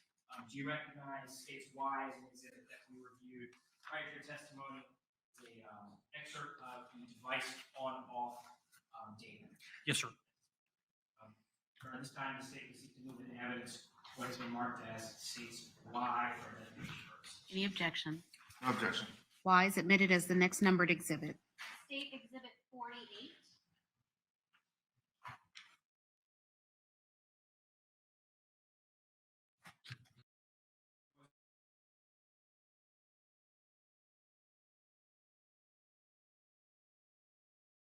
Marked Z as a review prior to your testimony and is a fair and accurate depiction of the call log portion of the digital forensic extraction you obtained. Yes, sir. It's 3 pages of a call log. And it's a fair and accurate depiction of that. It is a fair and accurate depiction. Your Honor, this time the state will seek to move what's marked as state Z for identification purposes. Any objection? No objection. Z will be admitted as the next numbered exhibit. State Exhibit 49. I'm showing you what's marked as states AA for identification purposes. Do you recognize states AA as the excerpt from the email data set that we reviewed prior to your testimony? It is in fact a fair and accurate depiction of that portion of the email data set. Yes, sir. It is a single email with some redacted information. It's a fair and accurate depiction of the data you actually recovered. Yes, sir. It During is a this time, subset. the state is seeking to move evidence was marked as states AA for identification purposes. Any objection?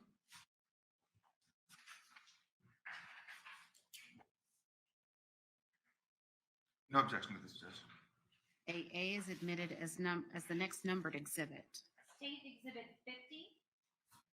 I'm showing you what's marked as states AB for identification purposes. Do you recognize states AB as an excerpt from the iMessage data set and it being a fair and accurate depiction of that data set? Yes, sir. It's several pages of a conversation between this phone and a remote user. Sure, at this time, the state is seeking moving evidence what's marked as states AB for identification purposes. Any objection? No objection. AB will be admitted as the next numbered exhibit. State Exhibit 51.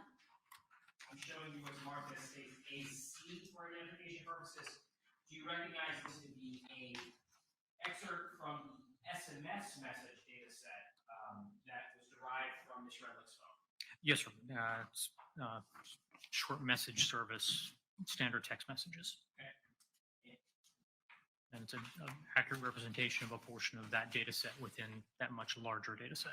Your Honor, at this time, the state is seeking moving evidence what's marked as states AC. Any objection? No objection. AC will be admitted as the next numbered exhibit. State Exhibit 52.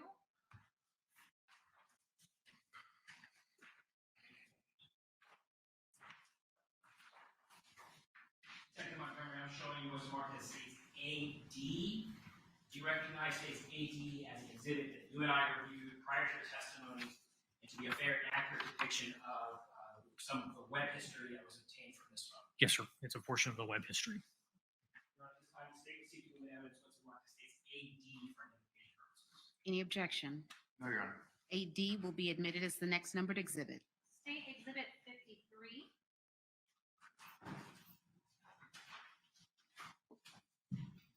And then lastly, I'm going to show you what's marked as states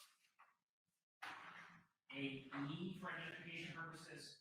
Do you recognize this to be that thing you refer to as a timeline report, which is the compilation of a bunch of those different data sets all in one, it being data that There's two here. I believe these are possibly two different exhibits.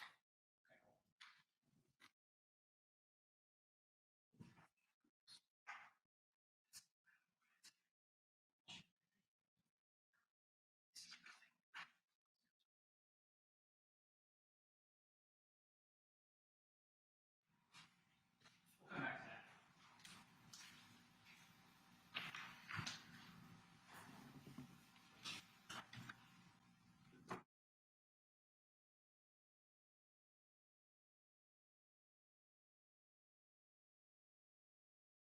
As states 47, the device contents and coverage. Yes.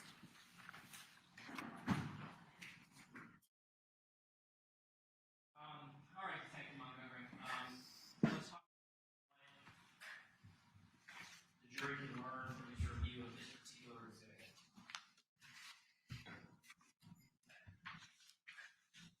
Talk to the jury about the identifying information that's contained within this particular section. So as part of the extraction, identifying information about the phone is extracted and then displayed in a table.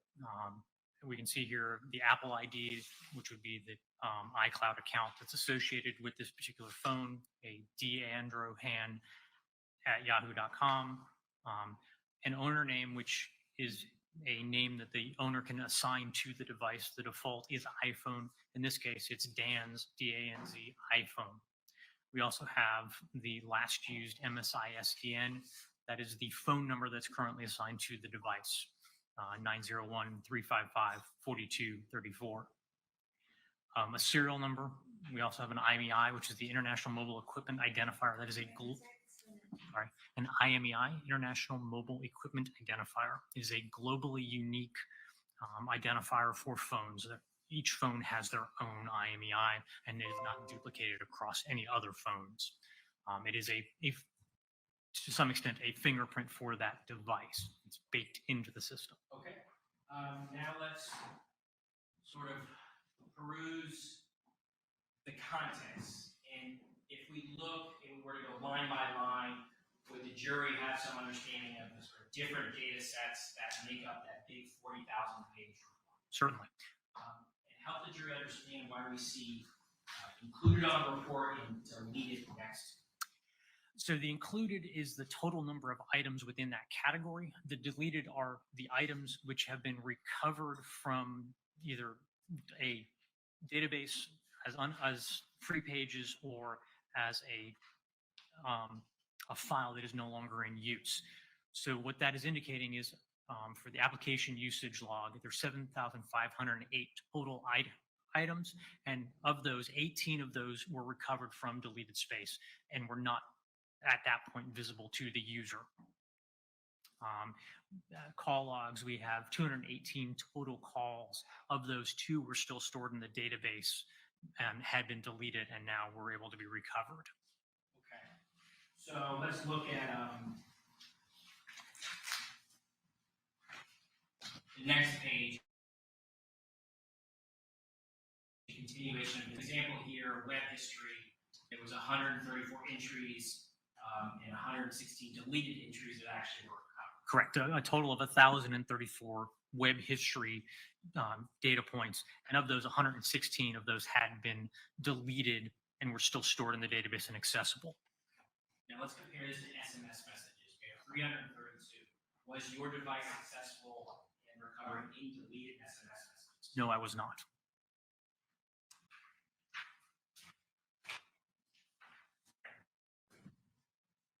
Now I want to look at what's in evidence as states 49, the call log.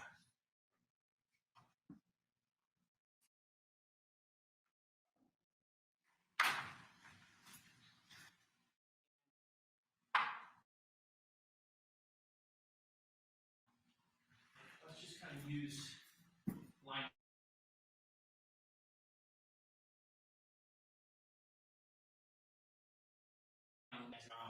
the appearance of this data within line 11. Certainly. In the far left-hand column is the sequential numbering of those items. That is a artifact of the analysis platform. It tells you, it just rank order.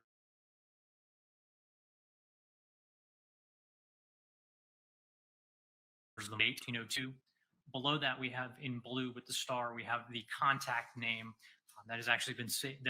That phone number has been saved as that JADY contact.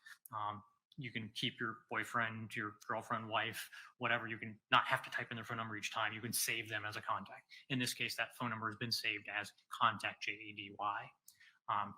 We have a direction as that was an incoming call, a time at 1/11/2019 at 4:38 p.m. And of note that UTC -5 time in the world starts in Greenwich, England. We are 5 hours off. So what that is saying is that that time has been corrected for local time. The next column over, we have duration. This is approximately a 47-second phone call that it was answered. And then the network name, in this case, it doesn't know the network. It doesn't know whether it's AT&T, T-Mobile. That is an artifact of the fact that my forensic computer is disconnected from the real world. It is air-gapped. It lives on its own little network, and it can't go out and say, hey, whose network was this? In all of the reports that we're going to see, we will often, if not always, see some sort of date and time record. Yes, sir. Will it always be the local time here only? This is correct. As part of the extraction process, it identifies what time zone the phone believes itself to be in, and it will correct to that time. As I have a selection at the beginning, I can have it correct to the time for the phone. The way the phone actually stores the data is it stores it in Unix time in UTC, and then does an Unix, UNIX, natively, and then it does an offset to that to our local time. In this case, it is offset it to our local time 5 hours off. Okay. Moving to line 9, we see an example of what would be an incoming call from an individual who's saving the phone as Mike Mobile at 9:37:49. That is a duration of 000, so not. Yes, sir. Now let's talk about line 7. What do you see in line 7? There's an attempt at an outgoing call to number 911911. So does this mean the user dialed 911, 911, and then hit send? Yes. And as a result, There was no connection. There was no connection because that is not a valid number. The ordinal 911 is a valid number, as we all know. That 911 is not. It can't be routed by the telephone network. The next call in the data set, that was at what time? That was on January 11, 2019 at 10:52 and 14 seconds p.m. Again, local time. When is the next time that the user of that phone decides to enter the numbers 911 into their handset? It would be on the next morning, January 12th, 2019, at approximately 9:28 and 52 seconds in the morning, once again, local time. And this time is an outgoing call for approximately 9 minutes and 28 seconds. This time was successful Yes, sir. because they actually dialed a real number. Correct.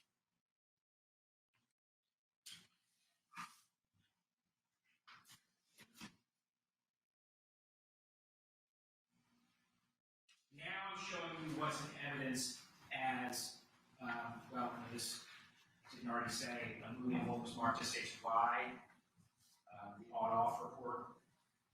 Oh, that one was.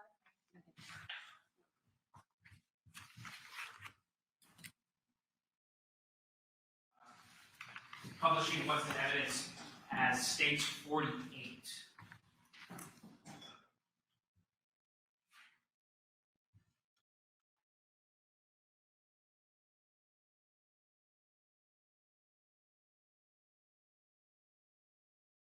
Can you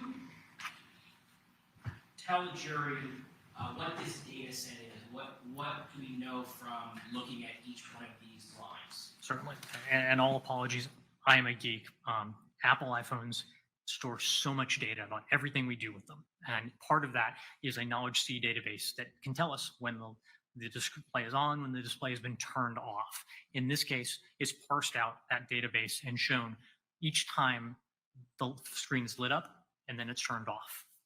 Okay, so for example, if we look at this line 6306, we see that the display was on at 11:19 and 8:10:16, and then it registers off at 8:24:48. Yes, sir, on January 11, 2019. Okay, so let's look at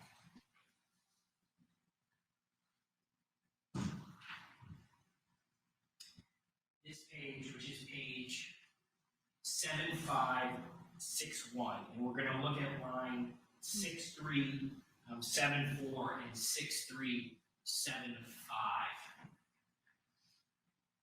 What does this tell us about the device's status at 10:50 and 16 seconds on January 11, 2019? The display was turned on at approximately 10:50 p.m. and then was turned off at 10:52:04. And do we see also some data related to some audio output? Yes, sir. Is this consistent with some sort of activity related to the actual phone? Yes, sir. Like a user interacting with the phone? Piece receiver. Okay. Do we see, as we look through this particular page, continued evidence of the device being on and off through 10:53 and 10:54 on January 11, 2019? Yes, sir. It shows a pattern of interaction between the user and the device on a regular basis. And if we were to go line by line, are we going to, at page 4, 5, 7, 8, continue to see examples of a user of this device turning the display on and then turning it off through 10:54 all the way through 11:04 on this particular page? Yes, sir. Okay. The display is turned on and off repeatedly. Someone's continuing to interact with their phone. Yes, sir.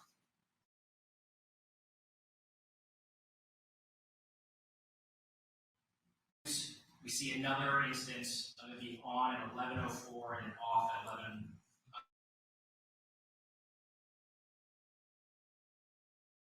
Yes, sir. And we have a duration that it's on and a duration that it's off.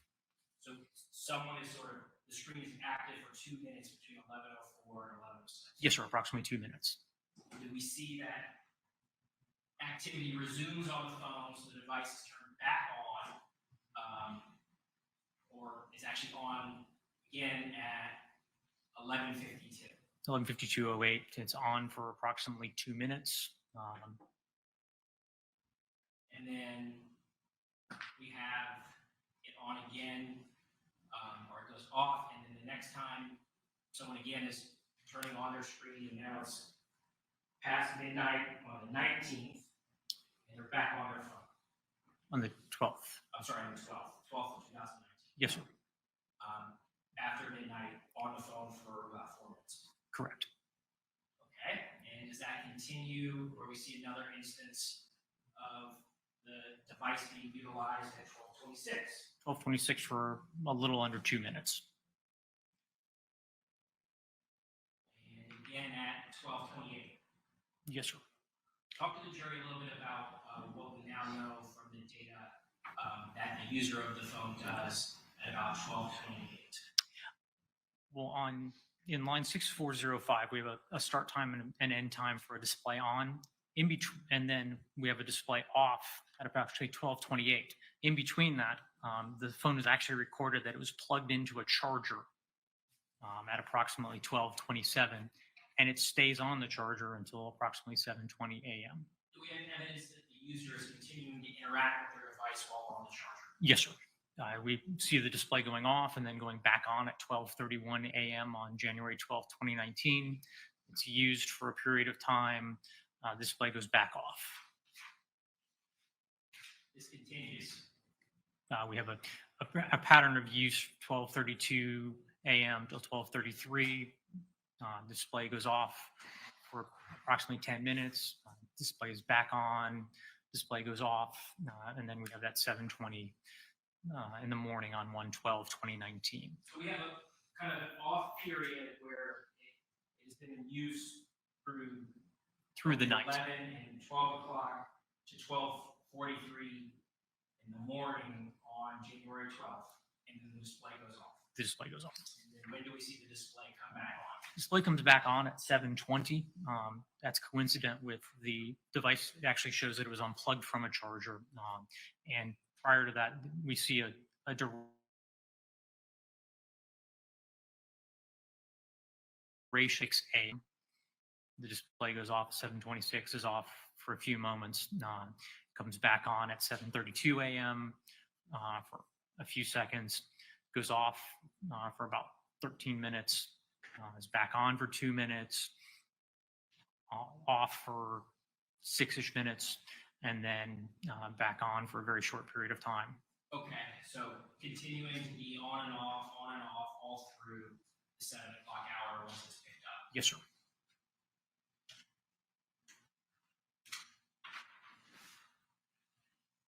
And that continues into the 8 o'clock hour. We'll see. We see it again, just to be sure.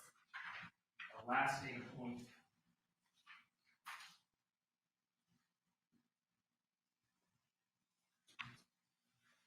We have the display going on at 8:40.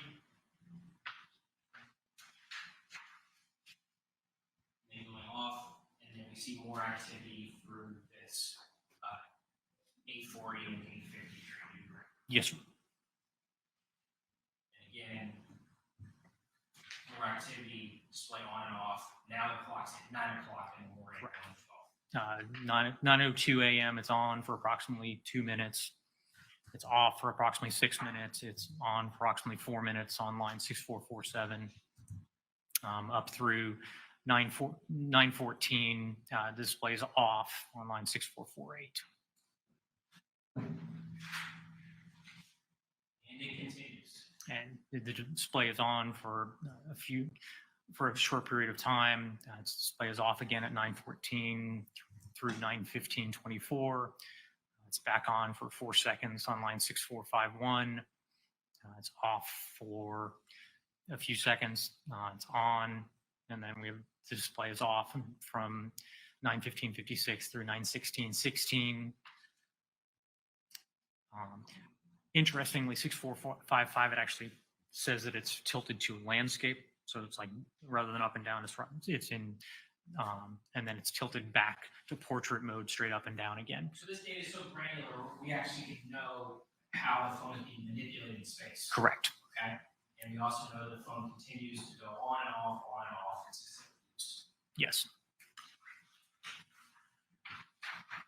And that behavior continues in the 9 o'clock hours. We see beginning on line 6462.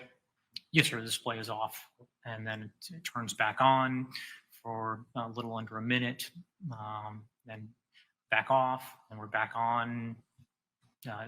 It's off again. Display is on for a few seconds. This continues 9:19, 9:20. Display is on from 9:20:44 through 9:22:16, a little under 2 minutes. And then line 6475 display comes back on at 9:24. Yes, sir. It's on for a little under 2 minutes. And we continue with the displays on, off. Display goes off at 9:28, comes back on at 9:28:36. Display is off for approximately 10 minutes. And then from 9:28 through 9:38, we see that audio output, the earpiece is active. So this is consistent with now someone actually making a phone Utilizing the phone to make a phone call. And from your review of the data, exhibit and evidence, does this sort of correspond to that connected network? Yes, sir. The times are co-occurring. Anything about this device that would have prevented it from making a phone call and all that time? There is nothing. Additionally, during my analysis, I see that the phone is in active use. There are other data points that show that the phone was being used for things other than phone calls. Okay. I'm showing you what's in evidence in states 50. Do you see this? Tell the jury what this is. This is a portion of the email content store. We're able to extract the date and time, who the email is from. In this case, it's that same iCloud account, dandrahan@yahoo.com, with a full name of Danielle Drohan. We have an external recipient, an Redlick@yahoo.com. It's an outgoing message, and it appears to be a forward of titled "Stuff I'm Thinking About."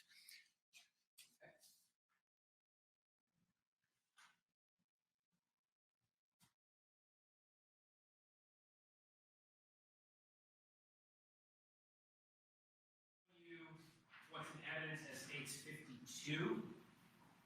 What is this data set? It's a portion of the short message service or text messages. These are one-to-one messages. If I send you a single message with no attachment, just text, that's a SMS message. If a iPhone user is messaging let's say a person who owns a Pixel phone, is it going to be routed through the SMS data set? Yes, sir.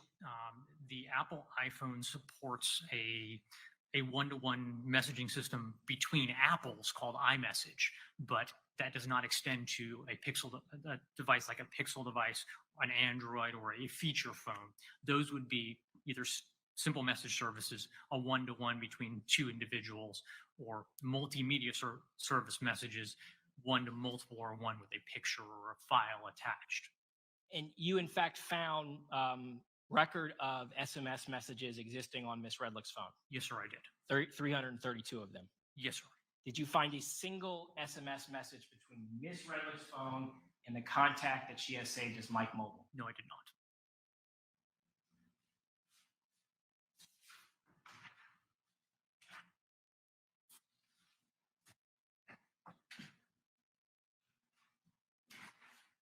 I'm showing you what's in evidence in states 51. What is states 51? This is a series of conversations between two participants, and it's between a Danielle, which would be the owner of, listed as owners of the device, that 901-355-4234, and a contact with phone number 407-399-1749, which has been saved as Ryan's mom, Marcia. let's look at some of the messages that were sent. Can you say, specify at what time these messages are being sent? Yes, sir. We actually have, these are outgoing messages from the phone with user Danielle. We actually have a time it was sent, a time it was delivered, and a time that it was read on the other end. So, for instance, there's a, hey there, hope you guys holidays were going great. That was actually delivered on December 30th, 2018 at 5:50 p.m. and it was read on the other end at approximately 9:18 p.m. All right, let's go ahead and just read through the series of messages that are sent from this time. Certainly. Hey there, hope you guys holidays are going great. I know you guys are in Vermont now enjoying snow and family time. We have the sent time down at the bottom, 12/30/2018 at 5:50 and 49 seconds p.m., a delivered time a few seconds later. Wanted to run something by you. In February, Mike has a conference in Vegas and he wants me to go with. My fave, Van Morrison, happens to be playing too, and he's tempting every day to go with. It was sent 12/30/2018, 5:52 p.m., delivery time a second later, and then read on that external device, the Marsha's mom device at 9:18 p.m. Okay, continuing. Anyway, without family here, would need to work out something for Sawyer, 12/30/2018, 5:53:58 p.m. sent, a delivered time at that same time, and then read on that remote device at 9:18 p.m. Sorry about all the text, so not to put you on the spot while you're out of town. Sent 5:57 p.m., delivered a few seconds later at 5:57:33, and read on the other end at 9:18 p.m.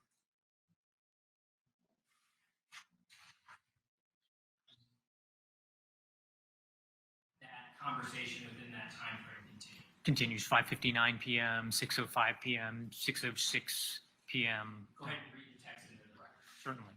The Browns would help us with Sawyer, and of course, Sawyer's fave is always Rhino, so we asked if we could ask you guys too. Sent 12/30/2018, 5:59 p.m., 39 seconds, delivered at 5:59, 47 seconds on December 30th, 2018, and read by the remote user 12/30/2018 at 9:18 and 08 p.m. December 30th, 2018, 9:18.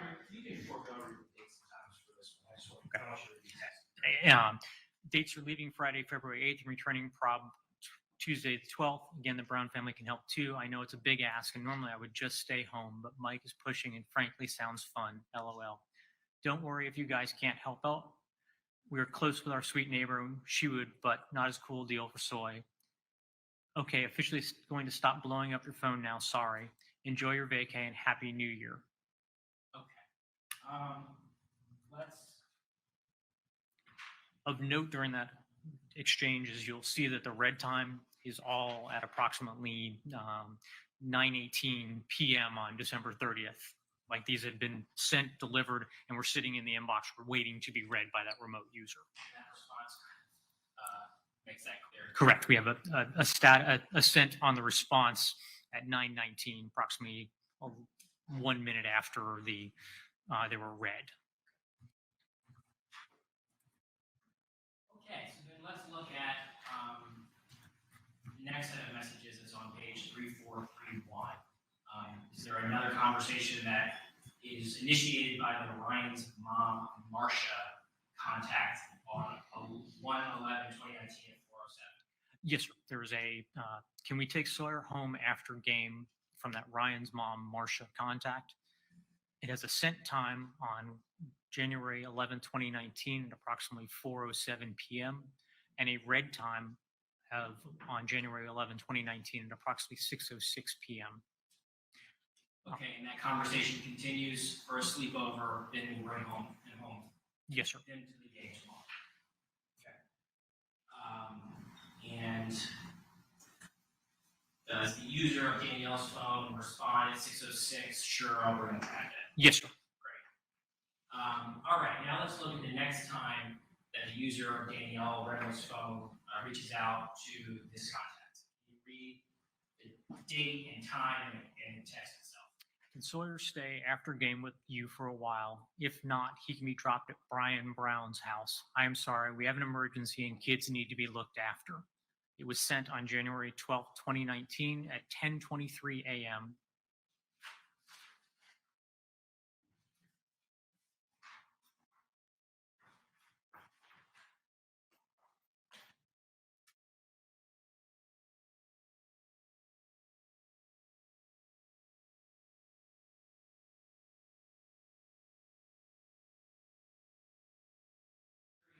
This data set is, which is evidence in states 50. This is a portion of the web history that was stored on the device. Each time you go out and access a web page, it's recording that data. And when we say a portion in this particular case, we're not picking and choosing certain websites. It's just from one date to another and everything in between. Yes, sir. This small extract is relatively voluminous, and it's in reverse date order. So as you go back, those are older items. All right, so then we will go back, and we'll go back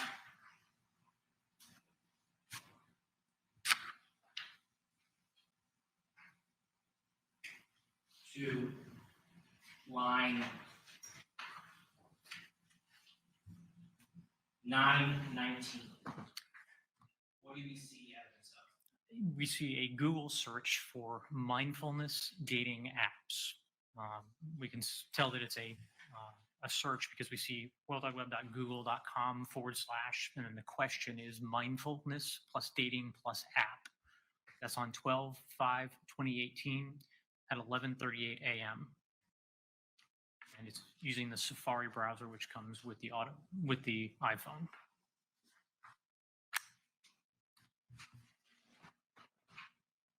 And I'm showing you actually.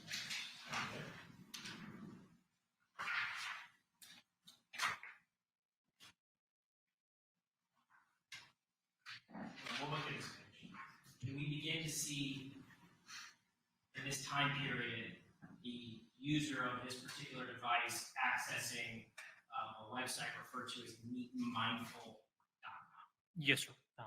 On 12/7/2018 at approximately 1:10 p.m., line 908. I believe there's actually one below that.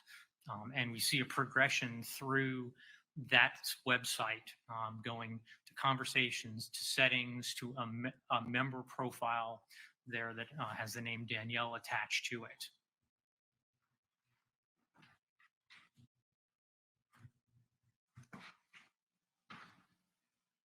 We'll just go to a random page really at this point.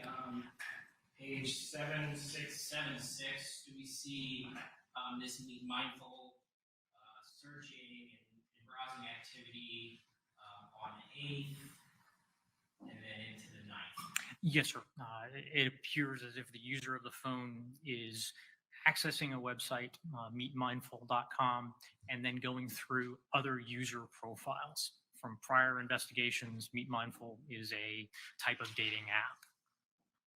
Okay, and then this behavior or this activity, again, we're not removing anything. No, sir. These are in, as you can see in the left-hand column, we've got them in rank order as to time. This is just all of the data that's there. Okay, so we see more activity of the user, meetmindful.com, ending in Danielle at 7:32 on the 10th of December. Yes, sir. And of note, these are all active records within that database. What is that? It means that they would have been being able to be seen by the user if they went to look at their history. Okay.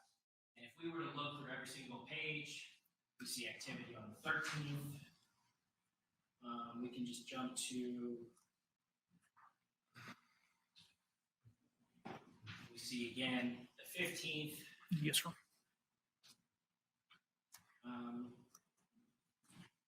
And we'll go to, we'll jump ahead quite a bit.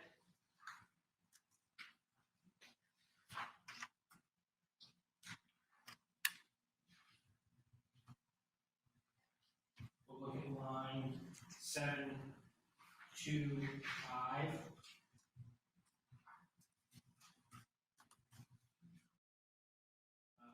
We see examples here on the 15th of the user going to the app or the website Mindful and looking at conversations related URL and mark on it. Yes, sir. Approximately 3:13 p.m.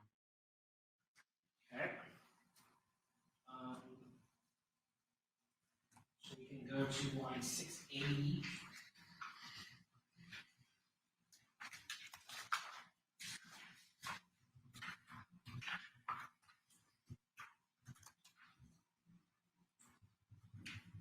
We see more activity on the 16th related to conversations with this URL and with Mark. Yes, sir.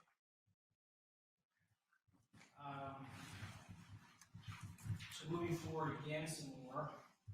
Line 630.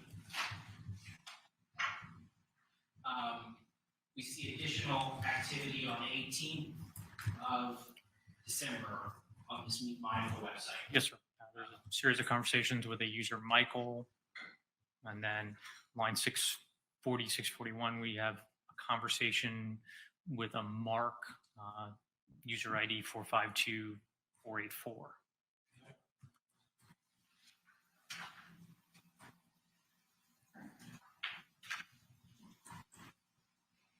Go to line 448.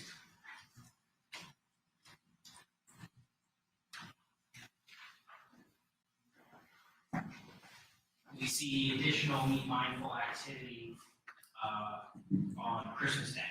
Yes, sir. 12/25/2018 at approximately 8:17 and 40 seconds p.m. And that is local time. And we'll go to line 304.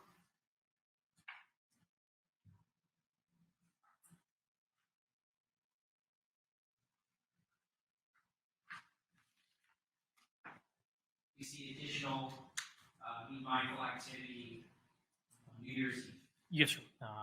Starting at 12 p.m., continuing on, we have a conversation with that Mark profile at 8:09 p.m. Okay. So then let's look, we're going to go all the way forward. We're going to look at the activity that takes place on line 624, moving into January 11th, 2019. Do we see more activity on this Meet Mindful website on line 27? Yes, sir. On page 7624, line 27, we have Meet Mindful, sign up, log in, looking at members on January 11, 2019 at approximately 8:38 a.m. It's like as a progression through the website. You can see someone signing in, accessing a conversation with that same Mark profile 452484, accessing a conversation with a Greg 273826, continuing through the conversations through 7:22 a.m. Let's talk about line 17. Yes, sir. Is this consistent with the user of this device re-engaging with the Meet Mindful application at 7:22 and 25 seconds local time here in Orlando on the 12th of January, 2019? Yes, sir. This is that same meetmindful.com application website that we've seen a continued conversation since the end of 2018 on Christmas Day, on New Year's Eve, and now they're still accessing that same website on January 12th, 2019 at 7:22 a.m. We see their focus change immediately thereafter. A few seconds later, approximately 14 seconds later, we see a Google search, google.com/search, the question being slitting and wrists. That type of searching continues. We have another search a few moments later, at 45 seconds after 7:22. And then we have a website access to Quora.com, how do you slit your wrists, at 7:24 a.m., 55. And then we have later on at 8:21 a.m., we have another Google search, how long before you die if slit your wrists? Search question, how plus long plus before plus you plus die, if plus slit plus your wrist. And then another 1/12/2019 at 8:21 and 40 seconds with that same search term. And does that activity continue In the line 5 and 4? Line 5, we see going to that same Quora.com website. How long does it take to bleed to death after slitting your wrists? And then on line 4, we have that same one, 1/12/2019 at 8:21 and 50 seconds. And then it appears that the focus of the user changes.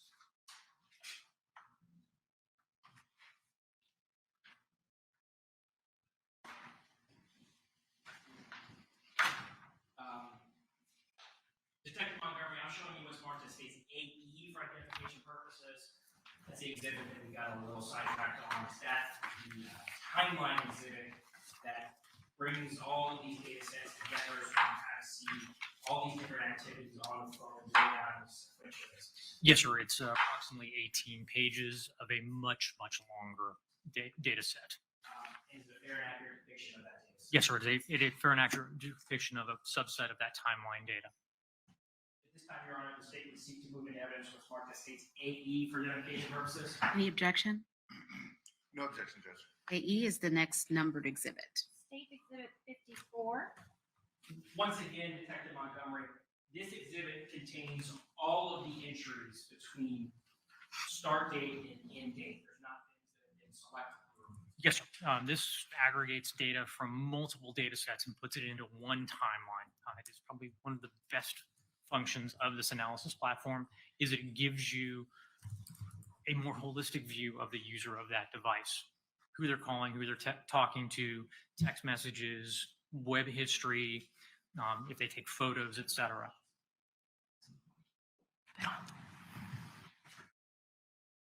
Let's kind of talk about an example that we see here.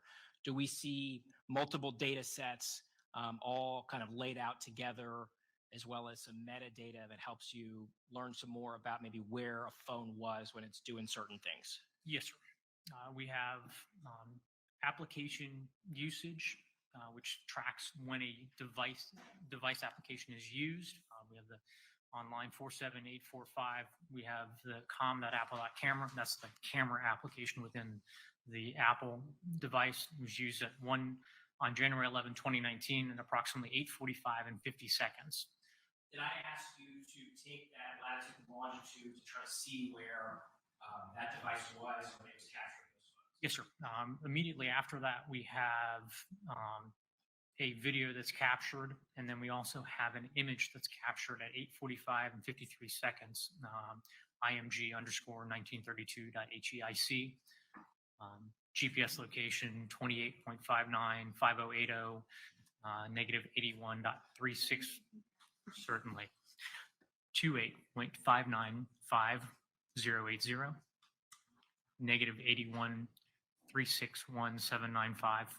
And I apologize, I drink a lot of coffee. That location, when plotted, is in the city of Winter Park in Orange County. It geolocates near the Winter Park Event Center. Where there's some football fields? Yes, sir. There's a series of football fields. I actually drove by there a few days ago, going to a restaurant, and commented at the location. Okay. I want to show you page 11447. We see, what do we see at line 74795? We have an outgoing message between the Danielle phone 901-355-4234 and a user that's saved in the device as JADY, phone number 317-501-1302. The text message was sent on January 11, 2019 at approximately 9:42 p.m. The text was at Mickey D's again, thinking of you, aren't you answering your phone? Help the jury understand what you're able to discern from these application usage logs that follow. What this is tracking is on the layer below where the user can see. The Apple is actually tracking each time you open an application. As we saw earlier, it's tracking when the screen gets turned on and off. Additionally, it's tracking using we see in this application usage log within the com.apple.mobile sms.spotlight plist. We see that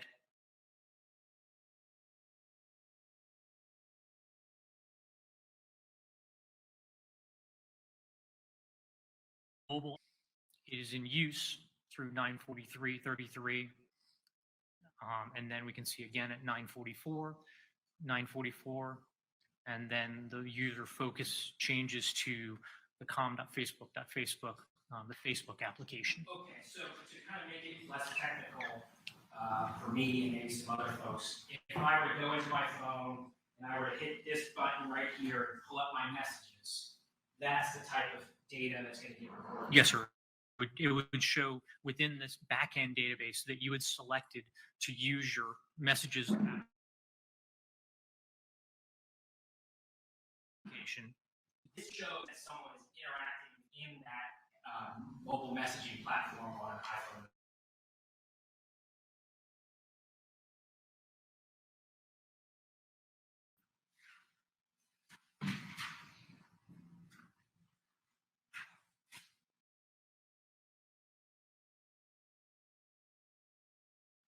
Some previous data that we saw and some new data synthesized in this timeline format. Yes, sir. We see on line 48007 that the user accesses the mobile phone or the phone application. We see that attempted phone call on January 11, 2019, 10:52 p.m. approximately to that 911 phone number with a duration of 0 seconds. Okay. And do we see here evidence that after that 911 dial occurred, that the user is interacting with their SMS mobile platform? Yes, sir. We see up through 11:52 p.m. We see the spotlight data that application has been brought to the front and is in use.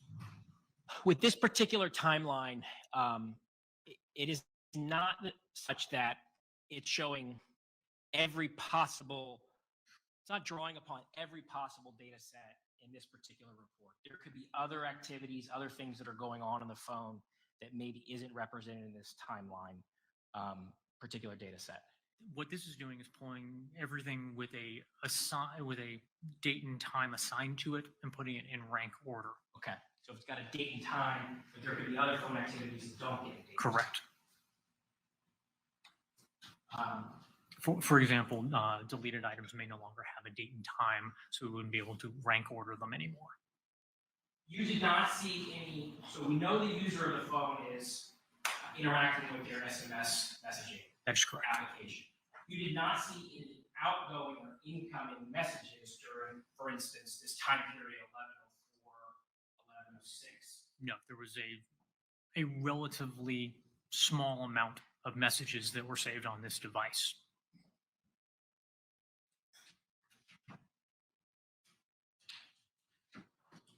If I were to be deleting my messages at, let's say, 11:04, would this be the type of entry that would be reflected? It would be indicative or be consistent with messages being deleted. It could be just as consistent with looking at messages. Correct. But if I were to go in and delete, we get a log like this. Yes, sir. That is one highly likely reason why we would see this kind of activity, but we would not see messages. And so, do we now kind of, if we wanted to review and see all this activity synthesized in one data set, Meet Mindful, slitting wrists in 722? Yes, sir. Visiting the Meet Mindful, we have a search term. We have a cookie being put on the device by the Meet Mindful website. So we see everything that's got a date and time attached to it all the way through this time period. The searches, the applications that Ms. Redlick was going into. Yes, sir.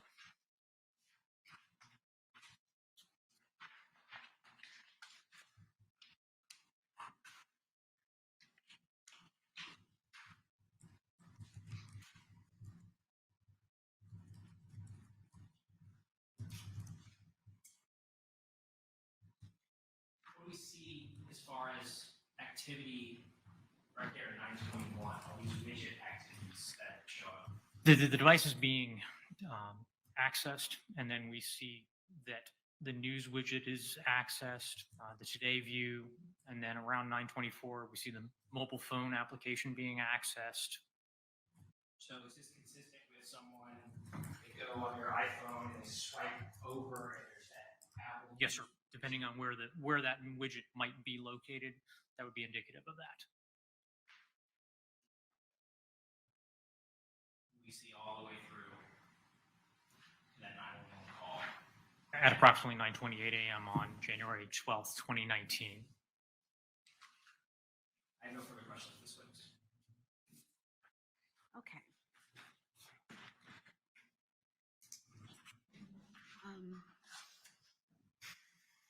Let's call it a day today. It's 5:10.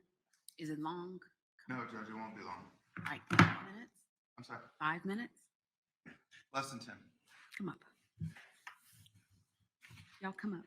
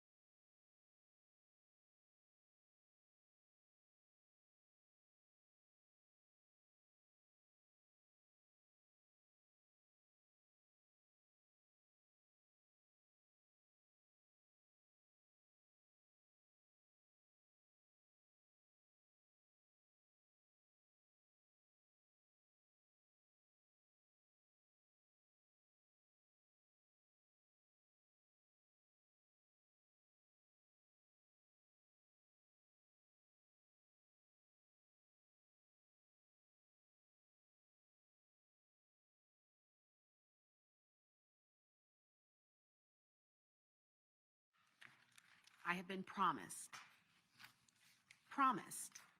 that it would be less than 10 minutes. I'm holding the attorneys to that promise. So it's 5:15. At 5:25, I expect to say good night, have a good weekend, stay safe. So let's see how we go. Mr. Parnell, you ready? All right.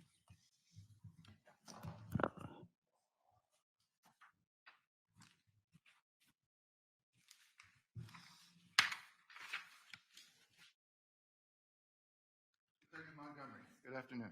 Afternoon, sir. Total number of pages in the extraction report, do you recall? 40,269, I believe. 40,000. How many texts were in there as part of that? There were recovered approximately 232, I believe. Emails? Do you remember how many emails? I would have to look back. If I can refresh my recollection, I have the contents. 19,546. 19,000 emails? Yes, sir. I'm sorry, I misspoke. SMS messages is 332. Is that you? Likely. You hit that mute button. I don't have it. It's in my bag.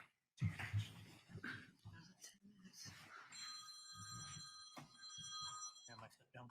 Sure, this is a first for me, yeah. Oh, it's okay.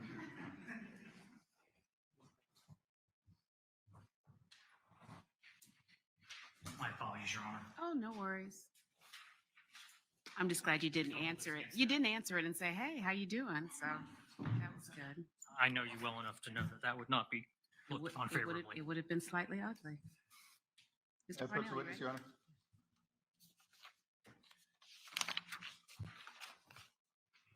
Showing opposing counsel what we have as G and H defense identification.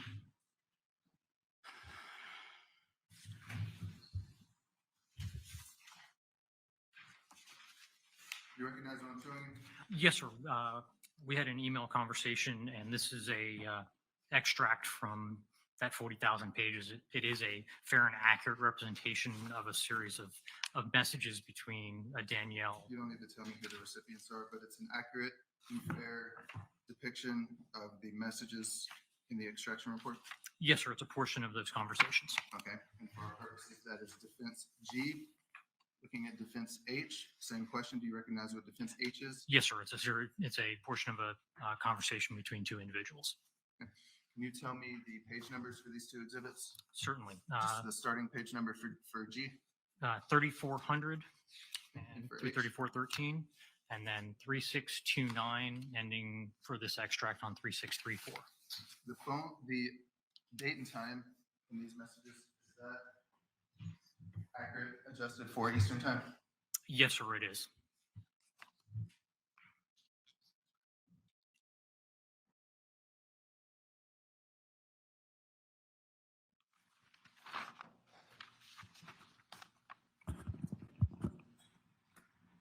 So the Meet Mindful app that we just saw, that is in the Safari web browser app, right? Yes, sir.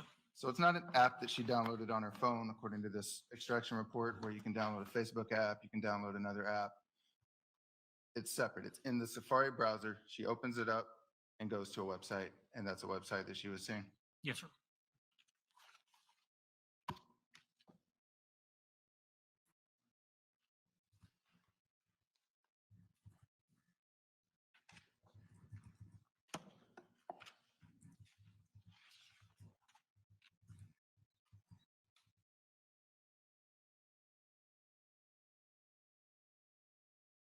Here is line number 17. This is going to be State Exhibit 53, the web history report. Line 17. Got 7:22:25 a.m. is when she was getting into Meet Mindful app. Yes, sir. And the last web history usage prior to that on January 12th, 7:22 in the morning, is on January 11th at 3:24 in the afternoon. Yes, sir. So what this shows is that the Safari app is not being used between 3:22 on January 11th and 3:24 on the 11th and 7:22 on the 12th. That is correct.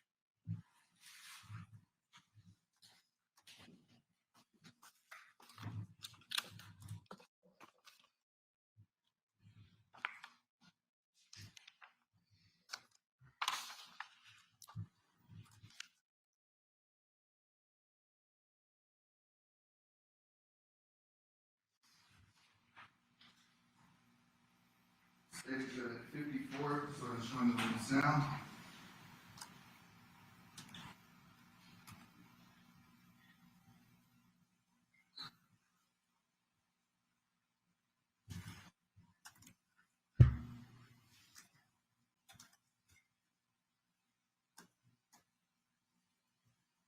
At this same time, line 48050, 112/2019, 7:22 a.m. The Meet Mindful, where it says last visited. Do you see that? Yes, sir. So what that indicates to you is that the user of this phone, presumably Ms. Redlick, is on her Safari app on the afternoon of January 11th. She closes the app, but does not close the website. She then opens Safari app again on the morning of January 12th. It opens directly to the last page she had visited, and then 13 seconds later, she's on Google, Googling how to slit a wrist. Don't believe that that's what the web history shows. Showing the web history, let me show you again.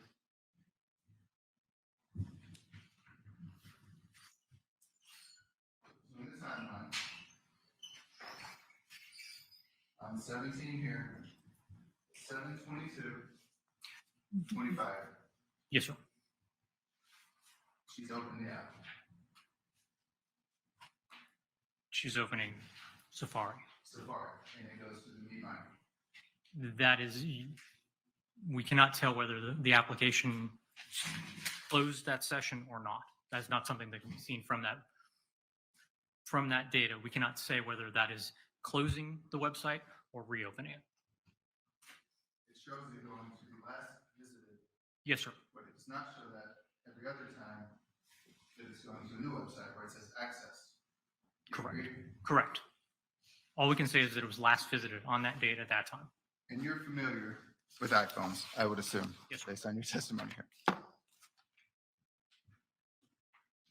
I pull out my iPhone, I go to Safari, I go to whatever website it may be. I don't close out the actual website, I just close out the app. Yes, sir. I go do something else, I come back, I hit the Safari app, it loads it back up onto the same website I was last on. Yes, sir. And that's what's happened here. That is not what you can, that is what is happening for the user experience. That is not what you're seeing here, though. What you're seeing here is just that that's that last, it's a discrete data point.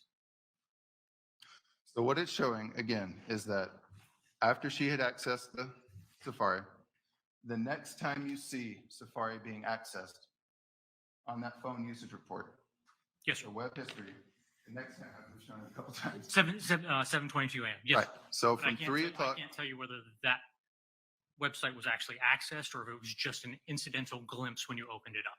so you can't say that she took the time to type in meetmindful.com and go to that That is website. correct, sir. And the evidence does not show that. Correct.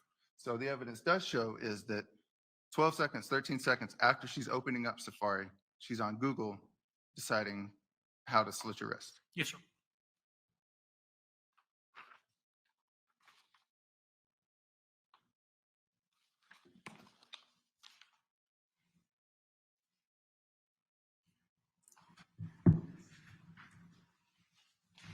And the Safari app can have several open windows at once. Yes, sir. It can do tabs.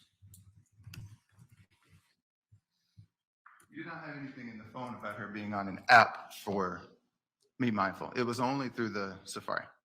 Yes, sir. So not a data- separate app. That's not in there anywhere. Correct.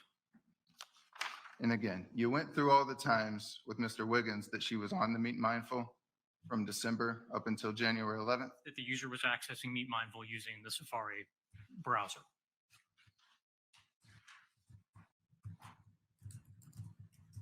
From the time of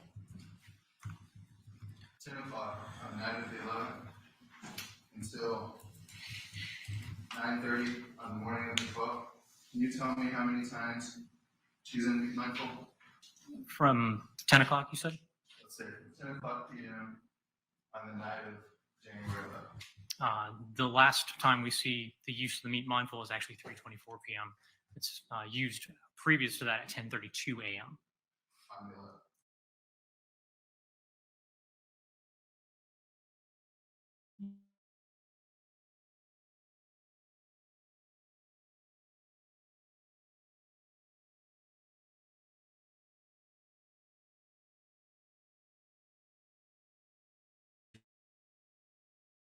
The last thing seen.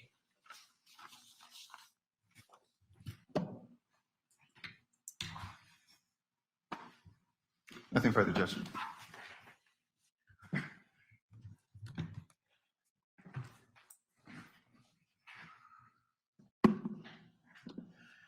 You don't have access to the actual internal records from meetmindful.com. No, sir, I do not. So if the internal records showed interactions within the website at that time, it wouldn't be something you'd be privy to. No, sir. Okay. I have no further questions.